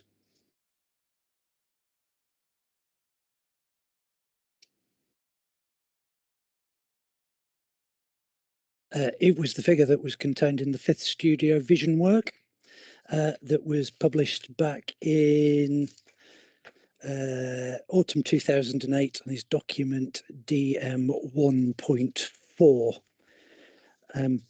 That was the best evidence that we had when it came to actually preparing the policy, because we hadn't forwarded the master plan to the extent that we had, that we have now, and that was what I would describe very crude capacity assumption based on sort of high-level assumptions about building massing to come up with what was a very round figure. So it wasn't based on a rigorous site-specific assessment taking into account heritage settings, etc. We always knew that needed to be looked at. It's one of the reasons, but the 5th studio vision work served a very valuable purpose in galvanizing people, public sector partners, private sector interest to get us to where we are now, with a comparatively well-funded, thorough and rigorous master plan process underway. Thank you. And the partnership has now in taking a master plan through the cabinet to the board, has come up with a lower figure, and in the hearing statement it's put to us that it might be acceptable to have a figure of around 3,500, which I think is slightly below the figure that was in the report to the board or to cabinet. I can't remember which one, but can you explain why did that figure change from 4,000 to which is now around 3,500? Okay, well, in terms of why did it change, there was a new exercise that came along, and I'm sure Martin can explain far more eloquently than me how that figure of 3,400 and whatever it was calculated. In terms of where we are in terms of the local plan itself, it's always been our preference that you don't in the policy go into areas of effectively spurious accuracy. You can around there, so it wouldn't be our intention to unreasonably fetter the development management process. If a figure around the capacity is going into the policy, we feel it should be approximate, and 3,500 is the nearest approximation to the figure that we had coming through the stage 1 master plan. But the point that we made in our statements is this work is ongoing.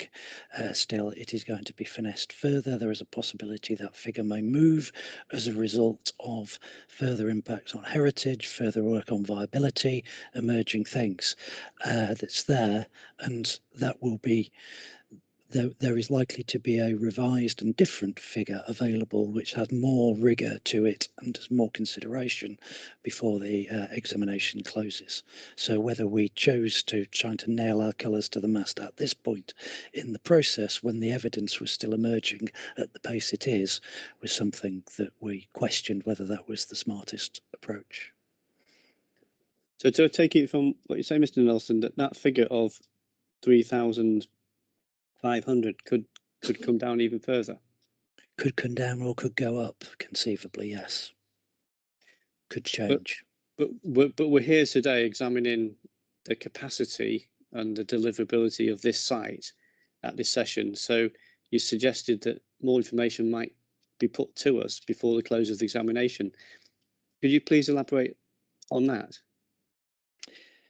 Yeah, it's an ongoing process, isn't it? And to say, I don't know at this stage what the final figure that contains in the master plan that I'll be reporting throughout our cabinet and the other local planning authorities will be considering as part of this process, because that's still work that's going on. So I would expect that process to be completed by May or June of this year, probably June. 3,400 is the best figure, or 3,500 is the approximation of the precise figure, is the best figure we have as of now in the middle of February. But there might be, say, constant work going on, looking at a number of different aspects, and it may well change over the period of the next three to 4 months.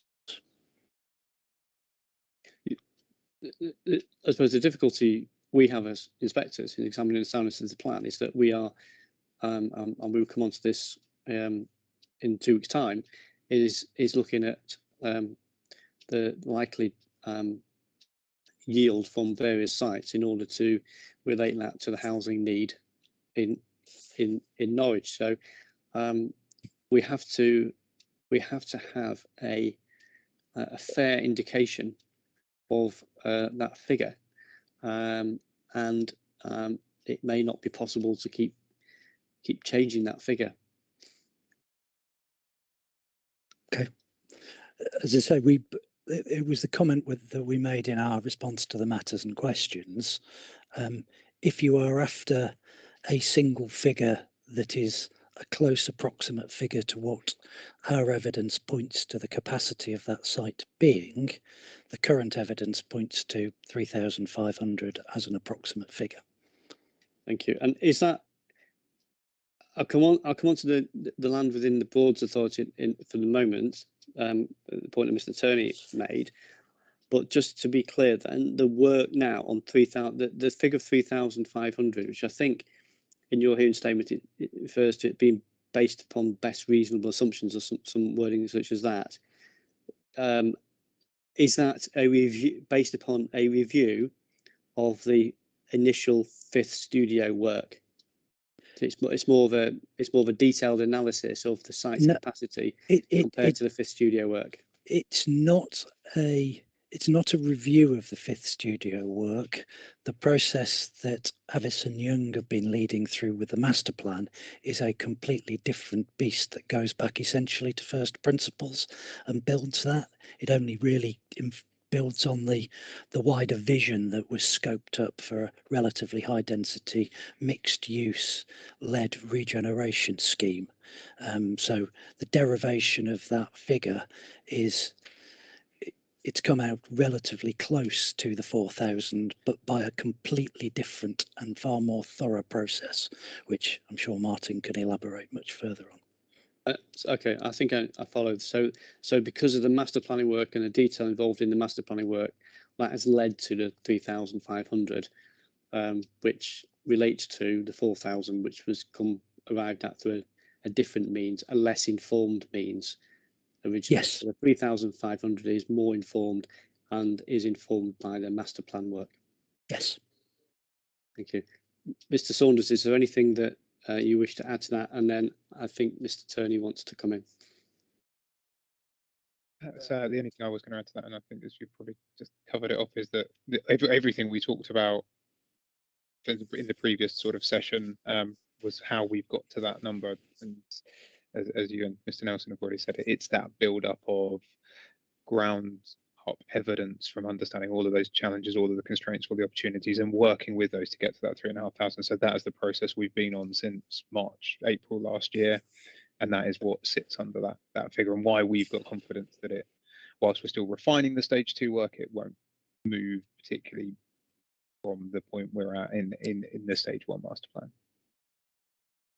Thank you, Mr. Saunders. Mr. Turney.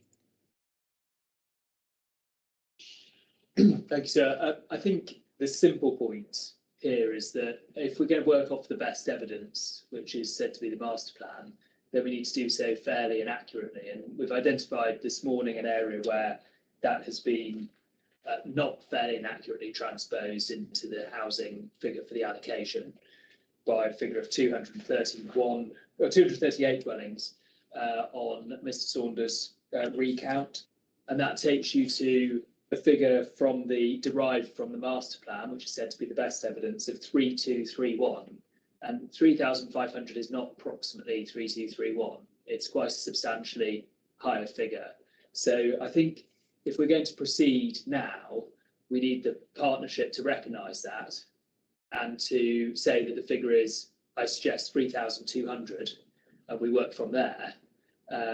It's not good enough to say, well, we derive 3,500 from rounding up 3,469, and then accept that figure itself is 238 too high, and then stick with 3,500.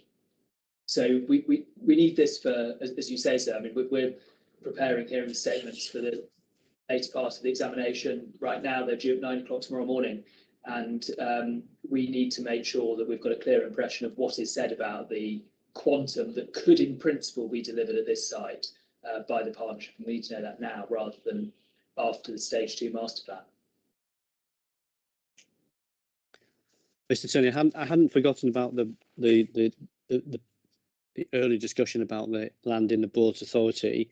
So it's trying to establish what figure should be used for the capacity of the site, and then I was just going to then get clarification that the 238 that sit within the Board's authority area should then be removed from the 3,500, if it is indeed that, in terms of its contribution to housing provision within the Greater Norwich local plan. So, Mr. Nelson, is that the correct approach as far as the partnership see it? This is where I need to come back, and where I'm glad I didn't agree to the point that was put earlier, because I need to correct what I said earlier.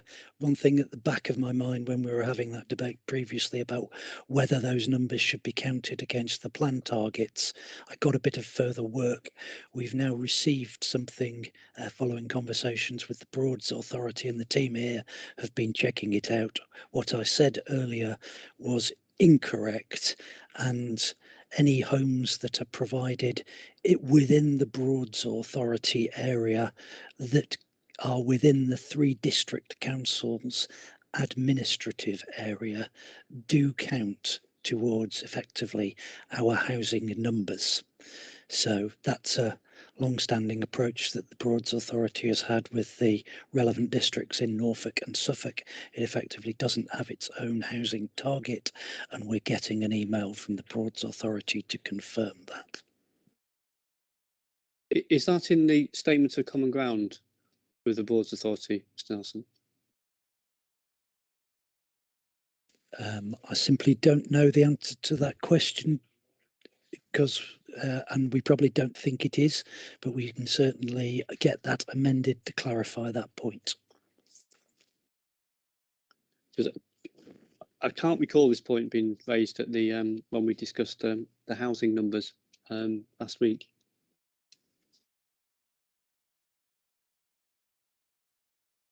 I wasn't present with you for your debate. It wouldn't surprise me, because in practice, owing to the nature of the Broads Authority, there's the numbers involved generally in its area is inconsequential because of the nature of the constraints.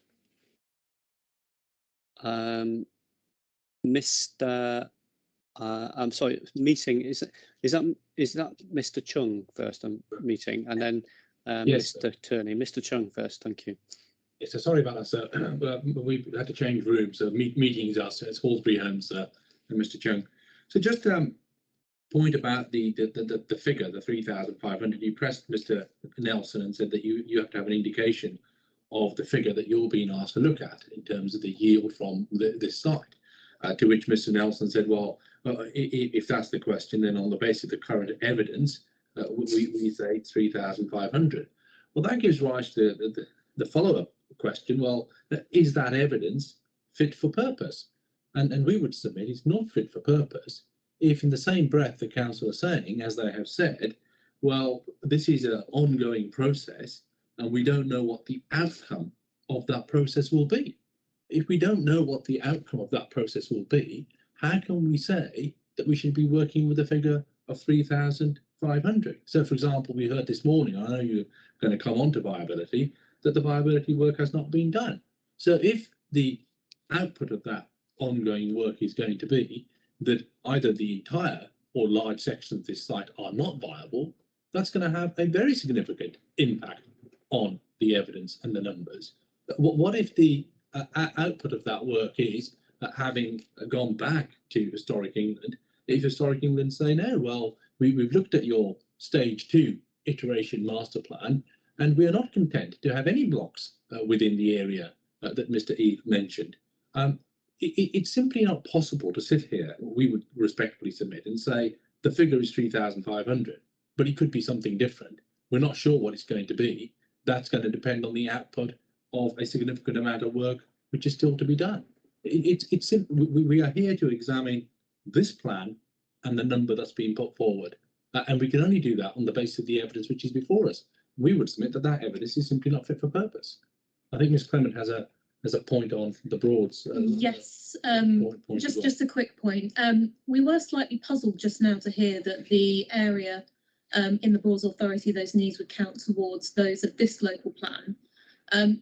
Surely the mechanism for doing that would need to be through some arrangement where it was agreed that this local plan was taking on unmet need or for some other reason need to inform their housing requirements coming from the Broads Authority rather than just taking on units from outside of their area. And if there isn't a statement of common ground that agrees that does seem a bit of a puzzling arrangement.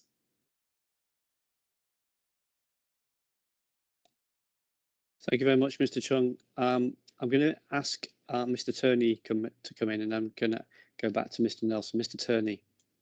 Well, so just on this unresolved point about what we do about Broads numbers, in a sense, that's the point for next week or the next set of sessions, and probably for earlier sessions. For the purposes of examining this policy relates to land delineated on a map, and that land excludes the portion of the utilities site which lies in the Broads area.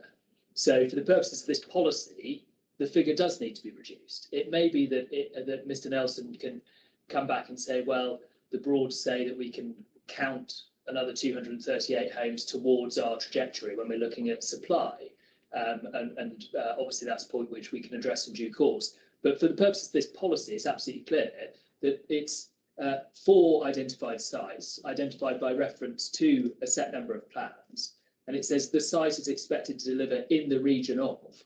Now, if that's reliant on land outside of the areas on those plans, then clearly it should be reduced accordingly. It just seems as though Mr. Nelson sort of slightly picking up the wrong point, which is whether he can nonetheless rely on that to defend his housing land supply, as opposed to whether it should be reflected in the policy for these allocations. Thank you, Mr. Turney. Mr. Nelson. Okay, I'll deal with the second point first around that, and I concur that we'll need to amend the statement of common ground with the Broads Authority to do it. But I think the issue that people are potentially missing is the Broads Authority, whilst they're a local planning authority, they are not a local council area, and ultimately the derivation of the housing needs figures is methodological basically calculated on the basis of the district council areas and demographic information, which under the areas that are out width of the local plan area but are in the area covered by the master plan all remain within the administrative areas of either the city council or Broadland in this instance, where the things overlook. And that, if memory serves, it was the original reason why the agreement with the Broads Authority about how allocations and delivery in their areas count towards housing delivery targets and therefore should be factored in to effectively referred to as part of that wider thing within the local plan policy seems to be the point we ought to stick to. And the other point, just to go on to the 3,500 figure, and the level of evidence and the robustness of the evidence, it strikes me that the level of detail that we have gone into in the emerging master plan to date is actually far greater than the level of detail that's been gone into to justify the precise figures that are contained in the allocations concerning other sites. Effectively, there's a far more exacting process round there. I think that evidence is proportionate and reasonable, bearing in mind the state of the process, and that the fair figure to take is 3,500 as an approximate figure, and we haven't seen anything that indicates that is an unreasonable estimate, and in fact it might actually be viewed as quite conservative once we allow for the impact of the development management process and what government guidances encourages us to do through the development management process. Thank you. But would you concur with Mr. Turney that the figure within the allocation boundary would be around 3,261? Yes. Thank you.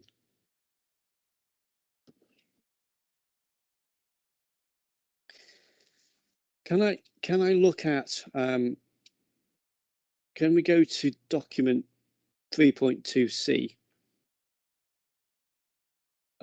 which is the spreadsheet, which was the appendix 4 of the topic paper, spreadsheet update.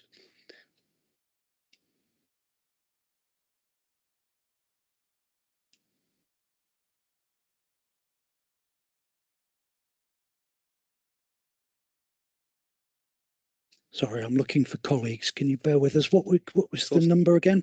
It's document D3.2C. I think it's in an appendix to a topic paper.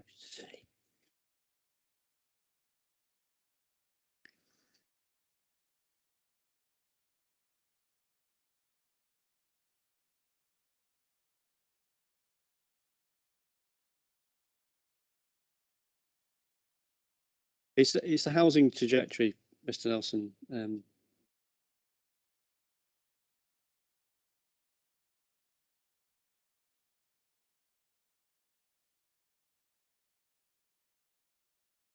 Okay, I think we found it. And it's page 4, which has got the Norwich sites on, and which has got this site on halfway down that page.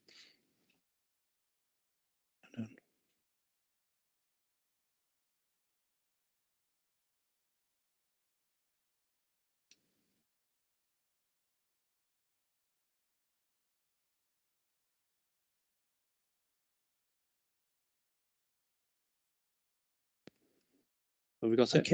Okay. We're working our way down the page. There's that one. I think it's Brackendale, King Street.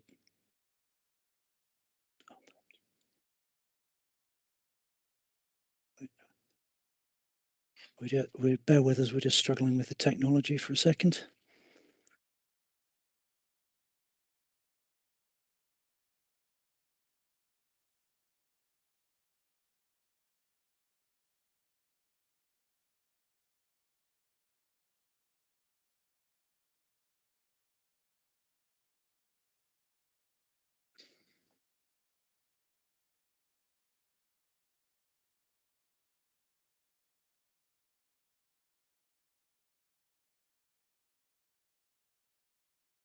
Yes, sorry about that. We finally got there. Thank you. And that is about that is the most up-to-date trajectory of housing to be delivered on this site, isn't it? Yes. So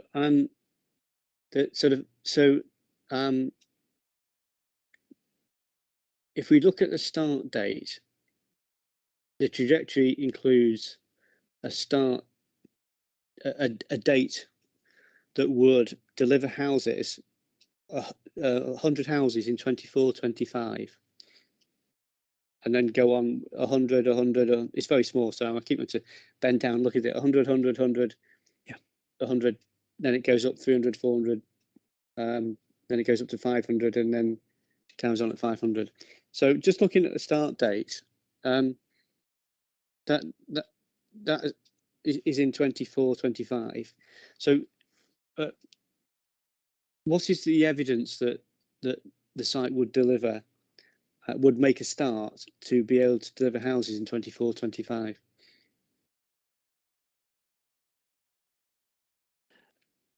I'll bring in Martin at the moment, who's been doing a little bit of further work on this, but there's two aspects to where delivery may be able to start on this site relatively quickly. The first one is that an element of it, in fact, just let me check this. This is the overall projection, isn't it? Yes. So there is an extant consent in place, which we're aware the developer on the May Gurney site is working away at potentially implementing and discharging. So that would cover some aspect of it, but the assumption would be that particularly with the Carrow Works site, that there is a possibility of a start being made and completions doing that to that timetable, which was alluded to in the fuel properties evidence that they've submitted as well. So that's where the evidence for the trajectory comes from at present. As I say, many of the things we're working on at the moment.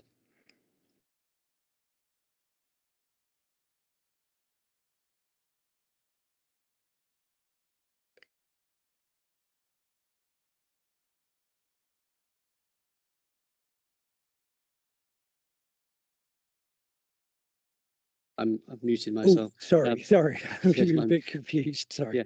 Mr. Waterhouse this morning said that a planning application could be submitted this summer and could potentially take a year to get approval. So it could get approval in 2023. And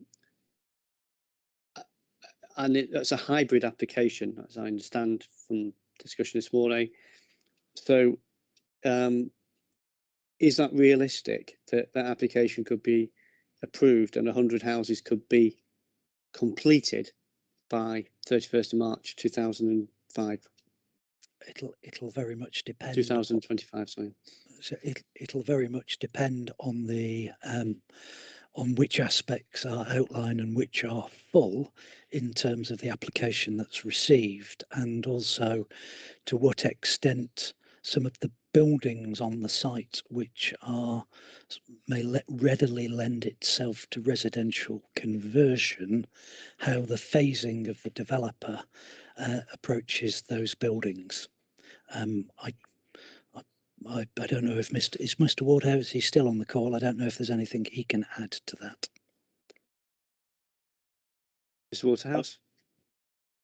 I wouldn't like to add too much, because I think even if I was talking about a greenfield site, a small scale greenfield site, a large scale greenfield site, a difficult brownfield backland site, I don't like making calls as to how many homes will be delivered in the future, because it's so often wrong. With a fair wind, it is possible. But planning is complex, and it's inherently uncertain, irrespective of the site that you've got. The only thing that I would add, sir, is that the nature of the Carrow Works site, we've heard a lot about the constraints and the problems and the difficulties and the challenges, but it does have a lot of the infrastructure already there. It has an access into the site that doesn't need any change or upgrade. It has buildings that can be converted. It has an internal road network. It has a lot of the core infrastructure that many sites do not. So it is possible, but of course, like all sites, it's all pretty uncertain. Thank you. In the field properties evidence, it is said at paragraph 214 that first year delivery would be summer 2025, which is in the year 25-26. So that 24-25 either would need to go back a year, or it doesn't relate to that part of the site which is dealt with by field properties. Is that correct?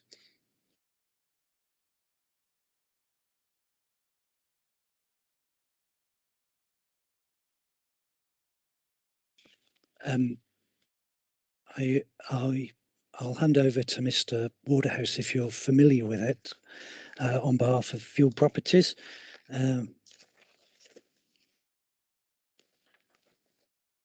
Yes, I mean, I prepared that statement. That was me putting a finger in the air and working out from where we currently are, where we could potentially be. I probably wouldn't add to what I've previously said. A lot of this is about trying to apply judgment in a very uncertain world and in a very uncertain context. Thank you. What I'm trying to understand then is the robustness of that information in that housing trajectory for this site, because it would seem from what Mr. Waterhouse has said that homes won't be delivered until 2025, unless, as you suggested, Mr. Nelson, that's another part of the site. And we're just trying to establish whether that 100 in 24-25 is actually realistic. In terms of where we are, my understanding of where that 100 is coming from was, so it could partly be delivered by development in relation to the May Gurney site, but for a figure to be delivered that scale, I think it effectively involves, the assumption would be that it involved the opening up of the Carrow Work site. So if the developer is telling us that the following year would be the earliest they would be able to complete dwellings, then the 100 seems overly optimistic. I think the approach that's been taken in the table is a fairly simplistic one. Planning application summer 22, assume a year to determination, assume a year to pre-development condition clearance, and then a year's worth of development from 24 to 25. That's the sort of standard approach that you'd probably take to most sites when undertaking a 5-year land supply assessment. I think that the timescales that I've applied are fairly consistent with what one would typically assume. Thank you. I'll come on to ask more questions about that in a moment, but Mr. Chung and then Mr. Turney. Thank you, sir. I'll leave you to decide how realistic you think it is that this site's going to start delivering housing by 2024-25, and how realistic you think it is that the extant consent, which has been in place for 10 years, is suddenly going to start producing houses.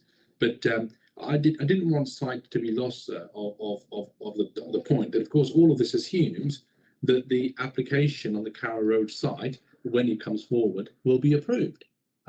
Why are we making this assumption that what comes forward will be approved? We've already heard that what the master plan has in mind for that site is very different from what Mr. Waterman's clients have in mind for it. We also know that there is a whole list of requirements that the partnership wants for any part of this regeneration site to come forward. We don't know whether the application will deliver on those requirements, and if it doesn't deliver on those requirements, how the application will be met by the councillors who have to determine it. So we before we start making assumptions about when the site's going to deliver, we have to ask ourselves, why do we assume that what comes forward will be acceptable? Thank you, sir. Thank you, Mr. Chung. Mr. Turney. So briefly on this question of trajectory, I think obviously the first thing that we have to do is we have to reduce the number that are in the potential pipeline to reflect the true capacity of the site on the best evidence that we have. So the figures start to drop anyway. The 24-25 start date is obviously unrealistic for all the reasons we've just explored. I don't think we need to say much more. From our view, likely to be several years after that. The effect is not to, as you know, is not to lose at the start of the trajectory, but it's that we get into this very substantial assumed delivery towards the end of the trajectory at the end of the plan period, between 300 and 500 homes a year coming out of this site. So every year that you delay starting, you're losing between 300 and 500 homes in the plan period. So I think it's the two jobs we've got to do, and the partnership has to do, to reduce the overall figures and either smooth that across the assumed trajectory or rewrite the trajectory entirely, but also shift it back by a year or years. And we think it should realistically, on the evidence that's before you, be years that it moves back by, so to 26, 27 or 27, 28. And it does start to look very different. We've started to crunch those figures. It starts to look very different. The shortfall from the site is something like 1,500 homes, we think. Thank you, Mr. Turney. Mr. Waterhouse, and then I've got a point related to what Mr. Turney has said, which I'll ask the partnership to respond to. But Mr. Waterhouse, please. You probably heard, I don't think you've heard today, sir, how involved we are in the master plan process, but we are working collaboratively. It isn't as if the master plan has worked in a silo. The master plan process has led, and we have tried to feed in information and respond and adapt. There is a planning pre-application process that's taking place, that's in train. There is a master plan process which is really getting to grips with the key infrastructure, and this is an infrastructure-led hybrid planning application which we're looking to bring forward. We hope and we aspire to bring forward a planning application that is in conformity with that master plan, with that supplementary planning document, and we want to work to try and achieve that convergence between the two. Yes, it's correct that the master plan stage 1 is indicating around 1,500 homes for Carrow Works, and we're looking to bring forward a planning application that's up to 2,000 homes. But I think that as this master plan process continues and as our planning application layers, you are going to get the area of dispute is likely to reduce, and I would expect that we'd have an application that conformed to a large extent with that master plan and SPD. So in terms of whether the application will be approved, we're going to be looking to be working collaboratively with the council to get them into to get the council into a position where it feels comfortable and confident enough to be supporting this application to planning committee. Thank you. As we work our way through all of the allocations, I'm assuming that the applications that come in for determination will be in accordance with the respective policies that relate to those allocations. So that is the assumption, and I consider that the 12-month planning determination window, I consider that to be a reasonable one in where we are now, Mr. Waterhouse. So I'm content with that. Mr. Nelson, you've heard what Mr. Turney has said about the later start date, pushing back the delivery of the site within the planned period. And obviously, this is an approach that we will be taking as we examine all of the allocations. It's just that this is the first one that we're dealing with.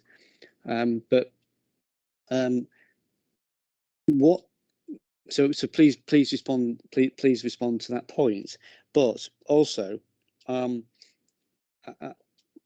what is the evidence that the site could deliver at rates of 500 a year once the site gets going, where would you point me to look at that to be satisfied that that was a realistic figure that could be provided once the site is on stream? Okay, thank you. I'll hand over for the second point that you raised, Mr. Saunders, about the upper limit of what sort of major urban regeneration projects such as this one may be able to deliver at going forward. But just dealing with Mr. Turney's point in the start date, bring your attention to the statement of document D2, which outlines the Sirius Properties approach to where they are intending to do on the May Gurney site. So this is a site with an extant consent, and where the owner has confirmed with us that conditions are presently being discharged. I know they're working up the reserved matters applications at the moment from contact we've had, and they are planning to start on phase 1, anticipated for late 22-23. I would argue with that, then some degree of start on the site is reasonable to assume in 24-25.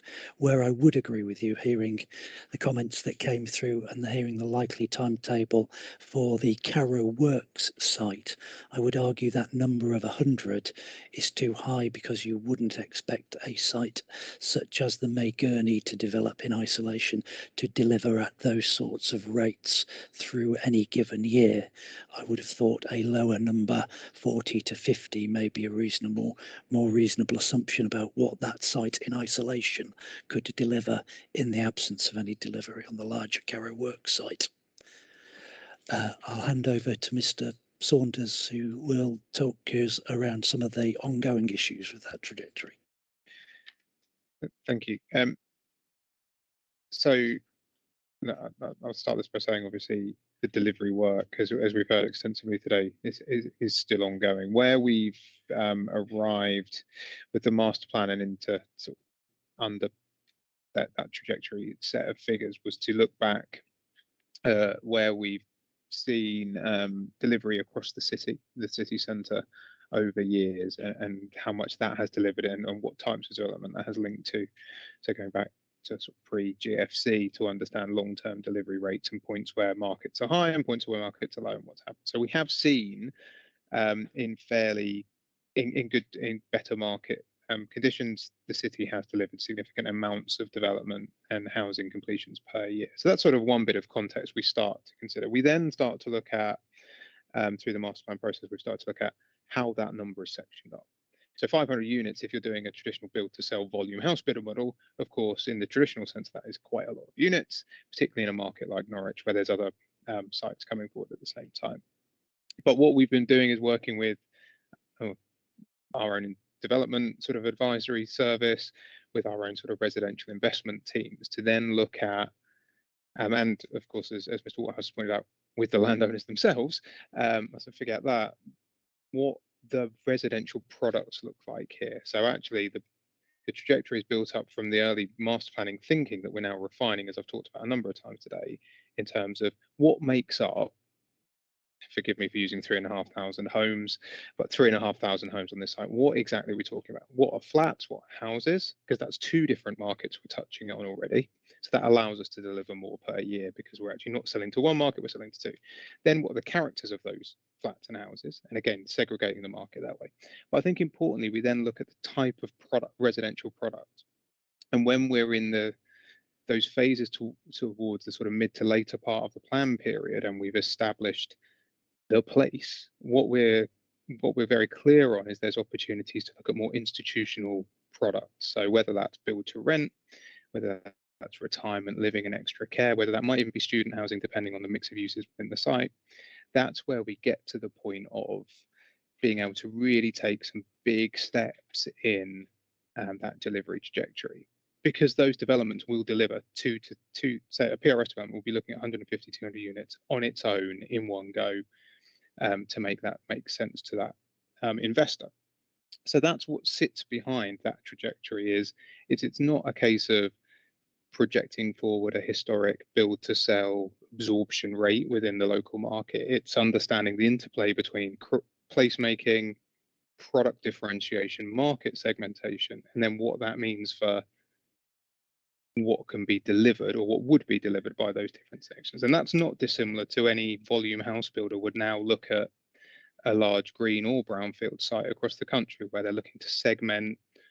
And from our experience of running sort of procurement competitions and working with house builders, 30, 30, 30 sort of splits on build to sell, build to rent, and then affordable and special tenure products to go alongside that. So it's a model that we see all of the house builders following, as well as the institutional investors. So that's where in the master plan we've got to the point of being able to understand what trajectories might look like. We're working through more detailed phasing, and I'm sure we'll come back to this, but that's then what's built into our emerging work on viability as well. So we're not assuming any one product at any one time so that we can get to those higher rates.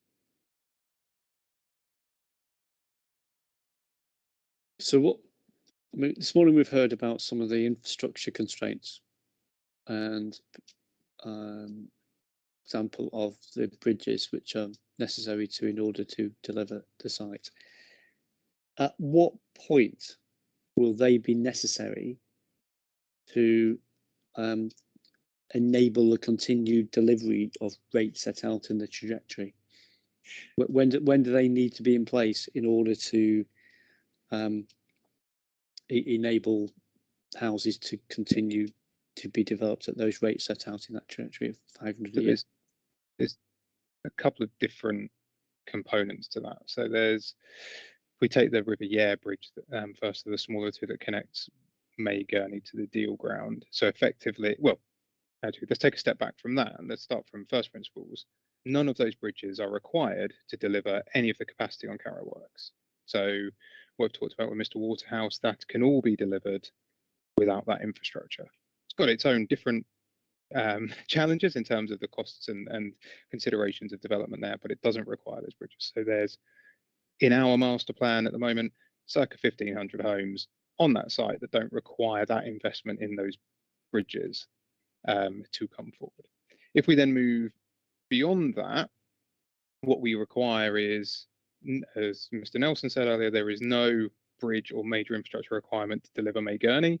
That's another 160 homes. I've got if I remember my capacities correctly, because my second screen has just gone black. So apologies.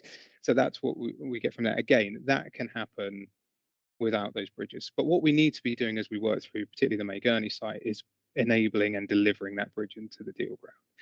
We then need that bridge to unlock, as we talked about this morning, all of the development through the deal ground, which is another sort of 1,100 homes, and then the leap across the Wensum, probably the most significant bridge, is required to hit the figures for the utility site, which, notwithstanding the conversation earlier about which lie in and out of the allocation in this plan, is another 692 homes. So we can get to the best part of 2,900 homes without that bridge in physical terms. Obviously, there's then a connectivity, accessibility point, which we want to see that coming through earlier. What we've been building up through stage 2 is an understanding of that sequenced process. So what can we do, and at what point can the I'm say viability in the sort of strategic sense of that word, when can we pay for those bridges as well? So when is the cost of that coming in against the revenues we're getting on sites, and how does that relationship work? So we're really looking at probably getting, we're notionally classing as phases 1 and 2, which is a big chunk of Carrow Works and May Gurney away. And then as they start to mature, we then can trigger the payments to build the bridges and move across. So we'll be quite a way through that housing delivery before we need those bridges. We're not going to need those bridges in numbers terms, at least in housing numbers terms, for at least the first 5 years of the delivery period, if not slightly beyond. But again, there's a much more detailed exercise going on that we're not quite through to actually set that into a much clearer context that links to the financial assessment of the development as well.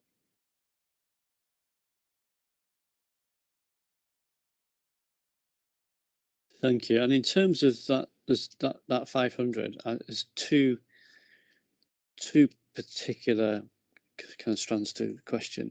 One is where would we look to assume that that was actually possible on this site in terms of its physical delivery, 500, and whether there are whether you have looked at any detailed work on that, and also where is the evidence that you point us to, reference to local examples if that's possible, but where's the evidence you point to that level of dwellings can be accommodated on one site with one particular type of environment in one city? If I may, I suppose that's where possibly we're seeing it in a slightly different way. We're not seeing 500 units of one type on one site. What we're seeing is at that point, which is about 6 years into the trajectory, 7 years into the trajectory of, sorry, let me just correct my maths on that. So we're into the trajectory of our 6 or so years. We wouldn't be seeing just one site happening. So that 500 units is not one development delivering that. We would by that stage, we'd certainly have Carrow Works moving, as you've heard Mr. Waterhouse talk about, significantly at pace. We'd have the May Gurney site delivering. We would potentially be into the deal ground as well. So potentially we would be having 3 different sites, although interlinked and part of the same regeneration area, delivering.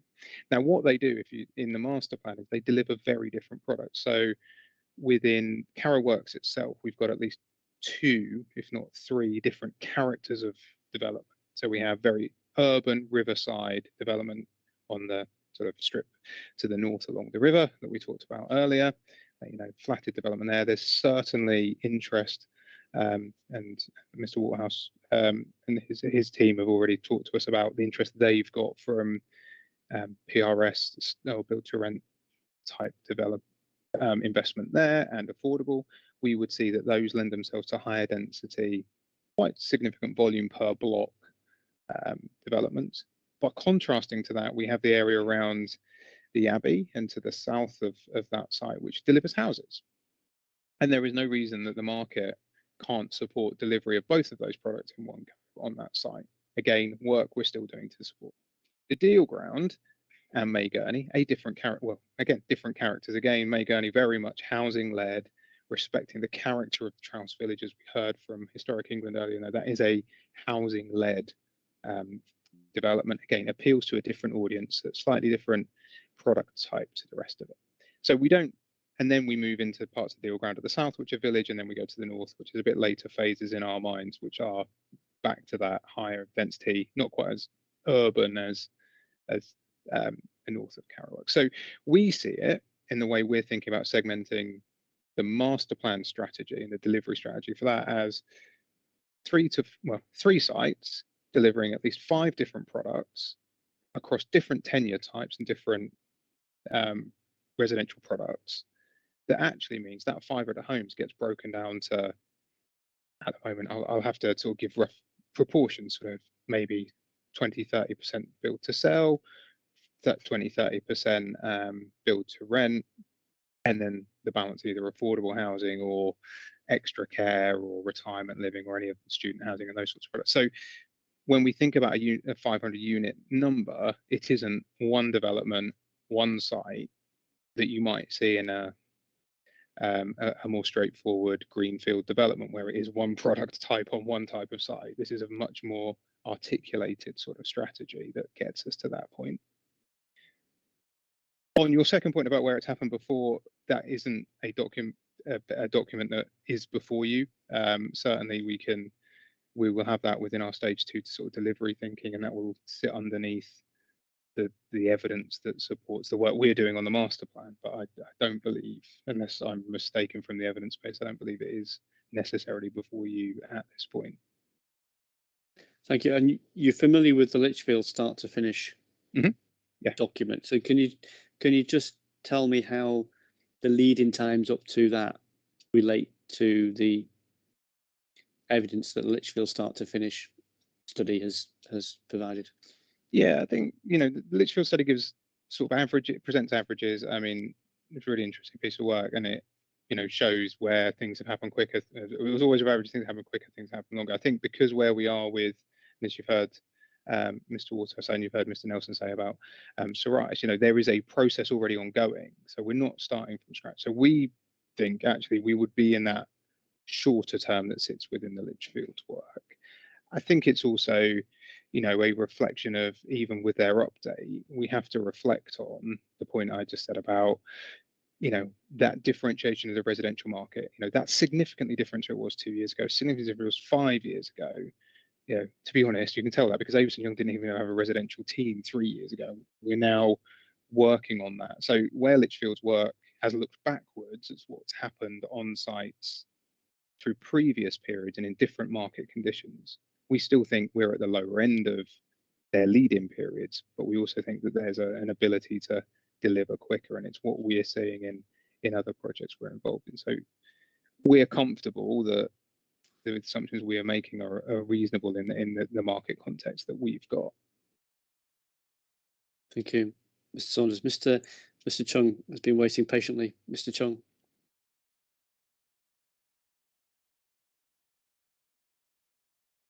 Thank you, sir. It's Ms. Clements that wants to make a point, sir. Thank you. Thank you. Just to come back on the 500 dwellings per annum point, and it sounds as if the justification for this coming from the council is about the typologies and the mix of types of unit that are going to be coming forward, which can achieve these high aspirations. It's not clear from the evidence what these are, so it's helpful. But I've heard build to rent, I've heard student housing, I've heard extra care. I have not seen any evidence which would indicate what the demand for build to rent is in this sort of particular part of the city, or in Norwich in general. With regards to student housing, I would point you, Inspector, to the SHMA call reference B22.3, particularly paragraph 9.19, which indicates that the demand for student accommodation across the entire plan period is likely to remain constant. So in lieu of the university expanding in any capacity, or there being an increase in the quantum of students coming into the city, it's not clear what the market demand would be for student accommodation, particularly in this part of the city, which is not in close proximity to the university. Furthermore, extra care, I would refer you to figure 59 of the SHMA, which indicates that demand for specialist retirement housing is declining over the lifetime of the plan period. So again, it's not clear where the market demand is for these particular uses which are being referenced. And just in terms of the overall numbers, I understand the point that the 500 is not one house builder building 500 units every year, and it's likely to be a combination of a number of these sites. But even accepting that Magoni is quite a small contributor overall, accepting it's probably, you know, possibly 2 of these sites, that's 250 units a year combined. And sort of being from Lichfield's, I of course will reference start to finish. But you know, the highest average build out rate we have in the entire study is 286 dwellings per annum. And that includes multiple outlets. It includes kind of a proportion for affordable housing. And the scheme in question is Cranbrook in East Devon, which received a substantial government grant to ensure the delivery of a school after the initial phase. So there was no stop-start between phase 1 and phase 2, and that enabled build rates to continue at pace. So there was a very specific reason why that was. So, I mean, I'm not aware of any evidence the council has put forward where consistent build rates in the 300, 400, 500 range have been able to be achieved anywhere in the country. And certainly in the research from start to finish, the absolute best we've ever managed to find is 286. So just to add some context to that point, thank you. Thank you, Mr. Saunders. Would you like to respond to that?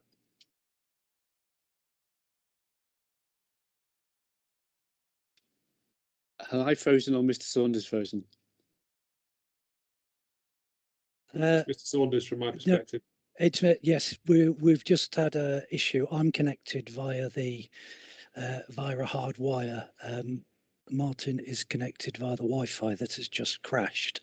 So unfortunately, he didn't hear that last that last 2 minutes. While he endeavours to reconnect himself, looking very impatient, and before I give him my headphones so he can speak to you direct, because he is only. I saw the look of panic on his face. I didn't realise what was happening. You can understand that the technology isn't always our friend when it lets us down like this. Just a couple of informal comments from me. Build to rent, there is we haven't had a great deal of experience of it in Norwich, but these things in my experience are cyclical, like we had with student development a number of years ago.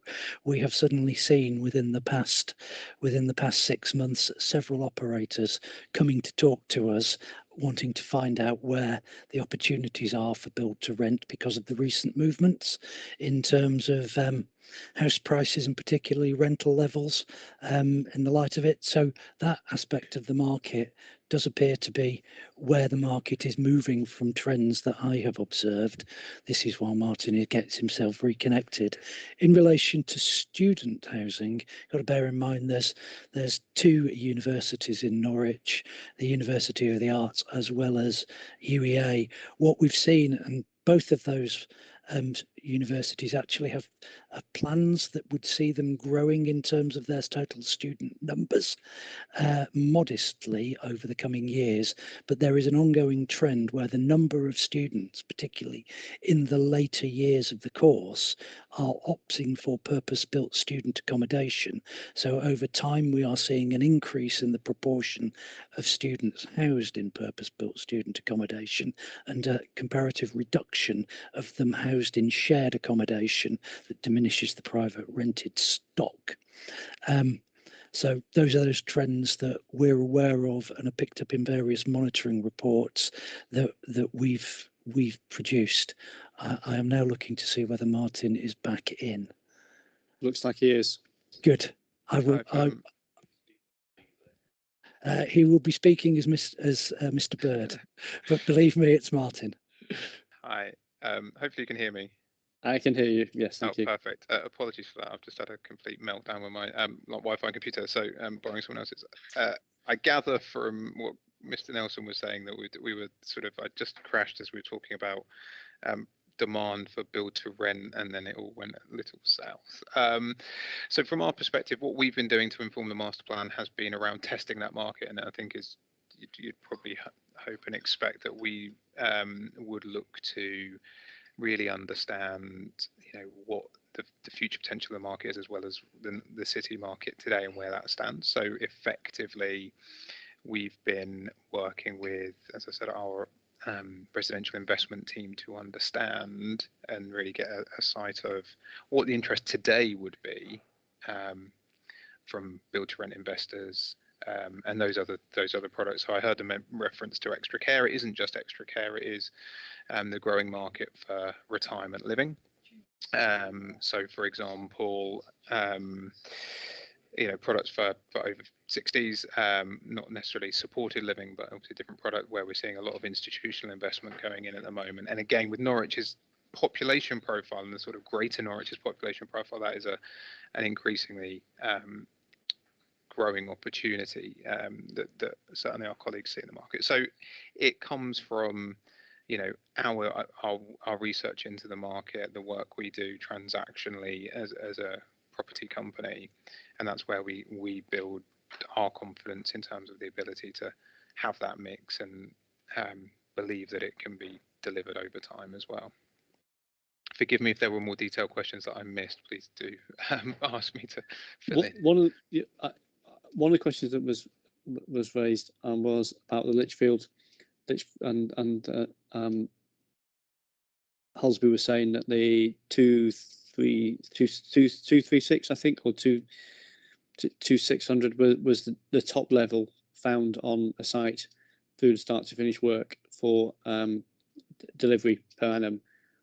Perhaps I'd like to just clarify that point. And if I could have a response on that, please. Can I bring it back in?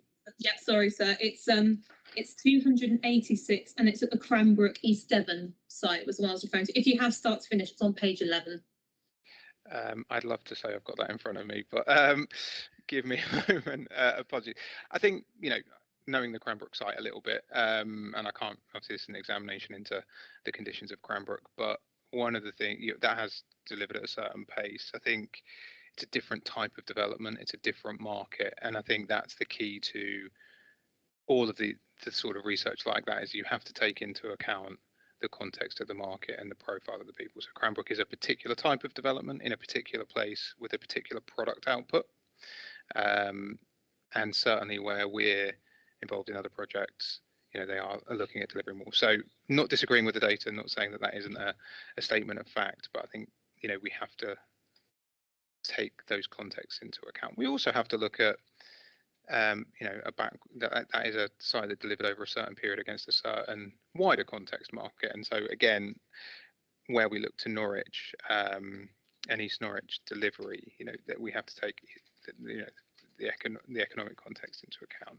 You know, where we've worked on North Stowe and the pace of delivery, sort of Homes England are projecting there and sort of advising on, you know, delivery phases of that. Certainly the urban splash stuff that we did the advisory work and the deal on to get, you know, that will deliver at pace. And where, as I said, where we're looking at work with Ebbsfleet Development Corporation and people like Peabody and Thamesmead, you know, tricky brownfield urban sites, they, you know, once you start to get that mix of product in, they are delivering at significant numbers. So again, I think the research is really interesting, but, you know, there are opportunities to move beyond averages and performance on sort of big Cranbrook style greenfield development. Thank you very much, Mr. Bird. Sorry, Mr. Saunders. Mr. Hatfield. Just a quick question, if I may. Listening to the discussion and listening to the discussion of how the wider site could come forward in different phases, I think it just jumps out to me in relation to the utilities site that in order for the first spade to go in the ground on that site, in the first instance, the May Gurney site would have to be developed out such that there was a route across it to the bridge. Secondly, the bridge over the River Yare would have to be installed. Thirdly, the start would then have to, obviously, no start can be made on the deal ground before that bridge is in place. A start would then have to be made on the deal ground and a link road provided across the site from the bridge across the Yare up to where the bridge across the Wensum would be. And then finally, a bridge across the Wensum would have to be installed. So all of those processes would have to play out before the first construction works could be undertaken on the utilities site. I just would be interested in a comment from Mr. Saunders on what that would mean for delivery from that northernmost part of the site. Thank you. Yep, absolutely. Don't disagree with that. Obviously, that's the sort of the notional sequencing. So it does mean that in our assessment, the 600 or so units that, or 692 units that sit on the utility site are the back end of that sequencing in terms of the master plan assumptions at this point. Certainly, as you've seen from the statement of common ground from the site owners, the utility site, they believe that they're ready to go as soon as that bridge happens. We're assuming that bridge happens in our sort of mid stage of infrastructure delivery. It's certainly not the road, you know, the sequence you describe is not the first thing we do, but it's certainly moves through, and certainly that road, that access road and the links to the bridge get delivered before and alongside the first phase of the deal ground. So I agree with you entirely that it is later in the trajectory, and that's where we get the units in the trajectory, which I had in front of me, but obviously I've crashed slightly and I haven't reopened all my documents yet. You know, where we're getting that sort of 300-400 units at the back end of the trajectory. That's the assumption that sits behind those, that it is the utility site starts switching on in that period. And obviously we'll be seeing some of the other sites, for want of a better way of putting it, switching off because they'll have delivered. I suppose the key question is, given that sequence is required before any development can happen on the utility site, and that sequence won't happen quickly, is there a danger that part of the delivery of that site could get pushed out of the back end of the plan period, such that it would deliver beyond 2038? There is a risk to that.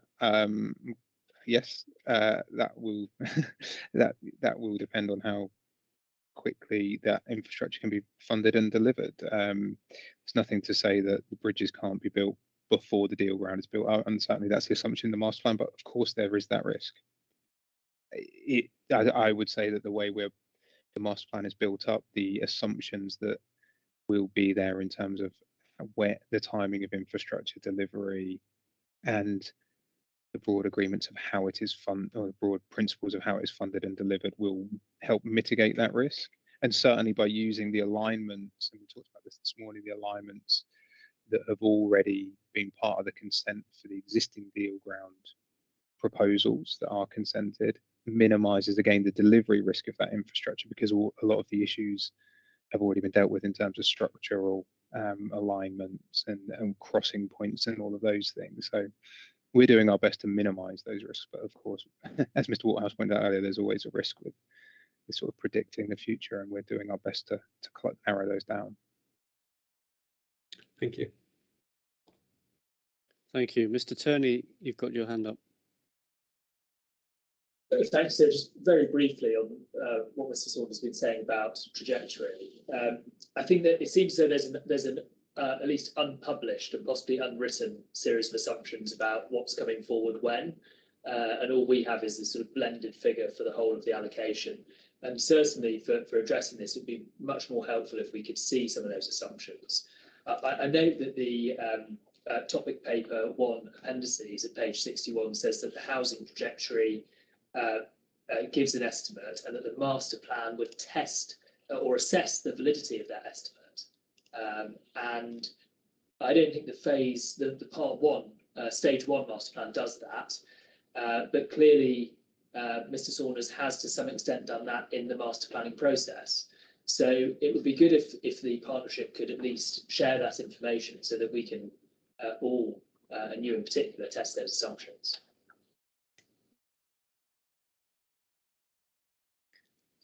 Thank you, Mr. Turney. Is there more detailed information about the assumptions on the deliverability, the trajectory of that of the site that sit behind the figures in D3 2C that might help us? From the master plan perspective, as I sort of said already, that is the process that we're just refining and finalising now as we go through stage 2. So it's the trajectory that links back to where we were in stage 1 is being refined in line with the sort of refinement of all of that infrastructure delivery costing process that we talked about this morning. So by the time the examination is progressed through or progressing, certainly before it closes, that information will exist. It exists in a format at the minute that we're still working through, to be honest. So yeah, that's where we are on that side. So it will be available to you as inspectors as we move through the process, as Mr. Nelson described earlier. So before the examination closes, as in before we deal with the second set of hearing sessions? I've asked this question before, and I wasn't. I assumed it was going to be later, but is that? Well, our timetable for finishing stage 2 is to have the drafts of all of the components I talked about this morning. So the draft SPD document, the draft, which is effectively the refinement of the stage 1 master plan, the draft, sorry, not draft, the infrastructure delivery plan, the viability and delivery strategy, all sitting with our client team at the end of March. So not in 2 weeks' time when you've got your next set of hearings, but it will be shortly after that. So that's the master plan timetable. Okay. Right. I've got a couple more questions on trajectory, and then I propose that we take a break, and then we'll come back and look at viability, and then we'll go on to the final stage of looking at detailed policies. So on just a question on trajectory, I can't say it so late in the day. I'm interested in the policy 32C trajectory indicates that the site would be complete by the end of the plan period, that all the units would be built out. We've had a discussion, and we know that might need to be adjusted, particularly given the lead-in time and start date. But perhaps you just help me with this, because the partnership at paragraph 10 of the hearing statement says that a significant amount of housing can be delivered in the planned period. And the fuel properties evidence says that I think that the Carrow work site could be substantially completed within the planned period. So those two statements seem to be at odds with the trajectory submitted that suggests that all of the housing will be delivered in the planned period. So I wonder if you could help me here in terms of that question, please.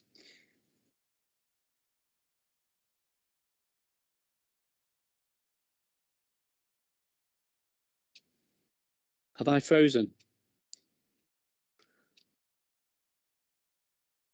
No, sorry, I was being very gentle with my laptop. Apologies after the last experience of it. In terms of where the master plan is getting to at the moment, certainly we're, as you'll appreciate from what I've just said, we're working through that process at the moment. We are working on the trajectory. Sorry, I'll try and use a different word. The sequencing of what we're doing in the master plan is testing that, but at the moment doesn't see a fundamental block in those numbers coming forward within the plan period we've got. Certainly, as we've talked about a little while ago, the ability to deliver different products and those deliver at good scale over the sort of mid part of the master plan window and the local plan period would get us to that position. As I've also accepted and said, though, that there is a risk. There is a risk to that, given some of the infrastructure timing. So we're working on at the moment in the master plan on the principle that the first cut of it, when we looked at it in stage one, it looked achievable over that period. We are obviously refining that at the moment. So I suspect, and that probably comes back to the statements by Fuel Properties, where, in conversation with them, we'll have to square that circle through the work in the master plan. Thank you. Mr. Waterhouse? Yes, sir. I wouldn't read too much into my wording. It just comes from a nervousness about being predicting the future too far ahead. So yes, there's every reason to believe that the site's going to be there or thereabouts within the plan period, but no one's got any real sign of what the world's going to be like and what markets are going to be hot and what sectors are going to be hot in 3, 4, 5 years from time. This is talking about 10 or 15 years time. So that's the only reason why I've sort of hedged my bets a little bit in my wording. Thank you very much, Mr. Waterhouse. Right, we've been going nearly 2 hours this afternoon, so we're going to take a break now. And when we come back, we'll look at viability, and then we'll go to look at the detailed policies in relation to the site. So we'll take a break now until 4 o'clock. Thank you very much.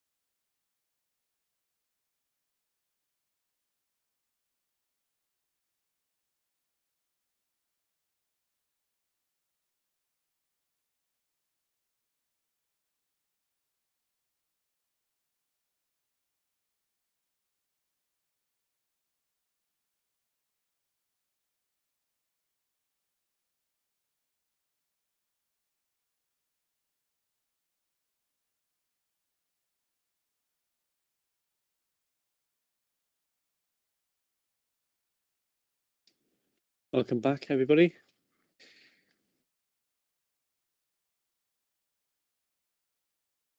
Can people hear me? Yes, Yes. we can hear. Thank you. Thank you. Can we turn to question of viability and ask the question about where the work is up to on viability, and where would I turn to find evidence that the site is viable for the development that is proposed in the policy?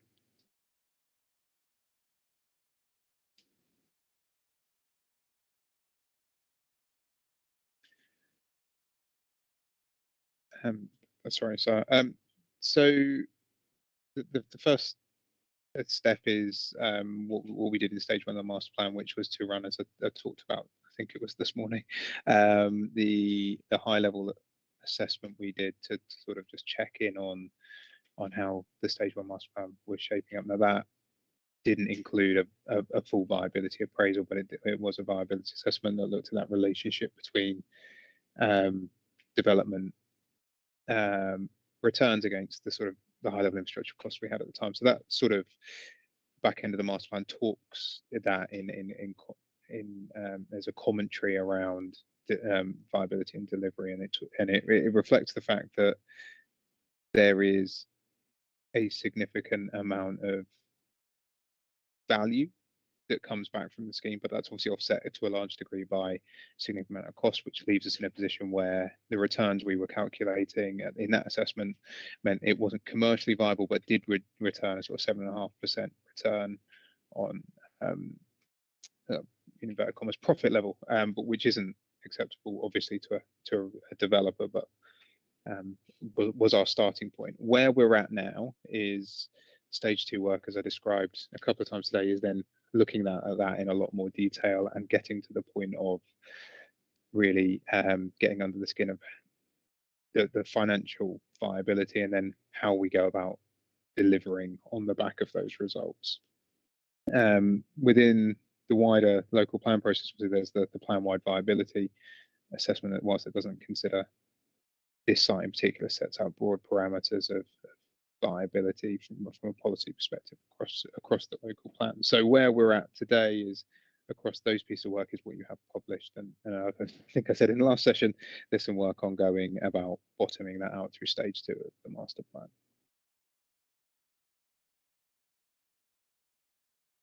I think you're on mute, sir. Sorry. Oh, thank you, Mr. Saunders. You refer to the viability work done as part of the stage 1 master plan. Is that set out at the end of the part 2 of the master plan on financial achievability? Is that yeah? So that's what you're referring to? Yeah. So that's a summary of where that assessment was. Now, as I said, that wasn't a viability appraisal in the purest surveyor sense of it. It was a sort of a high level assessment, so that's why it's not presented as a full viability assessment or viability appraisal. That's why it's presented in the way it is, because it was a check-in at that point of the project to make sure that we weren't, or what direction the project was headed and what we needed to focus on in stage 2 of the work. Because that is just text and it's very general, isn't it? Yeah, that's what I'm saying. Is there was some calculation behind it, but it wasn't an appraisal. So that's what the stage 2 work was always designed to do, was sort of take an initial view from stage 1 and then work through a proper appraisal process, which is what we're doing, then concluding the first cut-off in the next week to take back around our client team and landowner partners. But the partnership submitted what we consider to be a sound plan, and therefore must have been satisfied that the allocation is viable. So on what basis was the site deemed to be viable to be included within the local plan for submission?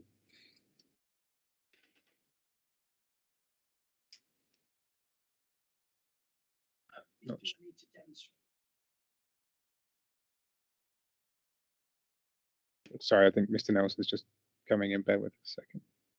Sorry, I was just responding just in terms of the process and where we understand government guidance being to make an allocation and to justify the allocation. We our understanding of the MPPF is it needs to be considered to be developable, and to be developable, to be considered a developable. Sites should be in a suitable location for housing development with a reasonable prospect that they will be available and could be viably developed at the point envisaged. And you know, the view we took when we resolved the plan was sound, that we had a mechanism in place through the master plan process to give us that comfort that, well, we knew the sites in question effectively will be available because they already are available, but we have this process to be able to take us through to establish that they will be viably developed by the time they are due to come forward for development effectively. But how would we know that, Mr. Nelson? How do we, in examining the plan now, know that this site is can be viably developed?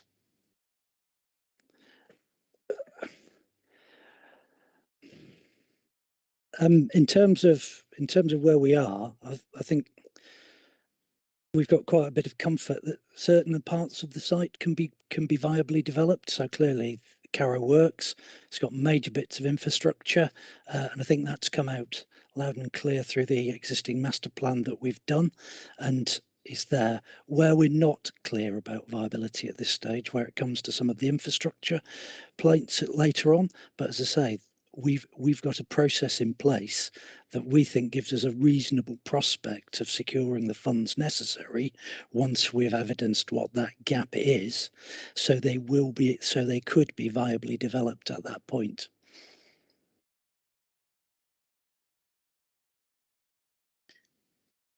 Assuming that we consider the allocation to be sound. Indeed. Mr. Chung. Yeah. Thank you, sir. Can you hear me, sir? I can, yes. Thank you, sir. So, well, I find what the councillor just said quite astonishing with respect. This is fairly basic stuff. We know that in order for the plan to be found sound, it has to be deliverable, and for site to be developable. Mr. Nelson's taken us to the definition of developable in the glossary. We are examining, or rather, so you are examining the plan now on the basis of the evidence which is before you now. And on the basis of that evidence, you need to be satisfied that the site can be viably developed at the point envisaged. Now, this site is being put forward on the basis that it's going to start delivering houses, I think, next year or the year after. Yeah, 2024, 2025. So we have to ask ourselves a question: do we have information, evidence in front of us that this site is viable? And really, we have to have information that's viable now, because 2024 is around the corner. So where is the evidence that this site is viable? The answer is there isn't any. There is simply no evidence at all, not a shred of evidence before you that this site is viable. We've heard from the council earlier in the week that the typology approach that they took is not relevant to this site, that none of the typologies that they used are relevant to the Eastern Norwich site. We heard that earlier in the week. We've now heard today that they have no viability evidence for this site whatsoever, none whatsoever. They are working on the viability evidence. We don't know what the outcome of that viability assessment will be. The outcome of that viability assessment may well be that the site is not viable. And from everything we've heard, sir, we would be extremely surprised if it does come out and say that it's viable. We don't think it will be viable. That's our assessment. But it doesn't really matter what our assessment is. What matters is what is the evidence before you now, sir? And as I say, the evidence before you is that there is no evidence, none whatsoever, no viability assessment. Moreover, there is a clear relationship between viability and land equalisation. I think we were told earlier that there is no land in response to a question from your fellow inspector, sir.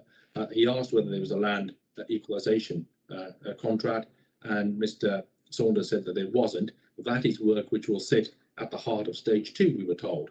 and then we'll decide what is an equitable split. Well, we have no idea whether there will ever be a land equalisation agreement between all of the landowners, and without a land equalisation agreement, we have to ask ourselves the question: is this site deliverable? So we've now been told by Mr. Nelson, well, even if you forget about everything else, the Carrow Road site may be viable, but I don't know what the answer to that is. That depends upon what it is that the council expects the Carrow Road site to provide by way of unlocking the remainder of the site. So without having sight of a equalisation agreement and without a viability assessment, it is impossible, in my respectful submission, impossible legally for you to find that this aspect and this site is sound. It is simply not deliverable. It should not be an allocation. It simply cannot be an allocation in this plan. Thank you, sir. Thank you, Mr. Chung. Mr. Saunders. Thank you, sir. I think, and as I said, this is a process we're going through. I think the one thing that, in terms of that, the test that we're trying to meet is around viability at the point of delivery. So yes, there are some elements of this scheme that deliver very early on, as just been described, and those are the sites, as we talked about earlier, that are less or unconstrained by sort of abnormal or unusual infrastructure requirements. So firstly, if that came forward as a windfall site, so Megan, it came forward as a windfall site because of the size of it, it would be subject to a viability appraisal. That would stack up. I think where we get to when we look ahead is viability at the point of it could be delivered. So we're talking about a plan period. We're talking about a period between now and 2038. One thing we can all take from the conversation we've had today and the length of the conversation is the detail with which each of the aspects of complexity, constraint and opportunity are being considered and have been considered at East Norwich. And the one thing we do know is that with all of that work done, that will mean that there are very few, if any, surprises as we go through the delivery phases. So where we get to in terms of viability at the point of delivery, though that information is known or will be known within the stage 2 process. So that allows us to get to the point of saying, deliverable, yes, viable, as rightly pointed out, we will have that information in more detail soon, but at the point of needing to deliver against the trajectory, we can have confidence that we'll be able to reach a viable solution. So that isn't a viability appraisal. I would say that this site, out of all, and I think Mr. Nelson alluded to it earlier, has been studied in more detail than any of the other allocations and any of the other sites that were proposed and haven't been taken forward in the plan. That's why we have more confidence about its ability to deliver in the way that we do and with the trajectory we've got. And then obviously, as I said, and it's unfortunate that the two processes aren't aligned, but that is where we do believe at the end of stage 2, we will have that evidence.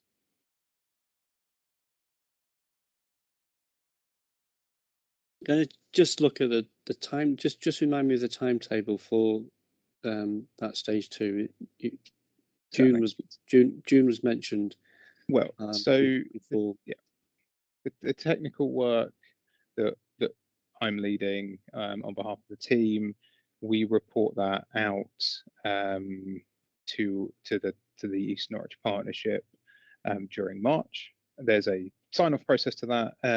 We haven't yet looked at the committee date that would go to. I think that's where the June date comes in, because we go through a committee cycle. There's an election process in there somewhere that we just have to navigate rather than negotiate. So that is, the technical work is all done in the next, I think I've said before, the next 6 weeks. And then there's a sign-off process that our client team take that through. Mr. Nelson. Yeah, Thanks, Mr. Saunders. The final City Council cabinet that we've got arranged before the restriction on the meetings in advance of the election is on the 9th of March. we have no confidence that the exercise is going to be completed by then, because it's going to be the back end of March. One thing I am, more than happy to consider, if you would find this helpful, is whether we would be able to release the information to the inquiry after its completion in advance of reporting through to Cabinet. You clearly will not have any formal formal endorsement of the Stage 2 master plan, but there may be technical parts of the evidence that we can will be sufficiently complete, and the technical work will have been done on it, so they may be able to released during that period. I just want to think through that process with the legal advisors, because of some of the restrictions we work under about releasing stuff shortly in advance of elections. Thank you, Mr. Nelson. Thank you. Mr. Hatfield, have you got any questions? No further questions from me in relation to viability, no. Thank you. At this stage, I don't have any more questions, Mr. Nelson. Thank you. We need to reflect on what we've heard, as indeed you do. Thank you. Can we move on to look at the policies, please? And I'm going to hand over to Mr. Hatfield. Thank you, Mr. Warden. I think we discussed earlier that the final matter we'd cover is the detailed requirements as set out in the policies. There are detailed requirements in policy 7.1 of the local plan, and there's also a site-specific policy in the part 2 of the plan. That's policy reference GNLP 0360/3053/R10. Just to kickstart this part of the discussion, there was a discussion last week about a potential issue of duplication, given that there are quite significant detailed points set out in policy 7.1 at the back end of that policy. That policy covers not the Norwich urban area in its entirety, but there's a series of bullet points on page 106 and 107 of the GNLP. And I think I highlighted to the partnership that those duplicate, and in some cases give a slightly different wording or a slightly different spin on some of those points, which are then picked up again in the policy in the part 2 sites plan. I think I've reflected further on that point. I've discussed it with Mr. Warden. I think our view is that just to ensure there's no inconsistency and to give it a more logical flow, that we think any detailed points in policy 7.1 really should be stripped out and put into the site-specific policy. That would ensure that there's no duplication of points. It would ensure there was no inconsistency unintentionally between points in the two policies, and perhaps instead you would have a high-level statement of intent with regards to policy 7.1. In that regard, it jumped out to me, for example, that the first bullet point in policy 7.1, which begins an exemplar design approach, is fairly high level in nature. Something of that ilk, it's appropriate to keep in policy 7.1 as a high level statement of intent, with perhaps all of the detail to follow in the part 2 sites plan. Is there any comment on that approach, and does that sound reasonable to the partnership? Thank you. I think where we've landed this is still work in progress for us, but I'm more than happy to take your steer on the general approach. We've got work that's emerging, doing a forensic job cross-referencing the 7.1 with GNLP 0360 and working out where there is duplication and what we need to do to remove that. I am inclined to agree with your suggestion that actually the simpler we keep policy 7. The aspect of 7.1, the better, and that if there are matters that can reasonably be dealt with in terms of the detail of the site allocation policy, we put them in there and don't seek to duplicate them. Okay, thank you. Ms. Mack, did you have a comment you wish to make? Thank you. Just really to concur with that view and with your view, Inspector, and I think we've very much raised that in our matter 3 hearing statement that I'm sure you'll have seen. So we would support your suggestion of keeping 7.1 very much the high level strategic issues and the detail to go in the East Norwich policy. Thank you. Thank you. Thank you. Okay, I've got a few detailed points to run through with regards to the wording of the policy, but just one slightly higher level issue before we run on to the more detailed fine-grained matters. Apologies, it seems to have started hailing where I live, so if I just close my my Velux window, it might make a little bit less noise. Give me 1 second. Okay, there we go. And I was looking at the infrastructure diagram within the master plan. That's on page 260. It's near enough the last page of the phase 1 master plan, highlighting some of the key infrastructural benefits that the allocation is aiming to deliver. It just jumps out to me that it didn't seem that all of those were referenced in the policy.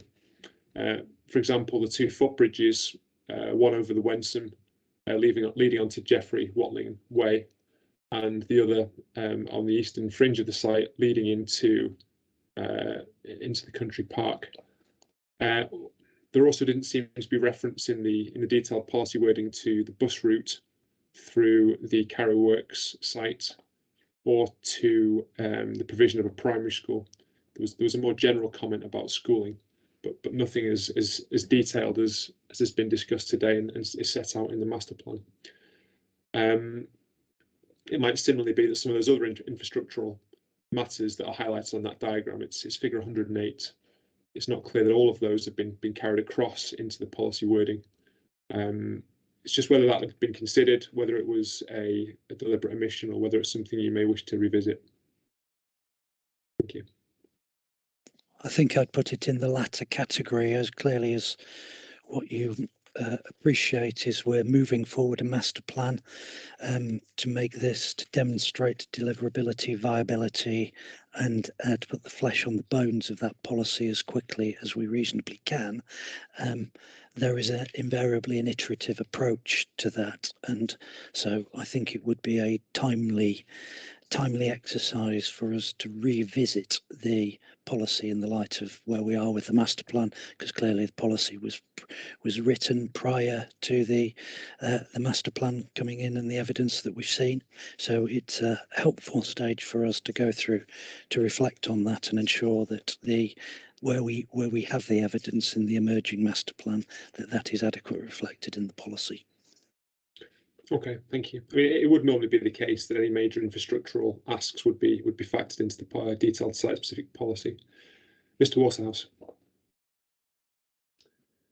Yes, you heard earlier today how some of the infrastructure elements that have been identified aren't strictly necessary to unlock the sites. They are in some way aspirational items of infrastructure to create the best possible development framework that promotes sustainable travel, high levels of modal split, concepts that have underpinned all of the master planning work and that we all hope to unlock.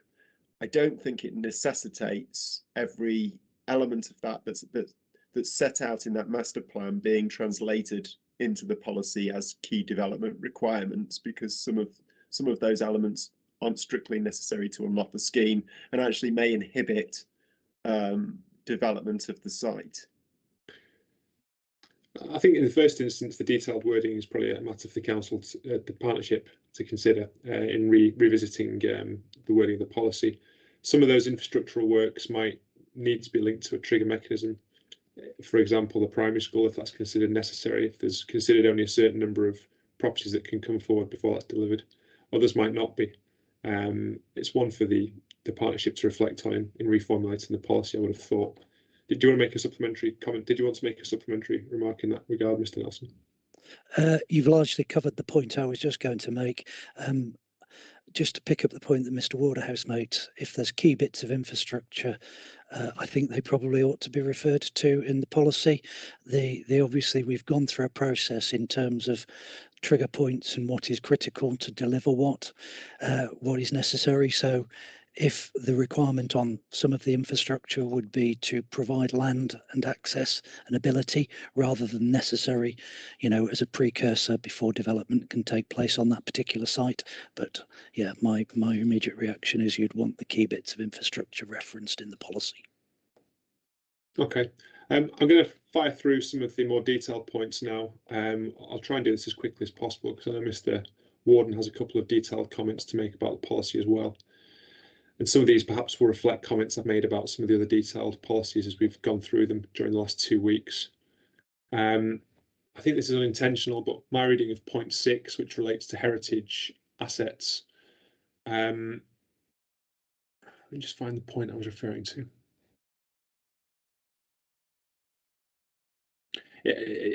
My reading of it is that it appeared to apply the legal test to conservation areas to all heritage assets. So it says development proposals should draw upon local character and distinctiveness and preserve or enhance the character and appearance of the conservation areas affected. And preserve or enhance is the legal test, but then lists scheduled monuments, listed buildings, locally listed buildings, other non-designated heritage assets on or adjacent to the site. It's just that point that the preserve or enhance is the test for conservation areas, not necessarily the full list of other ones. Those have their own tests and protections in the framework. We discussed this in relation to the heritage policy, and we suggested wording, which I think was actually suggested by Historic England and their reps, or protecting those assets in accordance with national policy, words to that effect, because all of the detail and granularity with regards to the tests and the protections that apply to heritage assets, designated and undesignated, is contained at the national level. So a little caveat to that effect, I think, would provide a welcome degree of clarity and avoid any unintentional inconsistency with the framework. Okay. Point 8, that refers to enhancements to the locally registered historic park and garden. Just to clarify, is that within the site itself or is it outside the site? Thank you.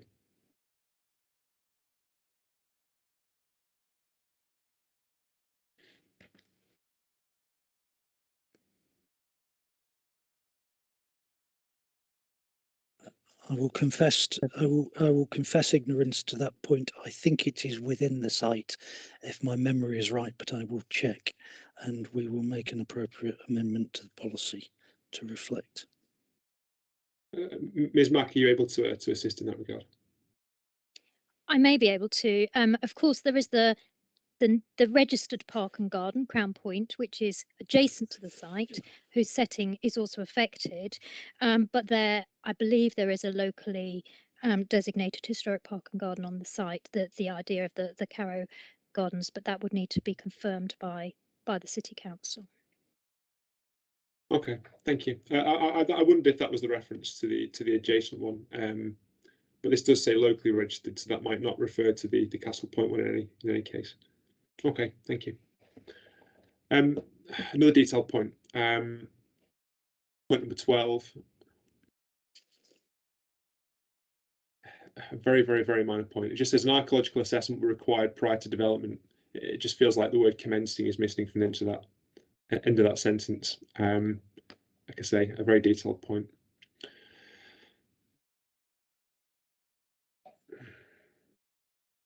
Okay.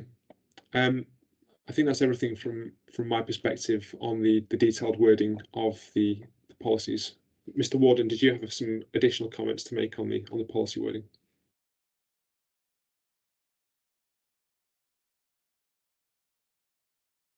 Thank you, Mr. Hatfield. Yes, just very small number of points.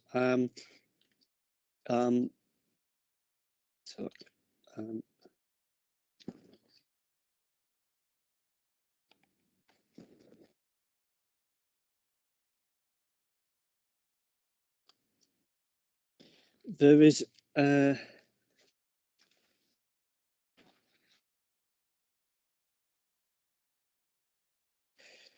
on the allocation policy, on paragraph 1, it says that uses the term the master plan for the East Norwich strategic regeneration area required by policy 7.1, but then it says proposals should not prejudice future development of or restrict options for the other sites within the East Norwich regeneration area.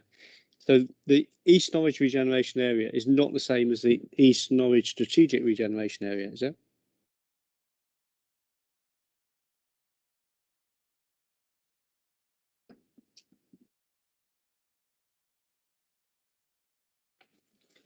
Yes, I believe you're correct, because the policy 7.1 refers to further wider sites that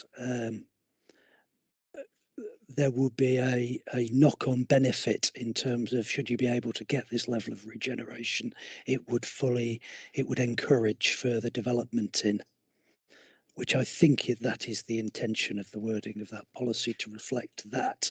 I would readily admit that the use of the East Norwich strategic regeneration area and then a separate use of the East Norwich regeneration area probably needs some clarity into it, because I would imagine most readers would be prone to confusion with the similarity between those two. It might just be within the east area of Norwich or something, or whichever is the appropriate word, I think. And just above, in the development will achieve the following. What is meant by in achieve, or will achieve?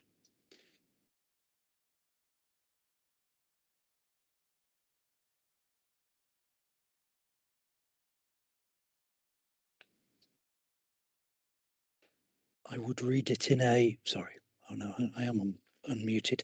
I would read it in a sort of plain English sense, equivalent, so synonymous with deliver, almost.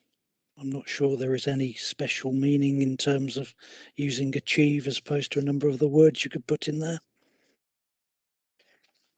Is it clear to a developer what would be expected of that developer from this policy? So is it the developer through that development that would ensure that these were all achieved?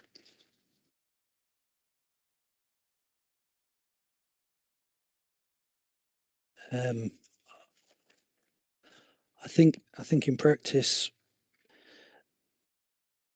it wouldn't necessarily be incumbent on the developer to necessarily achieve all of those things.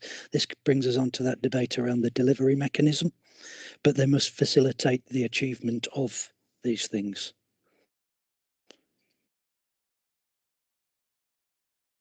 Is there any wording you would think you would care to suggest that you think might clarify the matter? We haven't thought of that. We can have a look at that, because I know that it's a common wording, isn't it, through the policies, through the allocation policies. So perhaps we might come back to that once we've looked at some of the other allocation policies. On the deal ground policy 3, but it refers to the bottle kiln. There's use of the word encouraged, and we're trying to remove where possible words such as encourage.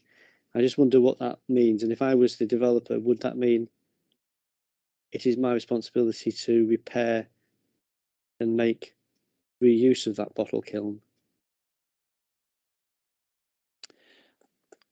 I wouldn't read the word as encouraged as making that a requirement. I would use it as suggesting that clearly its preservation and the improvement of its setting will be effectively must be included as part of the proposal. But there again, and I would expect that to be, you'll be expected to demonstrate effectively whether there is a productive reuse of that building can be done, because clearly in the longer term that building's just sitting idle and has been for many years, so it's likely to further deteriorate. So a more clear word rather than encourage needs to be used. Okay, Mr. Eve, is it in relation to this particular point? Thank you, sir. Yes, it is actually quite specifically. This is a comment which has seemed a little too specific, but I've forgotten that this policy this appeared in the policy. I mean, I would say that it's extraordinarily unlikely that a use would be found for this kiln which wouldn't be highly damaging to, like punching in windows, for example.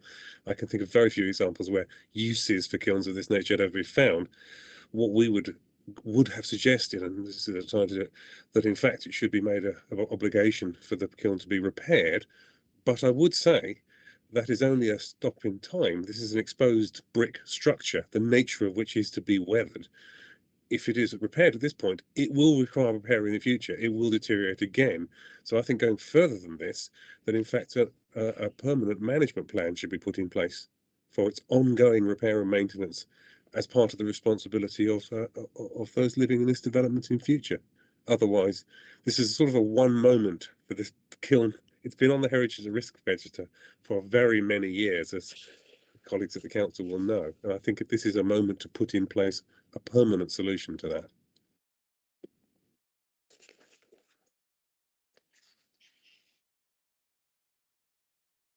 I think that may answer. I think that may answer some of your wording about finding an alternate use for encouraged. If we refer to a management plan coming forwards to deal with how it is going to be used and preserved in perpetuity. Okay. Debbie Mack. Thank you. If it helps, I think in our Reg 19 response, we actually provided wording basically to that effect, because I know that Mr. Eve had raised that at the time. So I think it said repair will be required together with future maintenance scheme for the asset, if that makes life easier for people. Thank you. My final point, Mr. Nelson, is going back to 7.1, and there's a reference to 4,000 additional homes, and we've discussed that point today. But there's a reference to a significant new employment opportunities for around 6,000 jobs.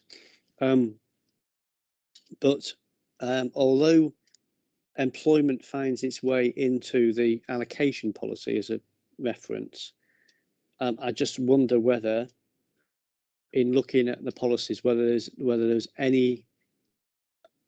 needs to be translated into any more detail in the allocation as to the requirements for employment as part of that allocation.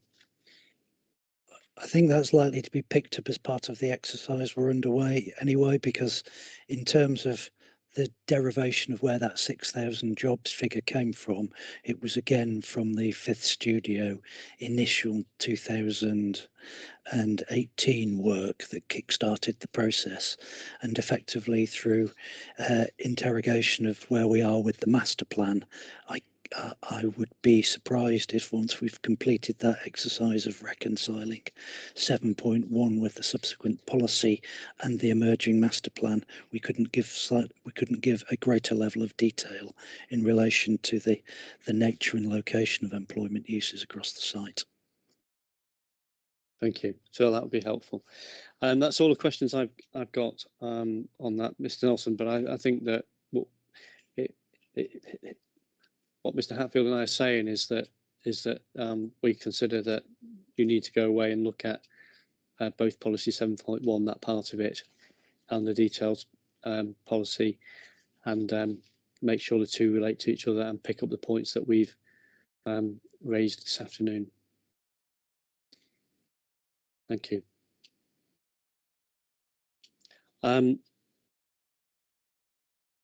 Is there any further questions from you, Mr. Hatfield? No, that's everything covered from my perspective. Thank you. Thank you. So we don't have any more questions at this stage on East Norwich, so we would like to close this session, but I'll bring in Miss Feeney in first. Miss Feeney. Indeed, Inspector, I was just going to confirm that that would be the end of the sessions for the whole of the 2 weeks, part 1. Is that correct? That is correct, yes. So, so people have just got a few hours to get their Part 2 statements written and submitted.